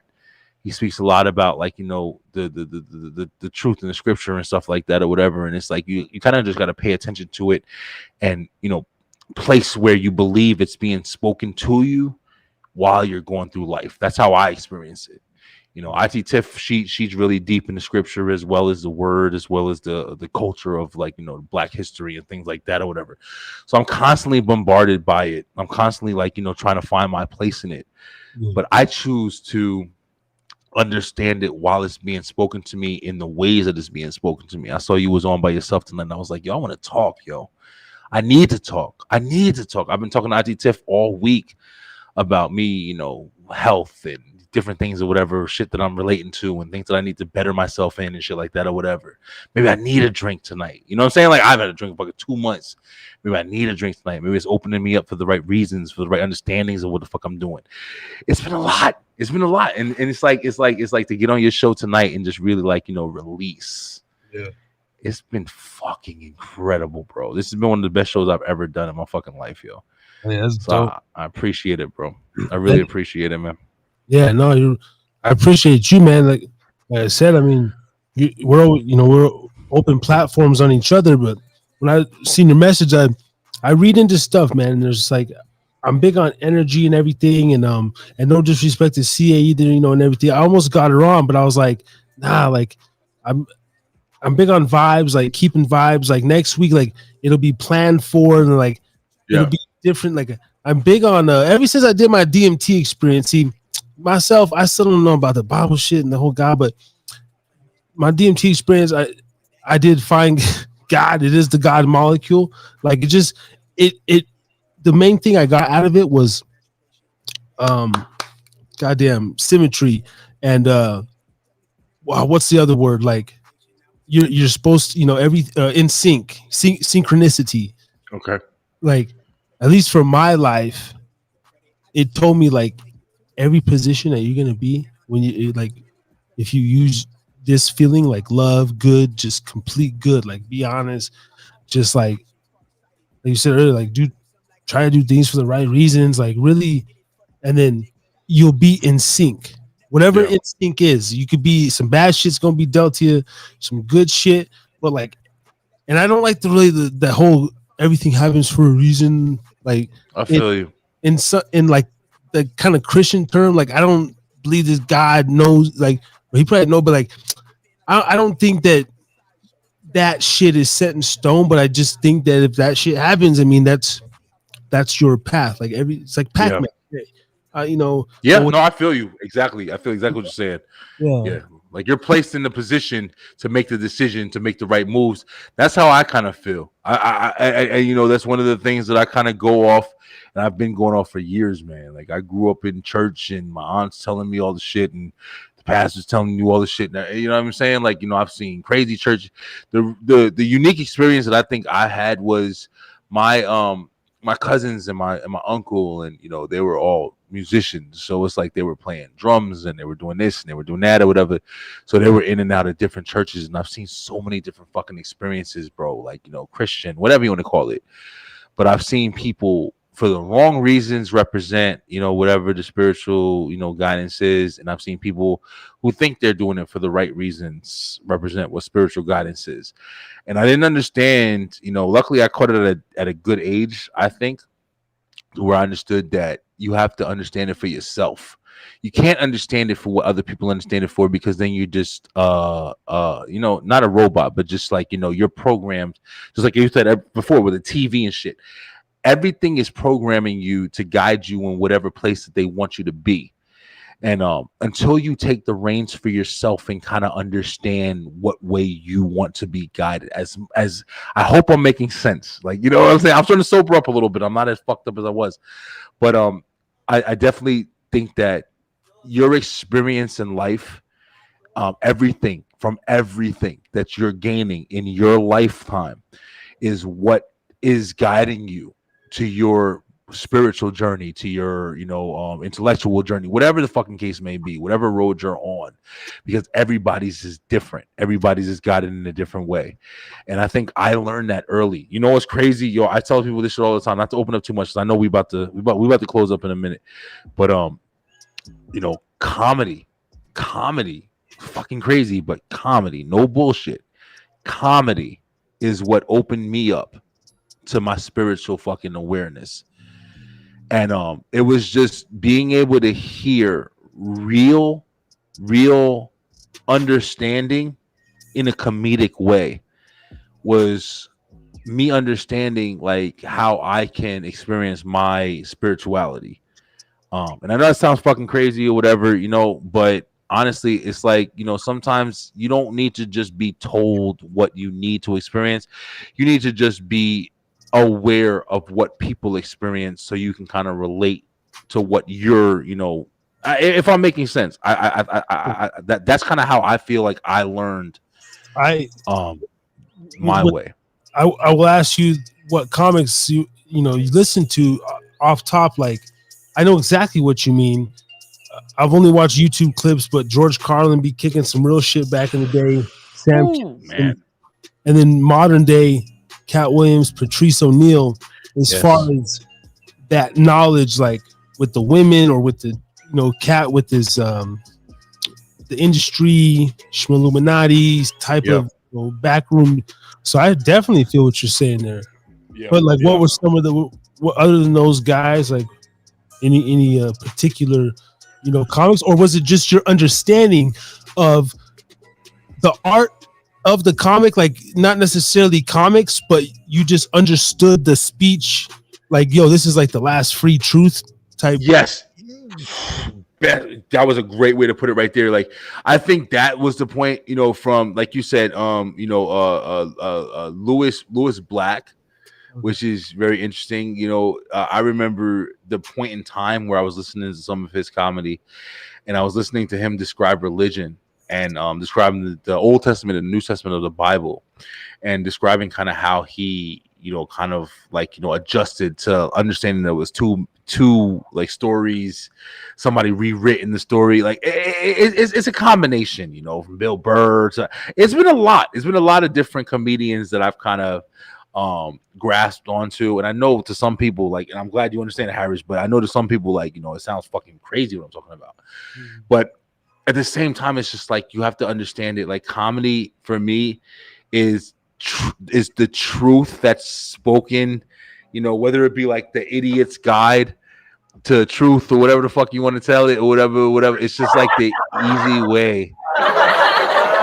easy way to like interpret the message. You know what I'm saying? Like it's the easier way to interpret the message. The message is delivered so strongly to people, and they have to try to like diagnose how they're gonna be able to, interpret it throughout their life, especially. Like you can understand some shit, but still not know how to use it in your life.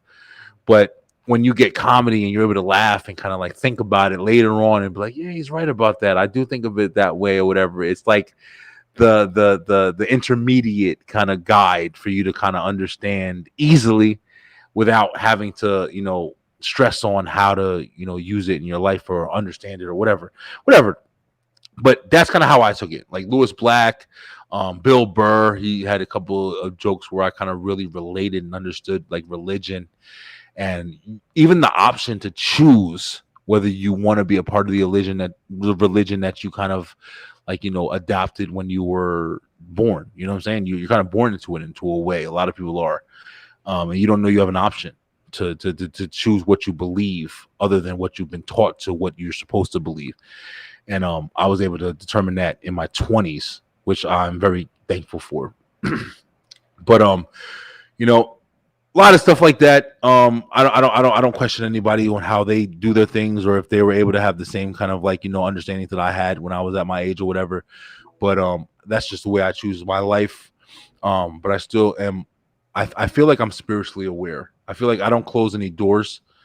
And that's why I, like you said, you took shrooms and you've had, different types of psychedelic experiences and stuff like that. And I've heard other people's, descriptions of those as well. And they have different ideas of what, spirituality is as well. So it's just a lot, man. It's just so much to try to think you have a understanding of. You can only understand as much as you understand, and that's about it. So you can't question everybody's fucking understanding of a situation. You don't have the right answer. Yeah, that's just how I feel. I think that's why I would be thrown into the agnostic, even atheist category, but I believe in some. There's definitely some shit out there, but I think that's why I'm always around good people, and even though I don't believe, like Ray, my mother, and maybe my one of my half brothers never fucking see somewhere in the world, you piece of shit, you're fucking little gay. But anyway, if he's watching ever in life, fuck you. But love you, brother. But they literally believe in Jesus, like, or just their thing more than anything. And then I have another family member who's just like don't really believe in Jesus, but just her actual daily actions are so just precise and so eats clean home, like just so it's like I just kind of see all those things and I'm like, hey man, whatever works for people, man. Like that's how I feel. That's how I feel. I literally worked with the Satanist, like he went to the Church of Satan, followed Aleister Crowley, had a bunch of Satan shit. Dude, one of the coolest motherfuckers ever. He liked to play guitars. He owned his own business, like made guitar pedals, and just like regular dude. You know what? I don't know if he was cutting chicken's heads. I didn't get to know him that well, but his basic life philosophy and my read off of him was like, all right, cool. And I've read the first portion of the Satanic Bible before you get to the actual. You have to speak a certain. It's like in tongues or some weird shits, and but like I know I just look at everybody, man, and I take something from everybody. I never really, that's why I was able to listen. It got a little tiring just on my platform. Like, bro, I don't want to just talk about the Bible every fucking minute. It's always got to But like, unfortunately, sorry, bro, but I want to stay on this topic that you're saying right now. Because listen, I mean, one of the most challenging things that I have in my relationship that I have, currently is like, IT Tiff, she's a Hebrew Israelite. So, if anybody knows about that, that culture or what that represents is, a lot of stuff I've learned, from, just the culture, experience of, you know, what they believe and everything like that or whatever, and actually appreciate it, especially as being a black man and shit like that in America, where, you know, black people have never learned their culture, bro, and it's fucking incredible to really understand that shit, because we're not from here, you know what I'm saying? Like, and I never have even questioned that until I, you know, got with her, and her family is very, very big on it. But even with that, I'm not fully engaged. You know what I'm saying? Like, I'm not fully like, oh, I'm ready to strip down to my bare minimals and become this, because I even have an understanding of what you guys understand. You know, I'm still dedicated to my belief and what I've experienced through my life, even if I'm wrong technically. You feel me? Like, even if I'm wrong and I've even learned ways that I am wrong or whatever, I still believe in what I fucking believe in my existence and my experiences. So that's why I always believe wholeheartedly, bro, people's experiences, the fact that they believe in what they believe for how they were raised or how they were brought up or their environment, whatever fucking is the reason why you've developed into the person or the being that you are, you have to respect it. You can't just have a general understanding or a technical understanding of exactly why people are the way that they are, what they're supposed to be, because everybody's different, bro. Everybody's different. Everybody's different scenarios. Everybody's different environments. Everybody's different situations, as a whole, for why they have their, you know, mentality or their, you know, whatever, their understanding. So I never judge anybody. I think everybody is free to fucking experience this world the way that they are. And if they're wrong, they're wrong. If they're not, they're not. You figure that shit out later as a different fucking world. But it's definitely a eye-opening understanding that I never thought I'd have to experience. But I'm happy that I'm experiencing. It's just another part in my life, whatever. I'm also happy that I have the strength to not just, you know, conform, you know, because of the importance that it significates in my life, whatever. So, you know, it's a lot. It's a lot. It's definitely a lot. But you know, I feel like I feel like, you know, it's a lot to your life. It's a lot to what people have to go through. And I think if everybody just stays honest to themselves as much as they possibly can, I feel like that you'll be able to go through this shit a lot easier. Have respect. You know what I'm saying? You don't have to fucking firmly agree with everybody, but just have respect that everybody fucking gets their reasons for believing what they believe. Understand that, you know, everybody's different and shit like that or whatever. You know, that's I just try to live like that, bro. That's my biggest thing. Yeah, same here. I just got a term in my head: spiritual free agent. I'm just a spiritual free agent. I'm like out here. I play ball with the Muslims. I play, you know, I'll go play, you know, whatever bingo with the Hebrew Israelites. I can pop over here to the Christians. I can, you know, Yeah. I can go on.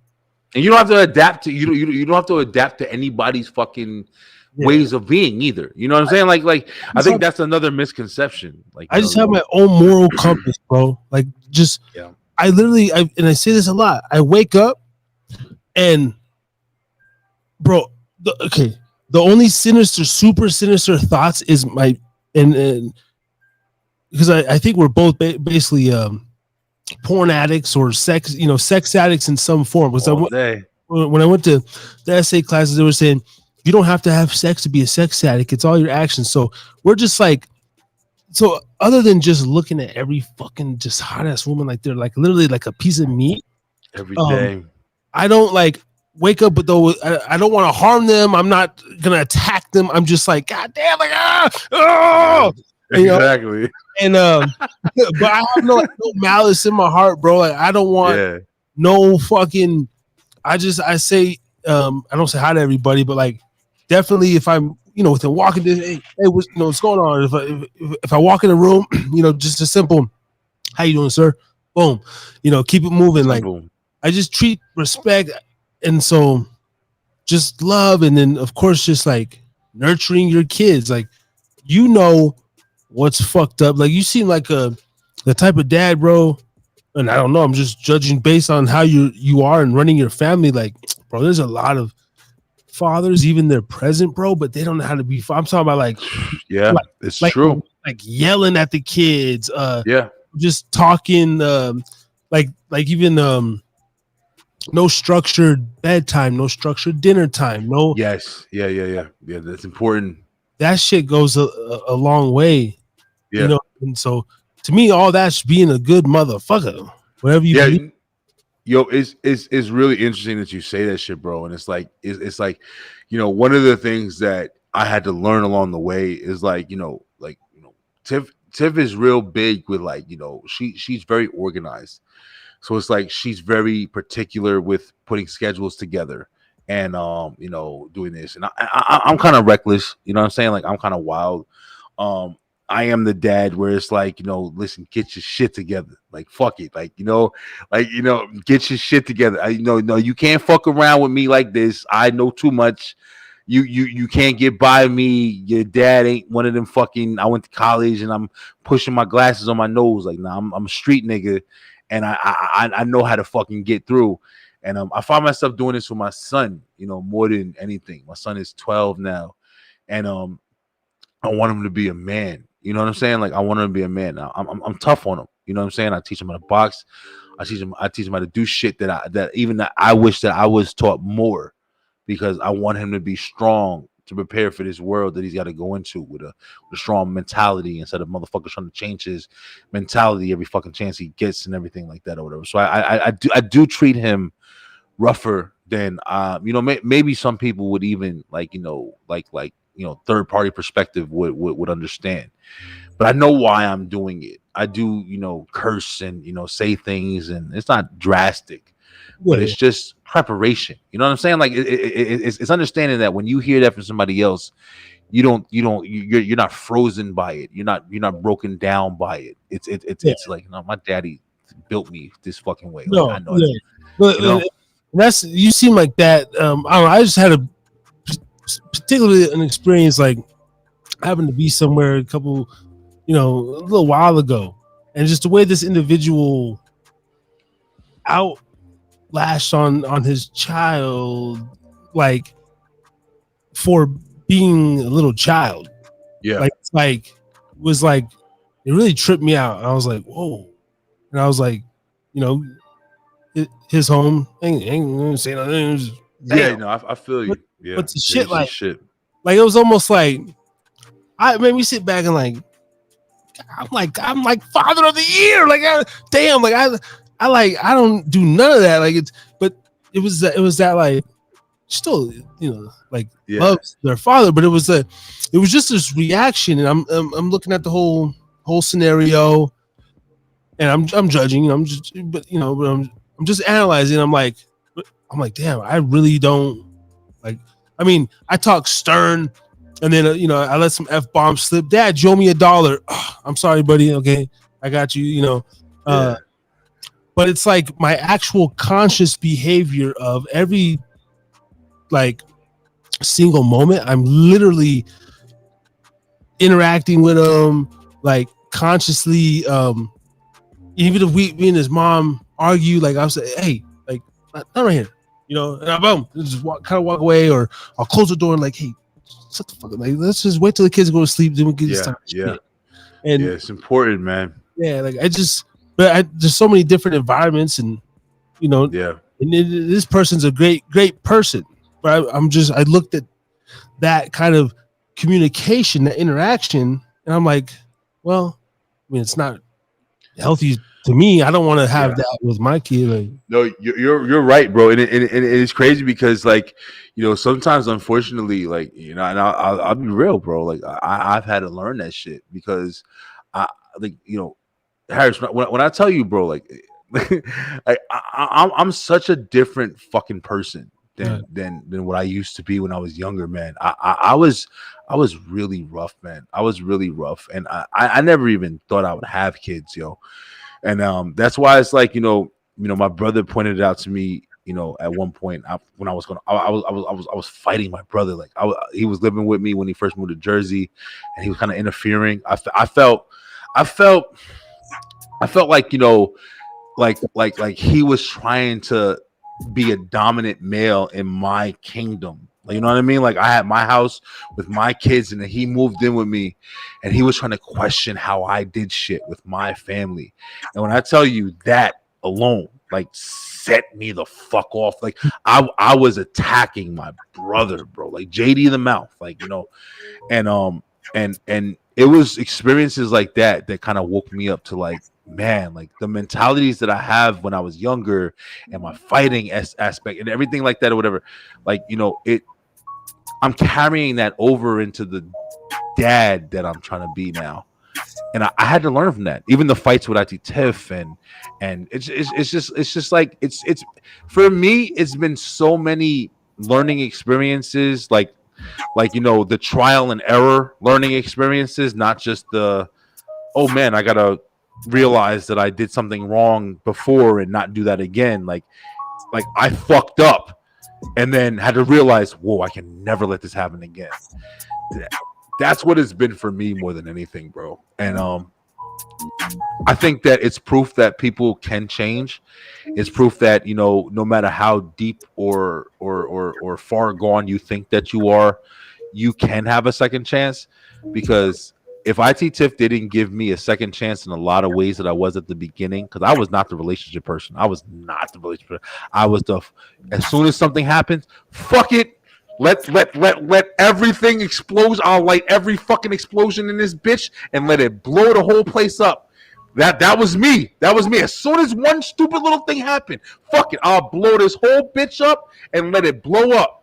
But IT Tiff, I lit every fucking thing up and it blew up and she was still there. And I was like, how the fuck are you still here? Like, you know what I'm saying? And I started realizing, like, after I was fucking lighting bombs, she was still there. I mean, 3, 4, 5, 6 times after, she's still there. I'm like, oh, right. I gotta stop lighting fucking bombs, man. And after 5 years now, it changed me. It changed me when I literally say, like, you know, she tamed the beast, bro. Like, I don't even know to this day how the fuck she did it. Yeah. I never had. This has been the most serious relationship I've ever had. Baby moms, every fucking thing. Like, you know, this has been the most serious because I think that I've chose to change me instead of using the excuse of I am who I am and allowing that to change the situation. So it's fucking crazy, man. Like, even talking to you right now about it, it's fucking crazy because it's like, yeah. I understand. I'm 36 now. You know what I'm saying? It's not like I'm 24 anymore. Like, you know, it's unreal, man. It's unreal. I'll be believe it or not, but yeah, I'll be 36 in September. Yeah, so I'm going into that. My only thing, I just my sex drive, bro, is like. Is because when me and my girl have sex, I'm jerking off. I'm a daily jerker, usually every day, every day, and sometimes twice. I mean, because it's like once in the morning. Sometimes when I get home, sometimes 3 fucking times. Like, it literally just depends. Or there's like sometimes I get these spurts where it's like, fuck, man, we can have sex at night, like, and then a couple hours go by. I can't sleep or whatever because I don't really fall asleep right after it. And I'll be scrolling. I'll jerk off again like 3:30 in the morning, and then go to sleep. I'll be horny like again at 7 and like jerk off before I take my kid to school. And it's like, I can still like bust them like, you know, 3, 4 in a 12-hour period. Yeah, but it's like, but then honestly, it's almost like hypermania with like bipolar or something where I'll fucking be on like these like I just want to fuck, but I just want to fuck, and then we ain't got time or she whatever. That's when I jerk it. But then it's almost like I deplete myself, right? I have this like high energy thing, and I'll be editing too. Sometimes I'll be editing, like literally. I'll sit down to edit, like after I bring my kid back from school or something, and then I'm sitting there, and then. I'm just hard or whatever, and I'm like, fuck. Like before I focus, I have to go jerk off and then come back and be like, all right, now I can focus. Listen, that's what I'm saying. Like, it's funny because like men don't usually like talk about this shit and discuss it, but you're on some real shit, bro. Like, Yo, I be thinking to myself the same thing you're talking about, and like what I come to like understand or whatever. And I don't know if it's because I'm fucking, like I said, I'm fucking fat and lazy now. I don't give a fuck. Like I used to do a lot of shit before, but it's just like it's just easy, bro. It's easy release. Yeah. I got enough shit to look at and think about and be fine. I can get pussy whenever the fuck I want to get it. It's not like it's a challenge. You know what I'm saying? Like I don't need to, it's not like I have a problem with doing it. Even if I didn't have IT tips, I could walk the fuck outside. I got a beautiful fucking neighbor. I'm telling you right now, I know I can walk up to her and say some shit to her, and it'll be just off the experience. It's off the experience of like, oh, my husband's not home. Fuck it. I'm doing cable and seeing how these bitches be thirsty and shit. Listen, bro, I have no worry. But just the fact that I can just fucking watch something and just be turned on and beat my shit and be like, fuck it. Release. But like you said, it's interesting that you said it the way you said it, because that's the reason why it's important, I think, to have control over that shit, because you do it. And for me, you know what I'm saying? This is crazy ass conversation. But for me, I do my shit and I'm hungry. Fucking, I'm about to give me something to eat. Fuck, I'm about to watch the show or whatever. I'm about to do this shit, whatever. I had a whole fucking day planned. I'm about to work out. Fucking, I'm about to do this shit, whatever. Like, I woke up at 7 o'clock this morning. I worked the fuck out. I felt amazing this morning. I put my fucking watch on. I was watching my steps and shit. I was like paying attention to my shit. And I can still bench my shit out strong as fuck. But it's like, I'm sitting here looking at this shit and I'm like, damn, bro, I had all this energy and shit. And I went upstairs. I took a nap because I was like, fuck it. I woke up at 7 o'clock. I ain't woke up at 7 o'clock in a while. I took a nap. And I woke up before I fucking I'm banging one out real quick, and then and it ended my day. I went and got some fucking food afterwards. All my shit was transitioned. Like yo, I had all the fucking energy in the planet and shit. Like I was fasting. I'd eat till like 1 o'clock. Yo, and I was like, damn. Like that's interesting. I don't know if it's lazy or whatever, but like, bro, like I use.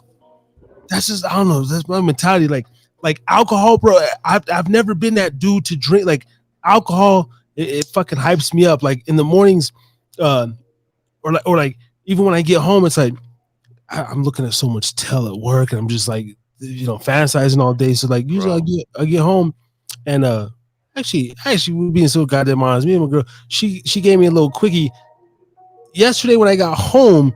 When my son was caught up in Fortnite, she threw me for a loop. Did some like. Brought me into I was like, oh shit, okay, boom, it was a surprise, right? but like that shit give me like energy, or yeah. Yeah. It's different when you get it. It's different when you get it from the actual person than when you just sitting there in the bed by yourself, chilling and shit on the chair, whatever. Like, it's different. I think it's different. It's different. Well, it is too. But sometimes, like, if I have to make a decision, or sometimes I'll drink literally before like a podcast because it helps me like clear, like kind of clear. And sometimes I know boxers that they'll go months or something without jerking. Yeah, there's some times where I'm so like I don't know, stressed or tense. I'll be like, man, I'm gonna like rub one out before the show. I didn't today. I don't know, but like there's some just because it's like or before I go to a fucking job interview or something, just like leave that tension, bro. Yo, listen, bro. I'm telling you, you saying exactly. I remember Beyonce said she used to fuck before she do her concerts and shit. Like it's definitely something like with testosterone and shit. Like that's why a lot of like you said like fighters and so like they don't fuck. They won't jerk off. They won't do anything. They want to keep all that pent up aggression in so they can utilize it, whatever. I don't know exactly what it is. It gets down to the chemical and like the chemical balance of like the male and female chromosomes and all that shit or whatever. Like that's why you have such a fucking conversation now where it's just like people are just mindfully, not chemically but mindfully deciding like, oh, I'm this, I'm that, I feel like this or whatever. But you're not going down to like the biological fucking description of what you are or what you have, and you want to be a man, you're a man but you want to be a woman, you're a woman that you want to be a man, and you're thinking that it's just a mind state or a mentality, but it's a lot more than that, bro. Like it's like, you know, I don't give a fuck what you doing, like, you know, and unfortunately, you know, these doctors aren't making it easier because these motherfuckers are shooting people up with this and that, and you know, giving them this and that, and it's like, at the end of the day, no matter how the fuck people look at it, how people feel, like, you know, you're not gonna be able to tell the fucking difference soon, bro. And the only thing that you're gonna be able to really relate to is whether or not you could do the one thing that is not able to be fucking changed is, you know, women have the power to hold, you know, life, and men can't do that shit. And I'm not on no Bible shit reading that. I'm just fucking literally speaking facts, you know. You know, men can't fucking produce babies. We don't got the fucking chemical makeup to do that shit. That's what the fucking bottom line is, the principle. Yeah. But you did see, like, supposedly that there is a guy that did gave birth, but it's all that injected weird shit. Yeah, they were talking about. I know today they came out with there's a baby right now that's been born by like 3 different people or some shit like that or whatever. I think that was, or yesterday, whatever fucking, you know, time period is, by 3 different. I didn't read the article. I seen some disgusting thumbnail. It was on YouTube. I heard about it years ago, but I literally seen a thumbnail on YouTube with a pregnant man and his legs in a fucking stirrup and his male partner holding his fucking hand. And I just like, you know. Yeah, it's just you don't know what to, you know what I'm saying? I think that's one of the other, you know, like the yin and the yang of the internet, man. It's like you're gonna get the ability to research shit immediately and find out information immediately and be smarter because you can find out shit immediately, but you're also going to get the shit that's unfiltered and, you know more about what the fuck is going on in the world than what you would have if you didn't have the access. It's complicated, man. It's like, you know, I like to think of myself as down to earth, man. And I'm not trying to say it, you know, like I said, I always try to justify myself. I'm not trying to say like I'm better than anybody or anything like that or whatever. But I think a lot of times people just don't take time to just kind of understand what the fuck is really going on, bro. It's like we're just intelligent species with too much information, bro. At the end of the day, we live for what, 100 years if we're lucky. Yeah. You know what I'm saying? Like making the mistakes we make but now we live for 100 years with the information of fucking 500,000 years. You know what I'm saying? Like we have so much information now. We're not prepared for this shit, bro. And the technology. I've been kind of keeping up with this Elon Musk, you know, the AI over and stuff, and we're not machines. We're not computers, bro.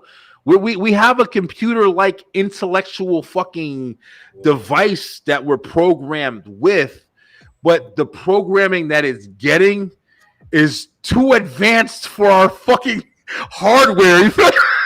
Like, I don't know how to describe it like any differently. Like, you know, I know it sounds simplistic, but honestly, like, that's really what it is, man. We're just overly educated fucking species, bro. Like, yeah, in all forms. For real, man. I mean, for real, bro. When you think about, we'll wrap up here in a minute. You know, I know what time are you over there? 4:30 a.m. Bro, it's fucking 3:30 over here. Yeah. Well, I don't got it. I think Tiff's actually taking the kids to she's going to her dad's house. She's trying to like I said, homeschooling my daughter. So she's homeschooling her my daughter with her sister's son. So she's actually going. The kids are all gone. So I sleep until fucking 5 o'clock tomorrow if I want to. I don't start working until next week, so I'm straight right now. Yeah, I did the you know, I got the premium melon, so I could stream like 10 hours. You know, there you go. Love it. Shit, but damn, I kind of lost what I was saying there. I know we were talking about like the intellectual of like humans and stuff like that. I don't know if that was on the same lines. Yeah, Elon Musk and his Elon Musk. Yeah, you said that. Shipping your brain and but there's a correlation. I don't know what the exact point was, but there's a correlation between the, like, I don't know, the mark of the beast, this little vaccine, the 5G, the AI.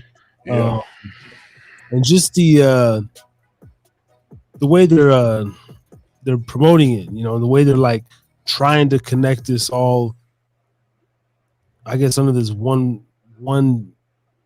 basically a grid. You know, David Icke speaks there's literally a smart grid. There already is a smart grid, Yeah. and with all the devices. Oh, that's what I was kind of going to say. Is that no time in history, even the lights, right? Like just because we have all the technology and podcasts and this, like, never in the time like has there ever probably been like so much energy consumed, or like I have a light here, even when we show, I'm still looking at this light scrolling. I wake up and like so much radiation and bright fucking audio, and there's always sound. There's like sound everywhere. You go to the store, there's like music. Frequency has been. I've been watching the TikToks and shit that I've been watching. See TikToks. I'm an educated motherfucker because I watch TikTok and shit, right? Yeah. But frequency has been the newest terminology that people have been using to say, what our bodies are vibrating from. You'll know something. It makes sense. It makes sense too as well. But that's been like the newest thing that I've been seeing people really talk about, the frequency that your vibrations and what you're giving off, and the vibrations of the world. And like you're saying right now, the vibrations that, whether it be your Wi-Fi in your house or your electricity, or, the shit that you're intaking, whether you're watching your phone and laying on your chest and getting breast cancer. And it's so much depth, bro, that I think everybody is just finding information as information is being delivered. I mean, you know what I'm saying? Like it's not like anybody has the information. It's like it just gets delivered, and it's like the message is encrypted, and you're trying to decipher the message because nobody knows shit. Everybody is just on a fucking guessing game of what makes the most sense for the most part at the time. You know what I'm saying? Like, literally, you have to think of it like this, bro. We're literally in a period right now in the world, and I haven't talked about real shit like this on my show at all, but I've wanted to. Where we're literally experiencing the change, where the fucking government, bro, the people who have never talked about this shit, are literally saying like, yo, we have been experiencing, intergalactical beings and things and shit like that. We have no fucking clue what's going on. These motherfuckers is coming on TV and saying, I have no idea what the fuck we've been seeing, but we've been seeing it forever. And, it's been saying, oh, we're only ones out here. We're alone. We're this and that. But now motherfuckers is coming on the TV screen, not the internet shit, but on the TV, the main source of the media, and saying, hey, we don't know what the fuck is going on. We ain't known for years. Yeah. You know what I'm saying? And that's the part where, if you're a person, whether you want to call it woke, whatever the fuck you want to call it, you have to start understanding we're in a different fucking era, bro. Like, the shit that they used to keep secret from us is now the shit that they're starting to state loudly. Oh, yeah. You know what I'm saying? So now the shit that we're reading and we're getting and we're like, oh shit, you know what I'm saying? That was the shit that we were listening to when we were like, oh, UFOs and others. Now we're listening to the other shit, and saying, oh, well, that'll come out 10 years from now and be the shit that we're talking about, like we're talking about the UFOs now. It's just like, bro, at times, Harris, I ain't gonna lie to you, bro. Like, there's been times where I've been watching shit and reading shit, and I'm a conspiracy guy, but I'm not crazy conspiracy guy, where I'm just conspiracy guy. But it's just, there's so much that's really, I think at this point, it can't be contained because of all the different avenues of information that we have. That, my nigga, we're gonna really be experiencing some X-Men, fucking, fiction movie type shit. Things that we ain't never thought were able to be, reality, in my opinion, bro. No, in my opinion. I think they're the little green men, whatever, programmed, but I think they're letting us know now because that's what they do in the media. They slowly, lube us up, like the government's just foreplay. But right now they're kind of like rubbing our Shoving toe. it in. It's Shoving it in. yeah, if not already in, right? And I think I don't want to get too crazy, but there's some things. Just maybe do your own research. Just look up, or maybe I'll just send you a link. This is it's a pastor, or whatever. He's talking about R.I.P. to him. I forget his name escapes me right now, but he's talking about CERN. You know, the CERN. Yeah. Thing is, and that their ultimate goal is to take antimatter, or what are we? We're matter, and so antimatter is like whatever, the opposite of us. And he talks about, he connects it with the Bible, and even my atheist has or agnostic ass, I kind of dealt what he was saying, and then when I did my DMT trip, it tied in. But the scientists, whoever they are, the actual scientists, is the Fauci's, beyond the Fauci's, all these guys that really know what they're doing. Yeah. They've actually found what antimatter is and so basically he said they're trying to. There really is a veil that protects this world from the other world, the dark world, and he goes into they're really portals and stuff, and people at the top or the bottom, whatever, they can send demons back and forth, or these beings that are being held back. Yeah. And I think we're in a lines of something like that, or these son of a bitches, bro. They're the same. They're just advanced spacecraft, right? And all the Star Wars, Star Trek, and just because we're so programmed through the movies, and every movie the last 10 years has been plague, famine, or futuristic. And so I think they're just really easing us up to be look, we've been had flying cars, we've been had buses, trains. That's old shit. We actually got this new shit over here.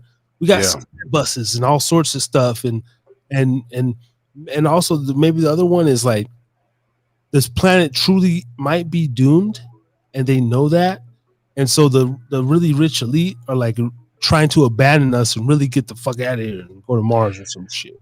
Yeah, you know what? Yo, listen, bro. You know what's fucking crazy, man? And I've had time to think about that. And this is, we could do a whole show on this shit. I'll be honest with you, bro. Sure. Like I said, man, I'm one of them type of people where I like to consider myself as down to earth, yo. I don't think I'm crazy theory guy. You know what I'm saying? Where I just see the theory, or where I just want to understand shit to my own understanding. I personally believe that I don't know what to fucking believe. That's my mentality at this point. I don't disbelieve any fucking thing at this point. Anything could be possible, right? Any fucking thing can be absolutely possible.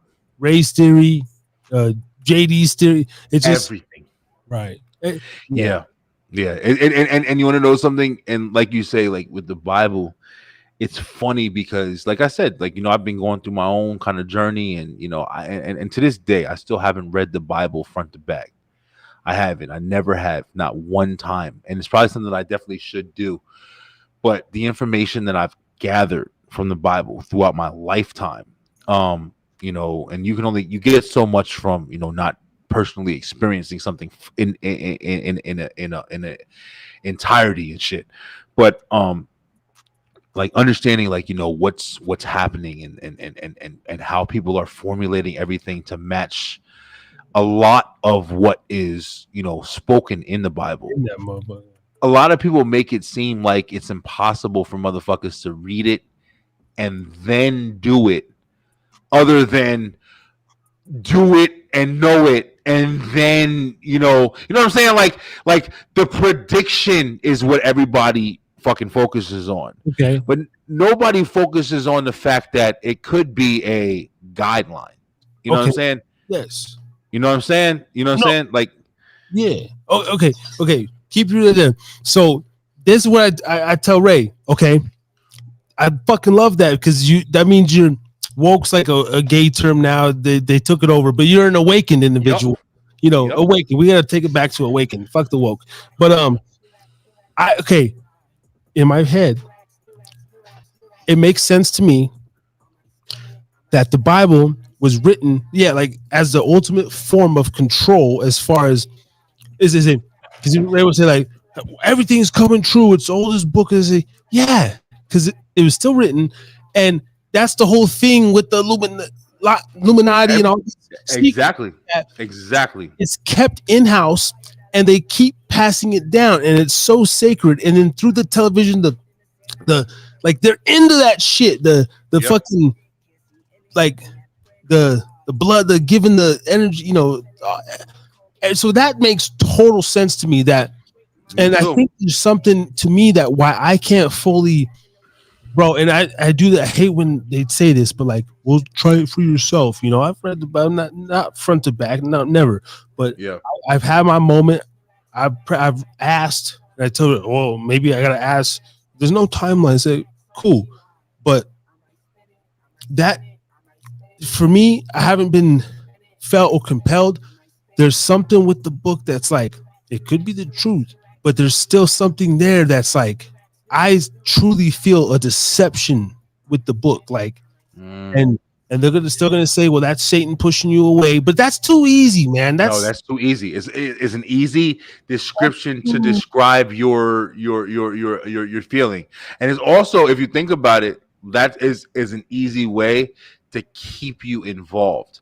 You know what I'm saying? If you describe a negative experience to deter you from people saying what is a positive conformance, or however you want to say. I'm not articulate enough to pronounce it the way it needs. But it's easy to say, no, that's bad. Stay on this path, instead of saying just stay on this path, because then you need an explanation. So the explanation has to be given if you're just trying to explain to somebody, I want you to follow this.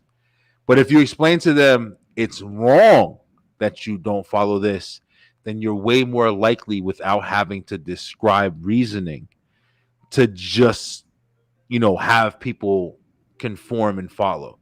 And that's been my kind of experience with, religion, from church to singing in the choir to, learning about, you're dying for your sins and this and that and this and that and this and that.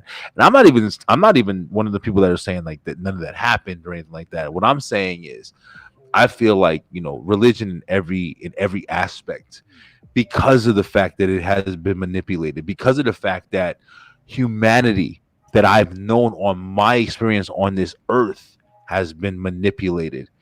Everything that you don't fucking know. That's why I'm skeptical about every fucking kind of control, you know what I'm saying? Like, story guideline, whatever the fuck you want to call it. I'm always thinking why, you know what I'm saying? Like, I'm always thinking why, how, what's the purpose, what's the reasoning, who did this, who put this together, well, why did they do this, what time periods were they living through, you know what I'm saying? Like, and we're also learning in different areas now where people are discovering like, yo, listen, even the fucking time periods that we think that we were living in or 10,000 years ago or even longer than what the fuck people are initially thinking that you know what I'm saying? We're talking about ages of advancement that were even predating like Sumerian time.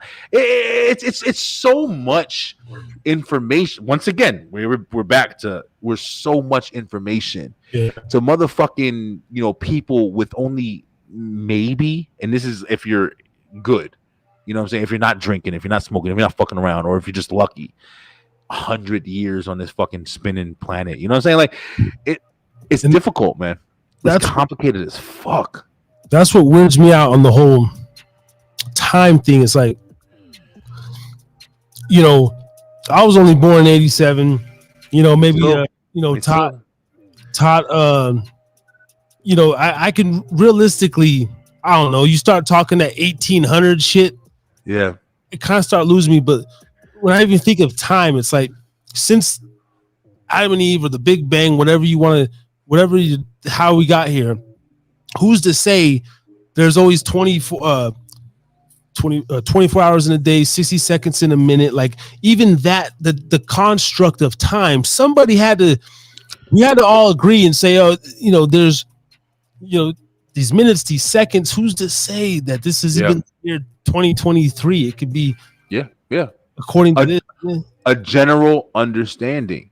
You feel me? Like, a general, and what's the reason why you come to this, conception? It's because humanity, bro. And people think I'm fucking crazy when I say this, bro. Like, the difference between the times that we're in now and the times that we're in then, like what you're speaking of right now, of when that was determined. You feel me? What's the fucking similarity in both situations? It was done by humans, human beings. Now you have the presence of evolution, maybe you have the presence of whatever, of course we're evolving. People question all the time, like, oh, well, where's the evolution now? If we came from monkeys or whatever, you don't think we're fucking evolving, bro? You don't think all this technology and shit is developing us into this different species that we were 20 years ago, 10 years ago, even? Like, everything is evolving, bro. Everything is fucking different than what it was before. But the thing that's remaining the same is we're still the same species. And that's why I always come off of my theories of, like, the same people who sat around and killed deer or killed buffalo with fucking hammers or whatever, and came up with, said, hey, look, what time is it? Simplest shit like that or whatever. Like, what time is it? What the fuck is time? Period. Oh, we have this much time in the day, or this much time before, or this much or whatever before it's dark to light. The simplistic fucking answers of why anybody, if you were just today in a fucking dark room and all you knew was a dark room, every fucking day that you were alive, your eyes opened every day to a dark room, and then one day you discovered fucking something on a fucking wall or whatever, and you clicked it, and light went on, and it wasn't fucking dark anymore. You could see shit. What would you understand? You would understand light and dark, right? So what would you make the fucking difference? You be the fucking controller of light and dark in that room. So what is the controller of light and dark understanding? Wait a minute. Sun turns, goes down, not here anymore. That's your fucking basic understanding. Not here anymore. Light, night, or dark, whatever. And that's what you're understanding. Now you got a little bit more motherfuckers who are born, they got different shit going off, firing different cylinders, whatever, this and that. Now you understand putting different things together. Well, it goes down. Look, it goes down. You know what I'm saying? I sound like a fucking caveman. But the thing is, bro, in my kind of understanding, now maybe there was motherfucking people that was giving you this information. Maybe there was a fucking book that was just there and you picked it up on the thing and you knew how to read. But what makes the most sense to me is you were a baby who didn't know how to motherfucking walk on this planet, and you experienced this bitch just like we experiencing it every single day. And how do we get the information that we know? From information that's been passed down, from information that's been taught, from information that's been given, not from information that's been discovered. You learn some things that's been discovered. There's some things that you go through that nobody else in this motherfucking planet ever have went through.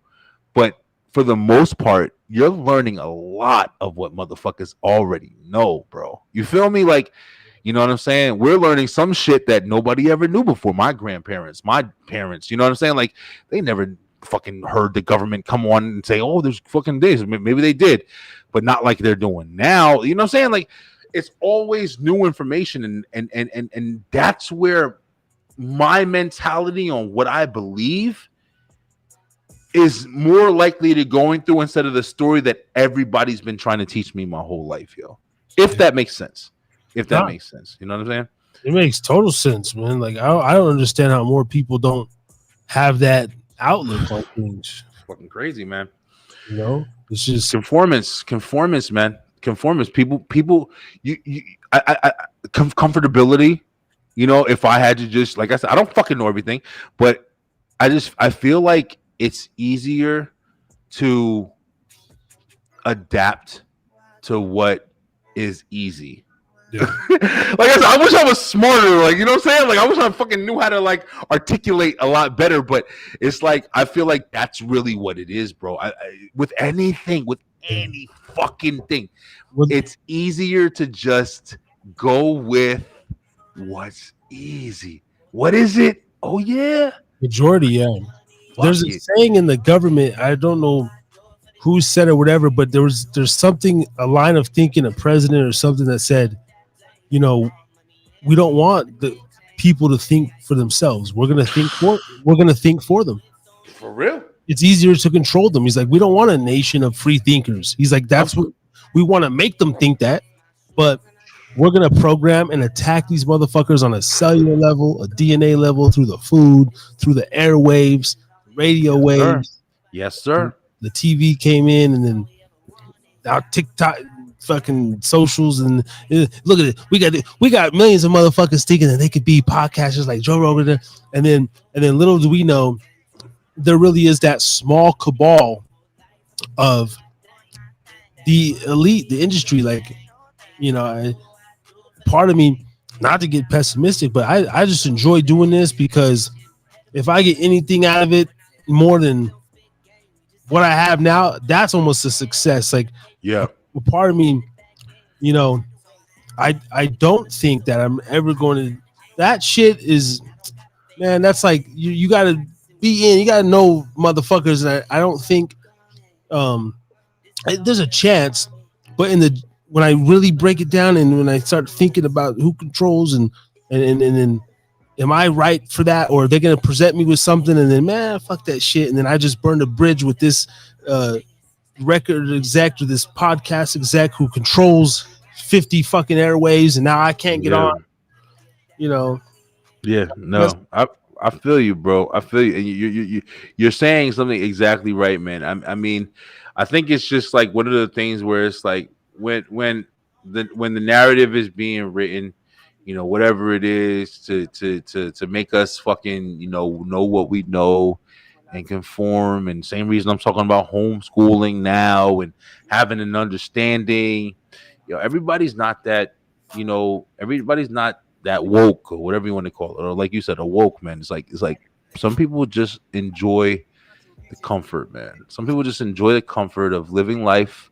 They enjoy the ability, or maybe they find the struggle in different areas, whether it's just, hey, I'm gonna work and make my life work for what I want it to work for. I want to be rich. I want to fucking, I'm gonna buckle down and forget everything that I could learn and just make sure I focus on the structure. And the structure is going to be what provides me with the stability that I want for my lifetime and my kids and you know what I'm saying? And then you just literally just go through the fucking methodology that you're fucking taught, and that's how you provide, and that's what you're given. You don't got time to fucking focus on what could be or what is or what might be or what lies you've been, you know what I'm saying? You're just focused on what's been taught, what's given to you, maybe those are the most successful motherfuckers on the planet. But what happens to these successful people? The same shit is happening with Jamie Foxx right now. Yeah. You know what I'm saying? Like shit just happens to these motherfuckers, yo. Why? Because at the end of the day, no matter how far you think you've made it, you're always a part of the fucking program, yo. Yeah. Like the Matrix. And I was gonna bring up the movie Fight Club. When I was a kid, I remember I got really fucking stoned and we watched that movie, bro.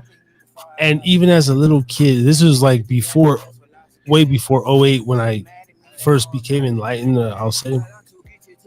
I watched this, anyway, I was watching Fight Club, bro, and like, even as a young kid, bro, everything made sense. Like the IKEA, the put together apartment, and then I'm like, the fact that this dude can rally up all these people and just all the metaphors in it. That movie opened up my eyes, but it related to me on a level of like, wow, like they're like mocking us, bro. Like everything's a joke to them. This is one big. We're like hamsters in a fucking U.S. wheel, yeah. You know, and yeah, and then that led me to like early on YouTube. Like 10 years ago, YouTube, when excuse me, 10 years ago, YouTube, before it was censored, I mean, they had the best um, truth seeker videos before that was a term. Oh yeah.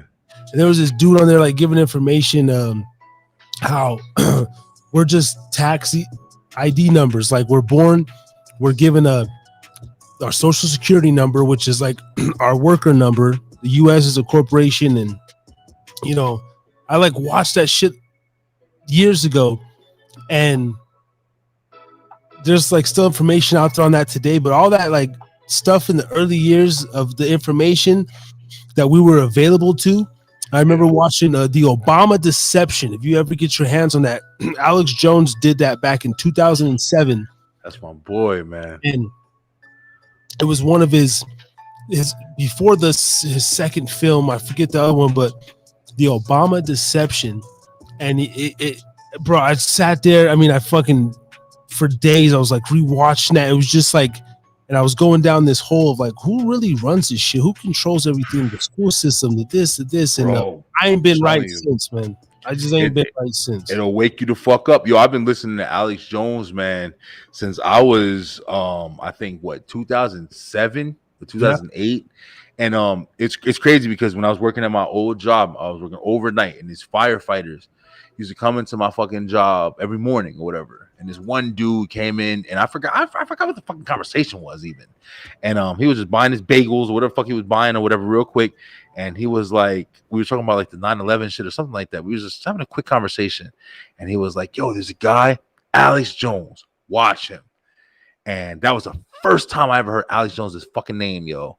And I remember that night, because I used to walk around. I used to listen to comedy on I used to download on like LimeWire and shit like that, over like Dane Cook and on comedy, George Lopez. And I used to have that whole fucking comedy stand-up hour routines. And I put it my phone in my fucking shirt so I can do the returns and shit like that, or whatever, and just listen to comedy all night. I was working overnight.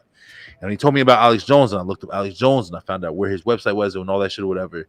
And I fucking used to listen to Alex Jones religiously, yo.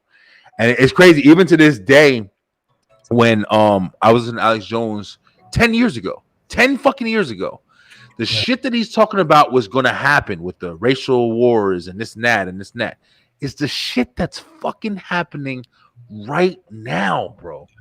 That's what's so crazy, man. This one right here, the Obama deception, came out in 2009, but presents merely a puppet in a conspiracy to loot the American public and orchestrate a totalitarian world government. And they were saying like they were supposed to do this, like the time for them to do everything is already up. Like they wanted us under their control years ago. Yeah.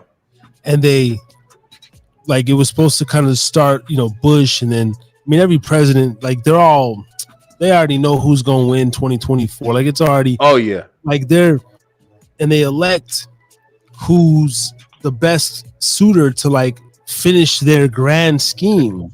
And but this shit right here, man, it just I need to go watch it again. I don't need to play. Yeah, I'm gonna check it out. I actually haven't checked it out. I remember him talking about it on his show when I was watching it. Yo, you know what's crazy? I'm gonna say this shit. I don't even know if I'm right about saying this shit, but I'm telling you right now, bro. I think Trump. And listen, bro, everybody fucking talks about Trump all the days. And yeah, he definitely is fucking not the smartest nigga in the planet. He definitely's got his own bullshit going on. He's a rich fucking asshole. But let me tell you something. I think Trump threw a monkey wrench in their whole agenda, bro. I personally think that this is what I think. This is my fucking own thoughts. I think they thought Trump was going to go into the office and do something completely different. I think that they were relying on Trump to bring a lot of division, and I think he definitely did with his whole wall talk and and shit like that or whatever. It definitely brought a lot of division. That's the reason why a lot of people fucking are against him. But I think also Trump got in that office and he did a lot of shit that them motherfuckers did not want him to do. Yeah. There's a lot of documentation that he fucking opened up to the world, made available for people to see. Black people. Trump did the most for. I wish I fucking knew like all the information. My stepmom was telling me about it. Yeah, and about like for black people like alone, like, you know, the documentation that they opened up to us and let us know what we have the rights to and shit like that. It's fucking incredible, bro. Like, if you really do the research on it, like, Trump did a lot of shit. I think they wanted him in there to be a controversial presence, especially after Obama. Think about it. It makes sense. Bush, the whole 9/11, this and that, or whatever. Then fucking Barack came in, the first black president, changed this and that, blah, blah. Motherfuckers had uproar and fucking American pride and this and that and blah, blah. But then, you know, everything happened and shit kept continuing and, you know, everything kept fucking going. You felt good about the president being somebody with no controversy and this and that. You believed in the country again. And then afterwards, you had a motherfucker who was racial fucking driven. Like, it was just literally division. The white people were already mad. You had a black president. You had this, you had that. It was fucking perfect opportunity to divide motherfuckers immediately. And you had somebody at the head of the fucking gate that was just leading the charge. I'm going to put a wall. Fuck all these immigrant motherfuckers. I ain't letting nobody in this bitch. Fuck the black president. We already had that nigga. He ain't do shit. You had the George Floyd shit. You had a million fucking reasons for why we should be divided. But then what did Trump do? He jumped in that motherfucker, and yeah, he definitely did that division with the you know, races and shit like that or whatever.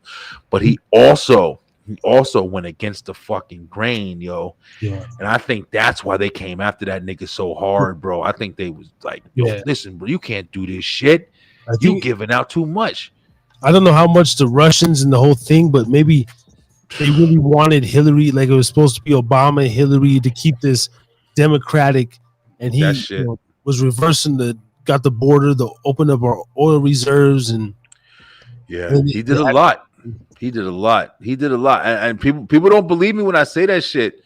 But if you do the research, and I'm gonna lie, I'm fucking lazy, bro. Like, I wish that I was more like driven, you know what I'm saying? Like, you know what I'm saying? Like, I wish I had more time to like really, and I really took the time to like really do the fucking research, because the shit that I'm given is what I know. You know what I'm saying? Like, I do some research and listen to some shit, but not as much as I wish I did, so I can push it back.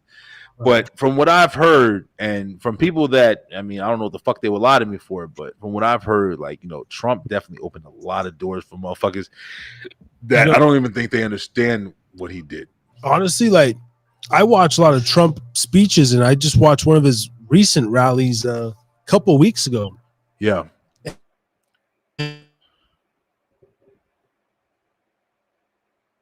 Oh, I think he went out a little bit, bro. You know, he's never offended me.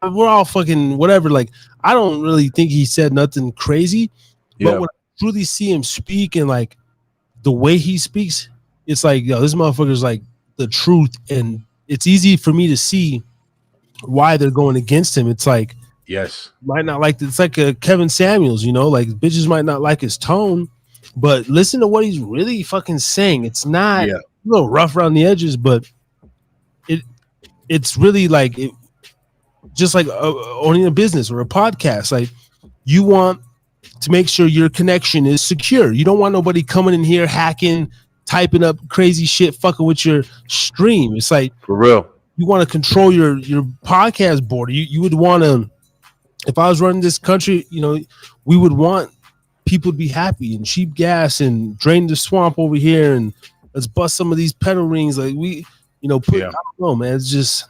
Yeah, no, you're right. I personally feel like, you know, that's why I'm not gonna lie, bro. Like, this might be the first fucking year I actually vote.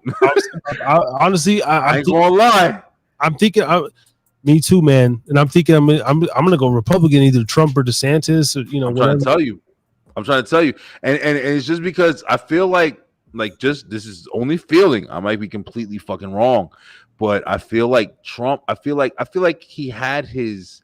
I feel like he was supposed to deliver in a way that they wanted that motherfucker to deliver. And like you said, even with Hillary, like, I don't know if, you know, I think Trump threw a monkey wrench in motherfuckers' plans, yo. I think that's and like I said, my biggest reason for this feeling is for how they trying to come at that they trying to take Trump the fuck out. But I think he's rallied properly. Like he's got such a fucking like following behind him that it's impossible for them to do some shit to like take him out. You know what I'm saying? Like he's got so much of a backing at this point that I don't think that the powers that be, whatever the fuck you want to call it. You know what I'm saying? Like, I don't even know if I'm speaking educatedly. Like I don't fucking know, but I'm just saying from what I'm seeing and just kind of how I think I understand the shit at 36 years old. Like I definitely feel like it's an agenda. I feel like the fucking Republicans and Democrats is all bullshit. I feel like they all have a fucking agenda to do, but I do feel like Trump is in that motherfucker, and I think that his power hungry, always been a billionaire fucking mentality is what's driving him to do whatever the fuck he wants to do in that position. Yeah. And I feel like he's not following the rules, and that is safer than any motherfucker that's in there trying to portray their agenda. And that's just how I fucking feel, yo. You know what I'm saying? Like, I feel like a reckless fucking, like a reckless renegade motherfucker at this point is so much safer than a motherfucker like Biden or Hillary or any of these motherfuckers who get in there and they're just trying to continue the regime. Like, you know what I'm saying? Like, yeah. I don't fucking know. Like, at this point, I don't trust any of that shit. I don't trust any of them motherfuckers. But I feel like Trump is like the most truthful because in my opinion, he's too careless, reckless, and even kind of stupid. I'm not gonna lie. He's smart, but he's stupid because he doesn't play the game correctly. He does what he wants like a man of power, where he's like, I control shit and I'm gonna control. I don't give a fuck. I'm gonna make these people whatever under me. And he might care. He might care for whatever reasons he cares for. But I'm not committed to Trump. Like, oh, Trump is my savior. I'm like, nah, this motherfucker is probably the best chance we got. Yeah. Under the options. Yeah, I never got into any of that, but I'll support a Trump supporter. I mean, with my eyes, I see, cool. I get it, man. Just really, I guess, growing up, right, we're the same age. I registered to vote when I was 18. I voted one time locally. Shit, me too. I think one time. I think I voted like one time. Yeah, that's it. Yeah, I did locally. I just never went. I would have voted for Obama if I did, like everybody else. I think one year I wanted to vote, and I was gonna go. I think people just asked me, like I just never make it down. It's like, and I got my own reasons to vote. I think not a priority. Yeah. And then, but now I'm learning more, and it's like, I guess maybe one time wouldn't hurt. But then I think I would have went Bernie one year. Yeah, there was another guy, name escapes me, but Ron Paul, yeah. All those. But Harris, I'm sorry, bro. I'm not sorry to cut you off, but isn't it crazy? Like, see how I just guessed that shit? Like, even with Bernie, what's fucking crazy though, bro? Like, I'm not going off of any kind of knowledge of what the fuck they did. You know what I'm saying? It sucks to say that, at least for me personally. I'm going off of general consensus. Like I'm going off of what I've heard. Yeah. You know what I'm saying? Like, with Ron Paul, I remember the conversation with Ron. I remember 2008 or whatever the fuck that year. Yeah, I think it was 2008. That was when Obama was getting elected. And I remember listening to I was listening to Alex Jones, listening to different things I was listening to where they were talking about Ron Paul and his contribution to, like, what he wanted to do for America. And then, when it was time for Biden, I remember listening to the Bernie Sanders. And I remember Bernie Sanders being on fucking Joe Rogan. And, you know what I'm saying? Like, right? Yeah. It's interesting that it's not because I know these people's histories and their characters. I mean, a little bit, but not off of some research shit, just off of some quick shit, like just some quick understanding shit or whatever. It's like I don't got no fucking understanding. Like, this motherfucker see my let Bernie in. reading the fucking, you know what I'm saying? Reading the character, not knowing the history and shit like that. It's bro. Listen, I don't know, man. Like, that's one of the reasons why I feel like I'm not the best person to vote. You know what I'm saying? Like that, everybody's vote matters. Yeah, to be there, to be a fucking body. But I'm saying, like, not to be a thoughtful fucking person to make a decision, a wise decision or whatever. Just everybody for the matter if you just get out and just fucking walk to the thing and press a button. But as far as a thought provoked fucking action, to do it, intentionally, not just because you're trying to fit an agenda. I mean, I don't know. Where your country says so. I remember last year, if I did vote, and my girl, she's like, I'm gonna go vote, and I said, we can vote for her. And I believe she voted for Kanye. I would have voted for Kanye last year too. I thought that was dope just as because. Yeah, but I listened to his interview on Joe Rogan, Lex Friedman. Like Kanye is sane as fuck to me. I don't know, man. I just see a man like sad and like he just like I think Kanye knows the truth, but he's just going so supposedly crazy because he's in that world where he's seen it all. He really knows the darkness, bro, and he can't escape.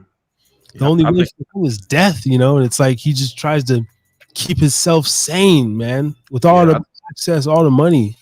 I think the game played Kanye, bro. I ain't gonna lie. I think, especially with all that talk of him sacrificing his mom and shit. And I think the game played Kanye, bro. I think the game played Kanye. I think a lot of motherfuckers get into this industry, bro, and they don't realize what they got to give up to get in this motherfucker. And then when they do get in it, I think that they regret it. And Kanye became a very, very big name pretty quickly. You know what I'm saying? Like, he got in that car accident. That Through the Wire shit came out. Remember, he was, a fucking producer before that for a while for The Rock and, a lot of different things. And then when that shit came out, that Through the Wire song blew him the fuck up quickly. He had an incident on top of the music that allowed him to be established fast.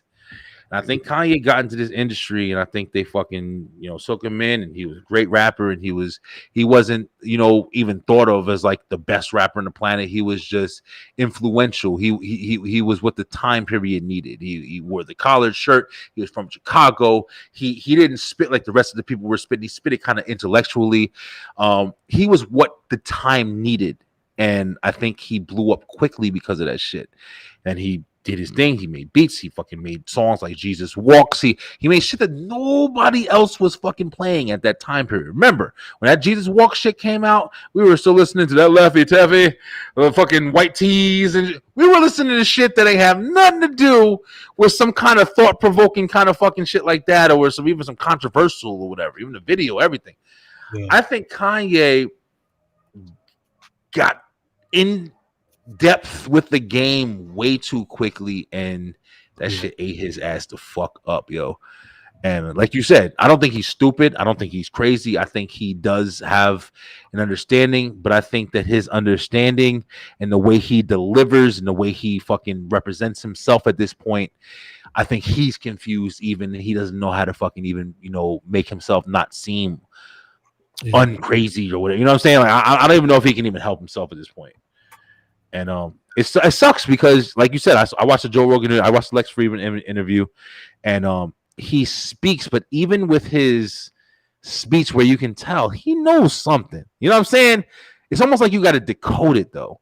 Like, it's not like he's coming straight out and like and able to sit down to earth and be like, "Yo, listen, I know I sound like I'm fucking crazy right now, but listen to me, yo." You know what I'm saying? Like, he's more like, I'm just gonna spit the fucking computer knowledge that I have, and even though you might not understand it, I can't relate to you not understanding it because I've been adapted in this fucking lifestyle.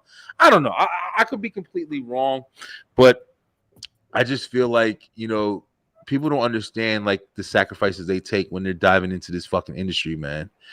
And so much soul for a happy meal. It's a lot, man. You motherfuckers, you think that shit is fiction. You think this shit, but I think you're experiencing a lot, and even us, like, you know, we've talked to some of these people, bro. We've talked to, you know, whether the Jeremy Millers and some of these, you know, in this year alone, like, you know, I've talked to some of these people. I've known my cousin is part of the fucking industry. I've been in, my family has been in the music industry my whole fucking life, and just knowing, you know, there's certain things you have to do or you have to adapt to or whatever. James Brown, fucking, you know, to this day, like, I don't know if it's fucking true or not, but, you know, James Brown stole that hot pants shit from my fucking grandfather and grandmother. You know what I'm saying? Like, I just understand that shit and just have that kind of understanding, whatever.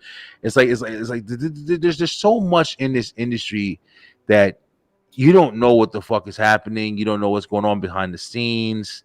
You're just getting information, bro, just like everything else, bro. We don't fucking know what's really going on, yo.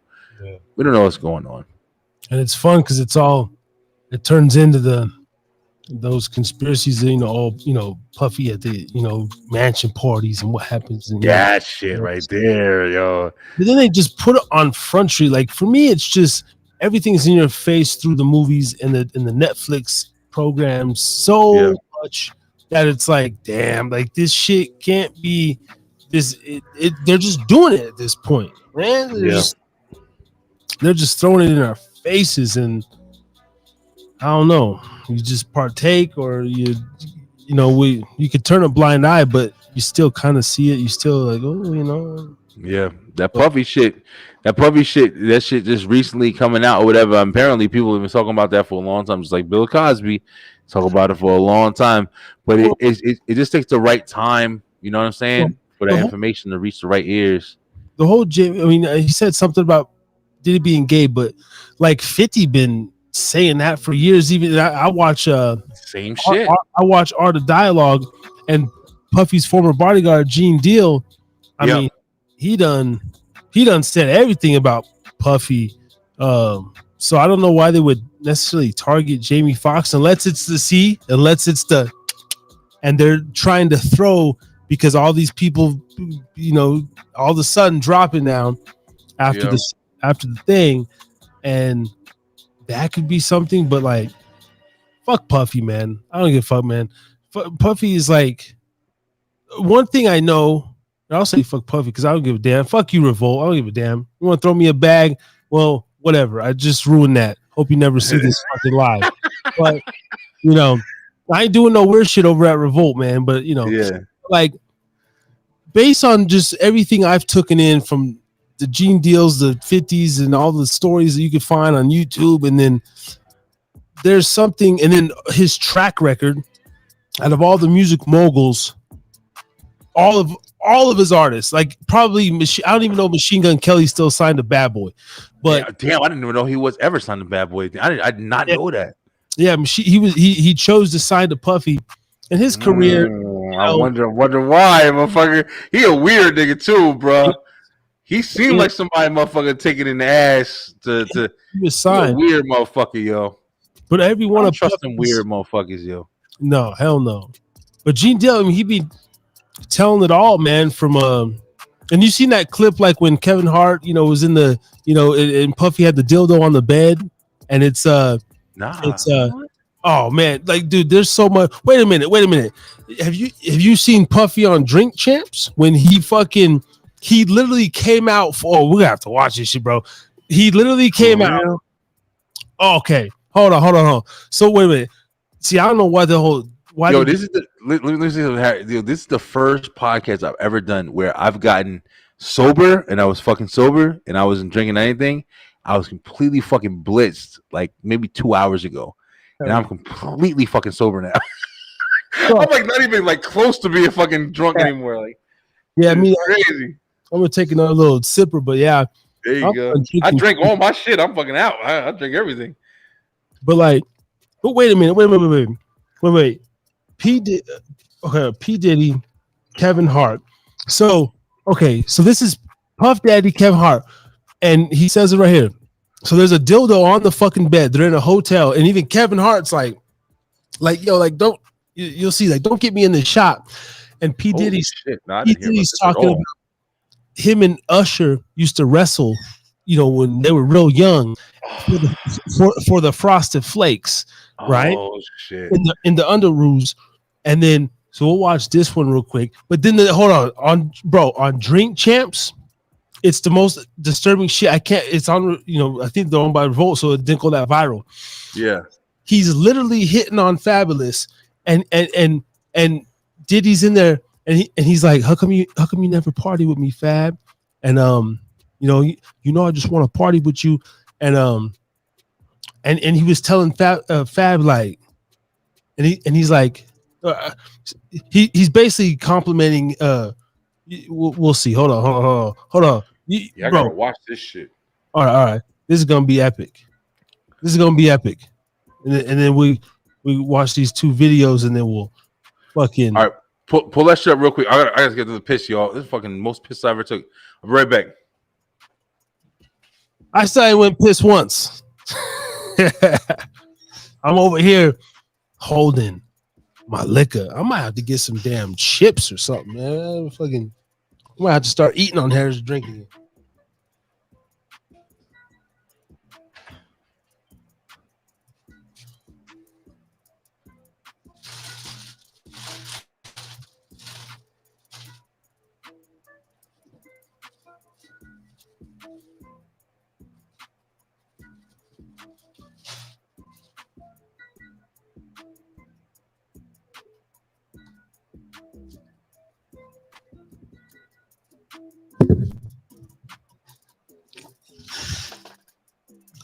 Yo.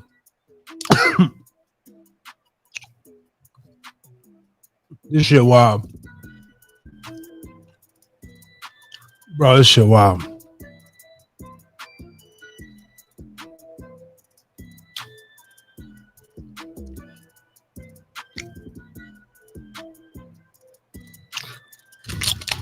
Diddy been a fruit.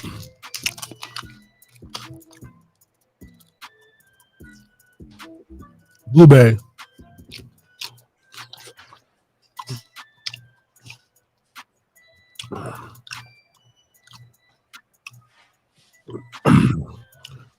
Harris is drinking again. 5.5 hour live stream on the T.N.R. Yo, please tell me we broke a record. And one shot, this is the longest I've ever done. Oh man, there we go. Yeah, this is the longest. And you know something? It's the longest, and I'm still like fucking attentive. Like I'm like, so it's good because I'm like, damn, I'm still here. I ain't even trying to dip off or nothing. It's fucking 4:30 in the morning. My girl and kids gonna be waking up in 2 hours. I know my girl's like, probably where the fuck you at, but knows I'm having fun. I'm like, yeah, just like my night, man. It's just like she don't bother. Man. We'll just watch the original. This is out of the horse's mouth, bro. He's sitting on the bed with a dildo, and he's like, "What the fuck is this?" Like, bro, Diddy 6 years ago. Diddy's the biggest. We want to thank you. Come here. Don't sit on the bed at night. No homo. No, just don't get close to the bed. Don't get close to the bed. It's just like, yo, we want to thank you for hosting the thing, man. It's been a pleasure. You didn't have to do it, and you did. No. I definitely didn't have to do it. I definitely didn't have to. First and foremost, I'm not getting in the bed. Shouts out to him and what he did. I'm just gonna, if we can, let's just put the camera a little this way. There's a big pink dildo. Shot to even, or some I don't want to great come dildo. close to the bed at all. I should look like he fresh off a goddamn plane. Wait a minute. I should. Fresh off the garden stage. That's my brother right here from day one. We used to wake up and, damn, pause, but like, check this out. Back in the days when he was like 10 and I was a little bit older, his older brother, we used to fight over the Frosted Flakes. You know what I'm saying? Before pause was invented. You know what I'm saying? But it's my brother for real. We used to actually wrestle off of the Frosted Flakes because he used to always get up early with me. And now he's one of the richest stars in the world. And What the fuck did Puff just say?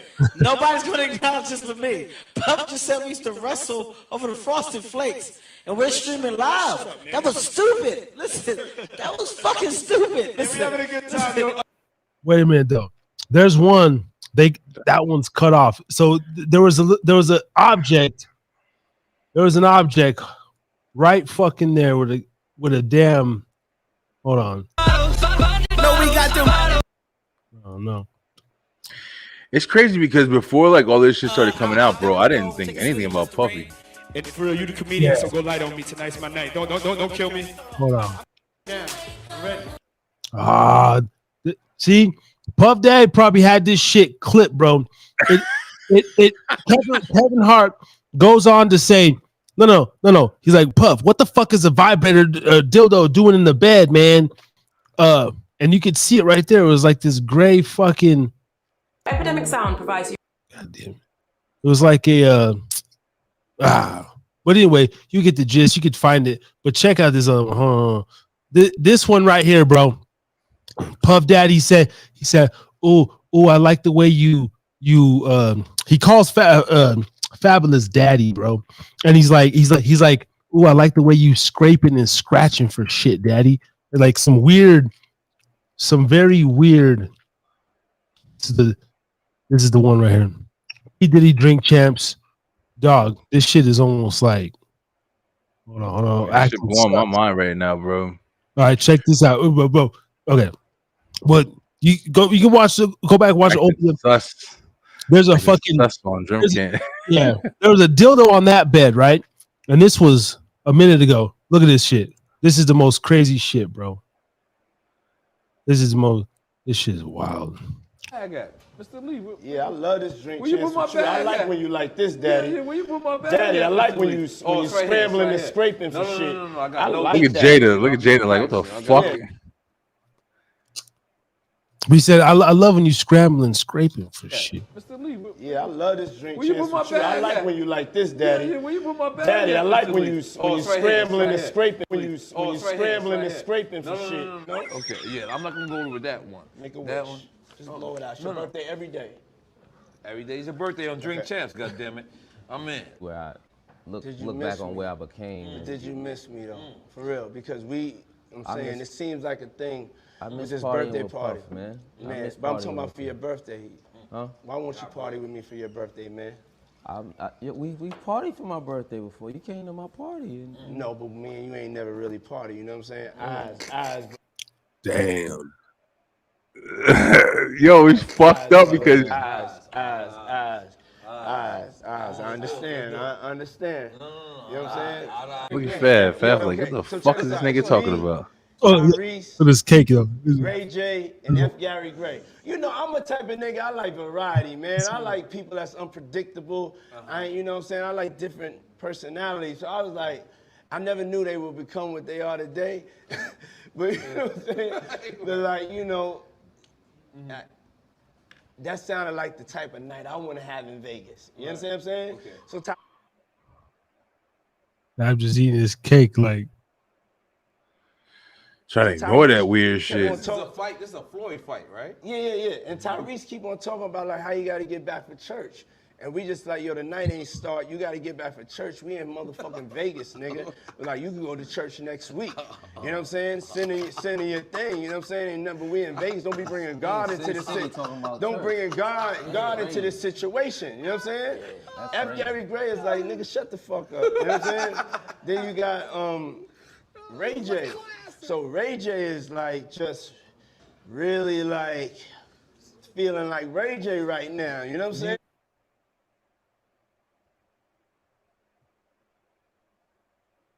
Hey, yo, don't do that. Yeah, that's why I said let me pick it up. That's why I said let me pick it up from right there.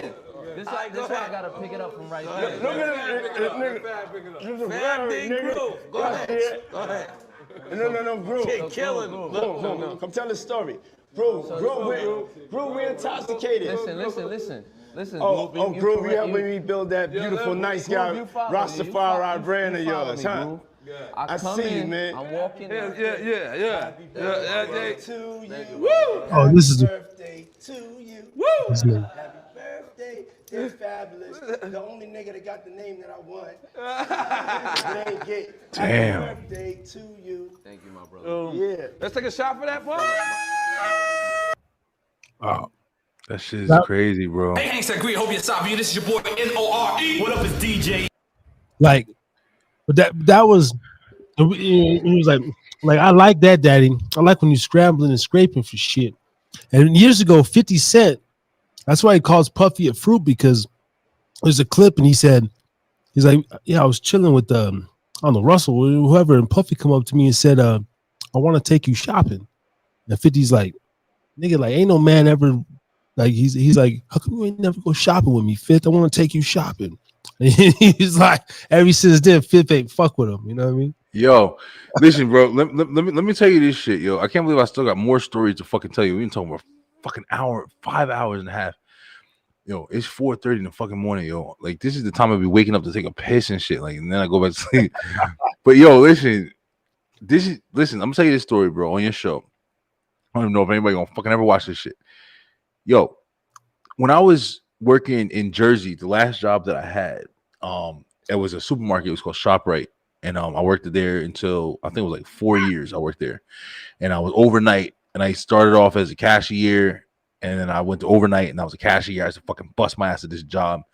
And you know, I became the front end manager. It was like, you know, I was manager over the girls that was there. It was like 6 or 7 girls. They fucking go in and out or whatever. But on the floor, it was the people who used to stock the shelves and shit overnight or whatever. So it was 2 managers overnight, and then I was the manager of the registers and shit like that or whatever. So there's one manager, his name was Ma D.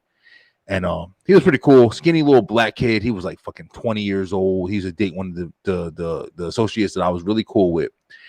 Then there was this manager named Albie. Albie was old as fuck, old ass nigga. And this nigga used to be on coke, yo. He used to be on cocaine. And we can always tell when Albie was on cocaine because he'd go in the bathroom and he'd come out, he'd be dancing and shit. First he'd be mad all throughout the fucking night. He'd be mad. Then nigga go in the bathroom. And you know, Albie go in the bathroom. You fucking niggas be like, told me, Albie in the bathroom. All right, Albie in the bathroom. We good. We good. We can do whatever we want. And Albie come out that motherfucker. He be dancing and shit. You know, cool as fuck, working fast as shit. So I worked with Albie for 3 years or whatever. You know, sometimes I work with Albie, just me and him. You know what I'm saying? Especially when I became manager, especially like on Christmas and shit, when it was just me and him. You know, people called the fuck out. I was there. Doing shit, getting the store ready for opening in the morning and shit. So when I left, all right, this was crazy. It's fucking crazy ass story.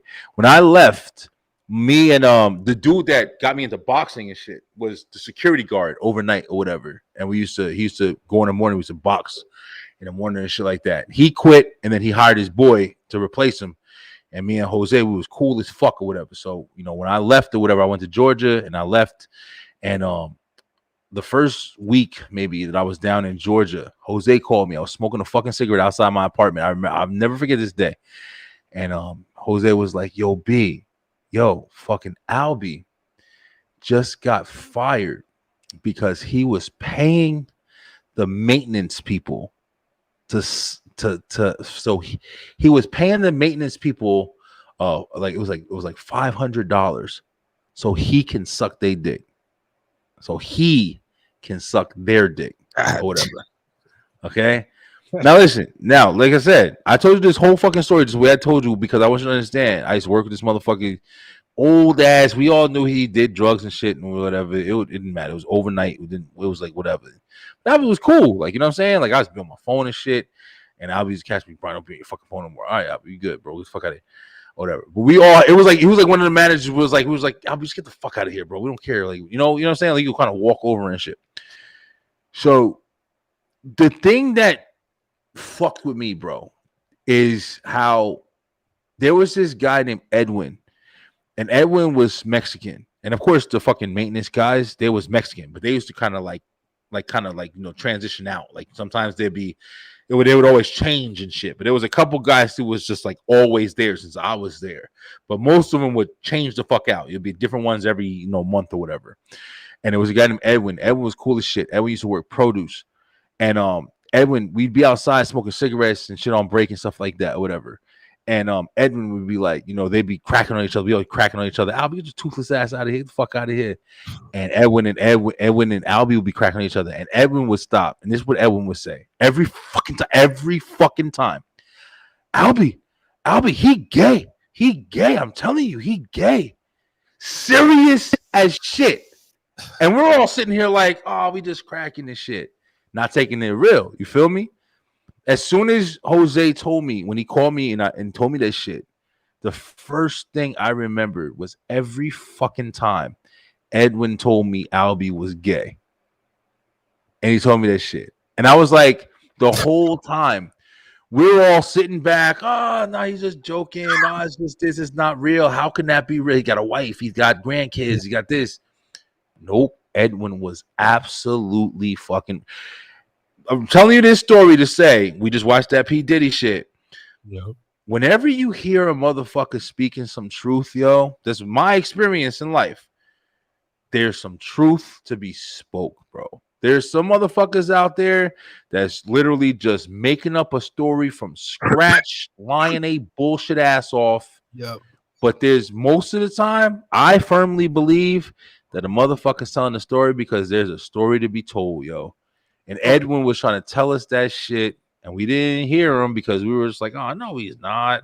Yeah. And I got to fucking Georgia. Albie was fire, sucking niggas' dicks. Yeah. Like that's a crazy ass story, man. Like crazy, bro. There's so many rumors. Like there's so much smoke where there's fire with Puffy. Here's a clip. Here's a clip of Cameron finding a dildo at Diddy's house out of Cameron's own mouth. It could have been crazy, yo. And then the severity of what's going on with Jamie Foxx, like if it is, you know what I'm saying, just saying if it is some shit, you know, and you always talk about Puffy with Biggie, you know what I'm saying? Like that's why it's like it's fucking crazy, bro. The industry is fucking crazy, man. What is this?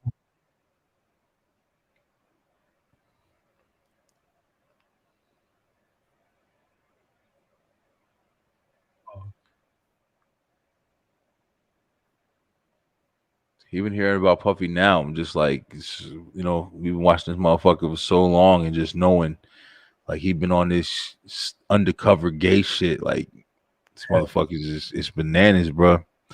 It also opens you up to like, well, who the fuck is not? You know what I'm saying? Like, you know, when you find out some shit like that, it's like, well, who else?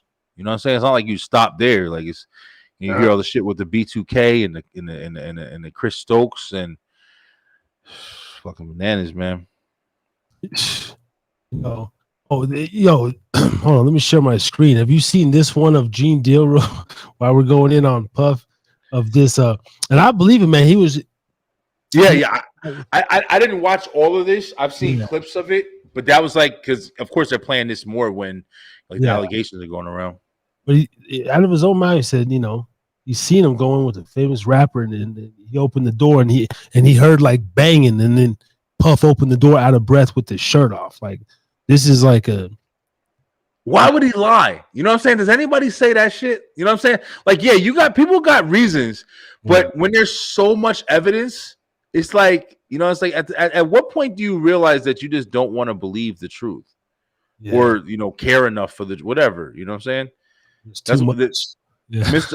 Orlando Brown, like, you know, all his interviews, some of these people that you just wish that they weren't as fucking crazy as they are, you know what I'm saying? Like, because they'd be more credible, you know what I'm saying? Like, if I guess people have kind of like an image that you want to portray, so you can believe somebody. But when you get somebody who's literally like Orlando Brown, every time he opens his fucking mouth on an interview or something like that, like he looks out of his mind, yo. And it's like you want to believe it, and you hear people saying, "Oh, believe him," but it's just like, bro, can you come off a little better, like so people can like take you seriously? Like, you know, you're probably telling the absolute truth, but it's just what you're representing is not what people are going to be able to grasp. You know what I'm saying? That's what it fucking sucks.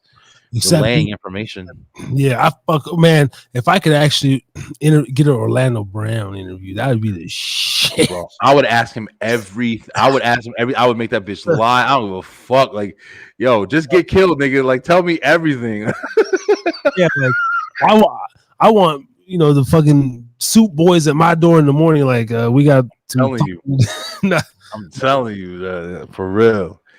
Yo, Harris, bro. Listen, we gonna have to. Listen, where we going? We gonna fucking go all night, bro. Listen, I'm gonna have to bow out, brother. Yo, it's been fucking great, man. This has been great, yo. I needed this shit. I hope you needed this shit too. I needed this shit. This has been a therapy session like no other, bro. Yeah, This bro. has been fucking amazing. I didn't think it would turn Harry's into. drinking again. That's the beauty of it, man. I know we have great energy and chemistry on the pod, but 5.5 hours later, man, and the crazy thing is, it just has to come. But naturally, I just love doing this shit. I mean, I could pod every day, man. Just get paid for this shit, man. Every fucking day. Yeah, I've said the same thing, bro. It's like, and that was like my dream. You know what I'm saying? Like being able to have that experience. And of course, with the stuff that came with like the business side of it and everything like that or whatever, like I was enjoying it. I made a lot of money, bro. I'm not trying to toot my horn, but when I quit my job and I was able to do 3 months right here, I made a lot of fucking money, and I really enjoyed it. But at the same time, kind of similar to like what we're talking about now, man. A little bit, there were some things that I kind of got involved in that I didn't enjoy. You know what I'm saying? So I did make some money, and I did see ways that I can make money, but I didn't enjoy how the fuck it was happening. Yeah. And I'm glad I cut a lot of that shit out of my life so I can kind of get back to like, shit like this or whatever, the shit that I do enjoy. If I can just find a way to enjoy it like this and not have to fucking sell myself or compromise myself and you know what I'm saying? Like that's the goal, bro. And I think like us watching these videos of Puff and all this other shit or whatever that's going on, even with the from religion to Biden or whatever, you know what I'm saying? It seems like there always have to be challenges for you to be able to achieve like the greatness shit that you want to. And that's why it's so fucking crazy, man. It's crazy, bro. But Harris, bro, it's been fucking phenomenal being on your program with you tonight, brother. Like, I love this shit, man. Like, this is the longest podcast I've ever done, bro. Like, this is fucking phenomenal, yo. Yeah, man.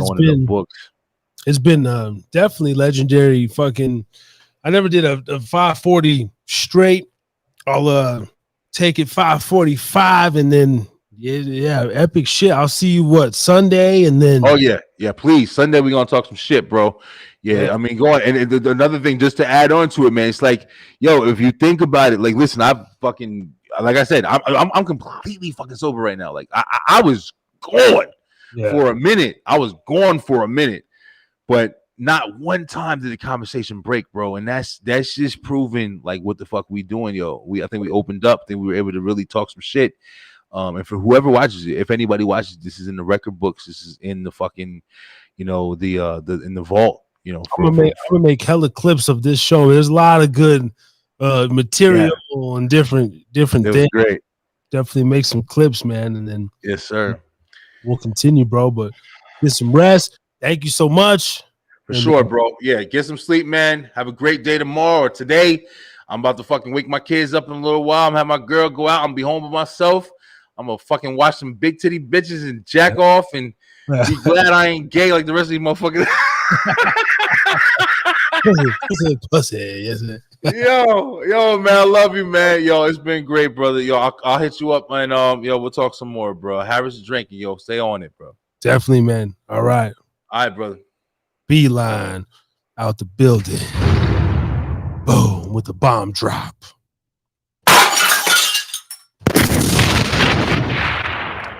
Do another one.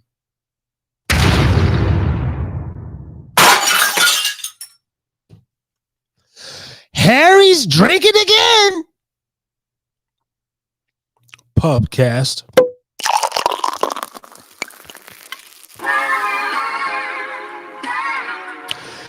Yo. Wow. Sat here for 5 hours and 43 minutes in a motherfucking row. The sign done fell down. Sponsored by G Rum. Stands for Gubba Rum. I'm out this bitch as well. I'm hungry, man. I gotta get some food before I lay down, soak up some of this liquor. Didn't drink too much. Got a nice buzz, like Beeline said. I was getting a little hot and sweaty there for a minute, man. I was like, oh shit, and the lights. But then we just talked through it, man, and sober as fuck. I'm gonna go eat some food and rub one out myself, if not tonight, in the motherfucking morning. All right, and drink responsibly, and check us out, man. Sponsored by Gubba Rum. I was sipping it. GubbaRum.com. Salute to them. We out this bitch like a motherfucker, man. Harry's drinking again. Yes. See y'all next week, man. 8 p.m. episode 069 with Mrs. C.A. Knubel, author, stand-up comedian, a mother, a professional hoe, some dominatrix type shit. She's gonna come through and tell her story and talk all about it. We out this bitch, man.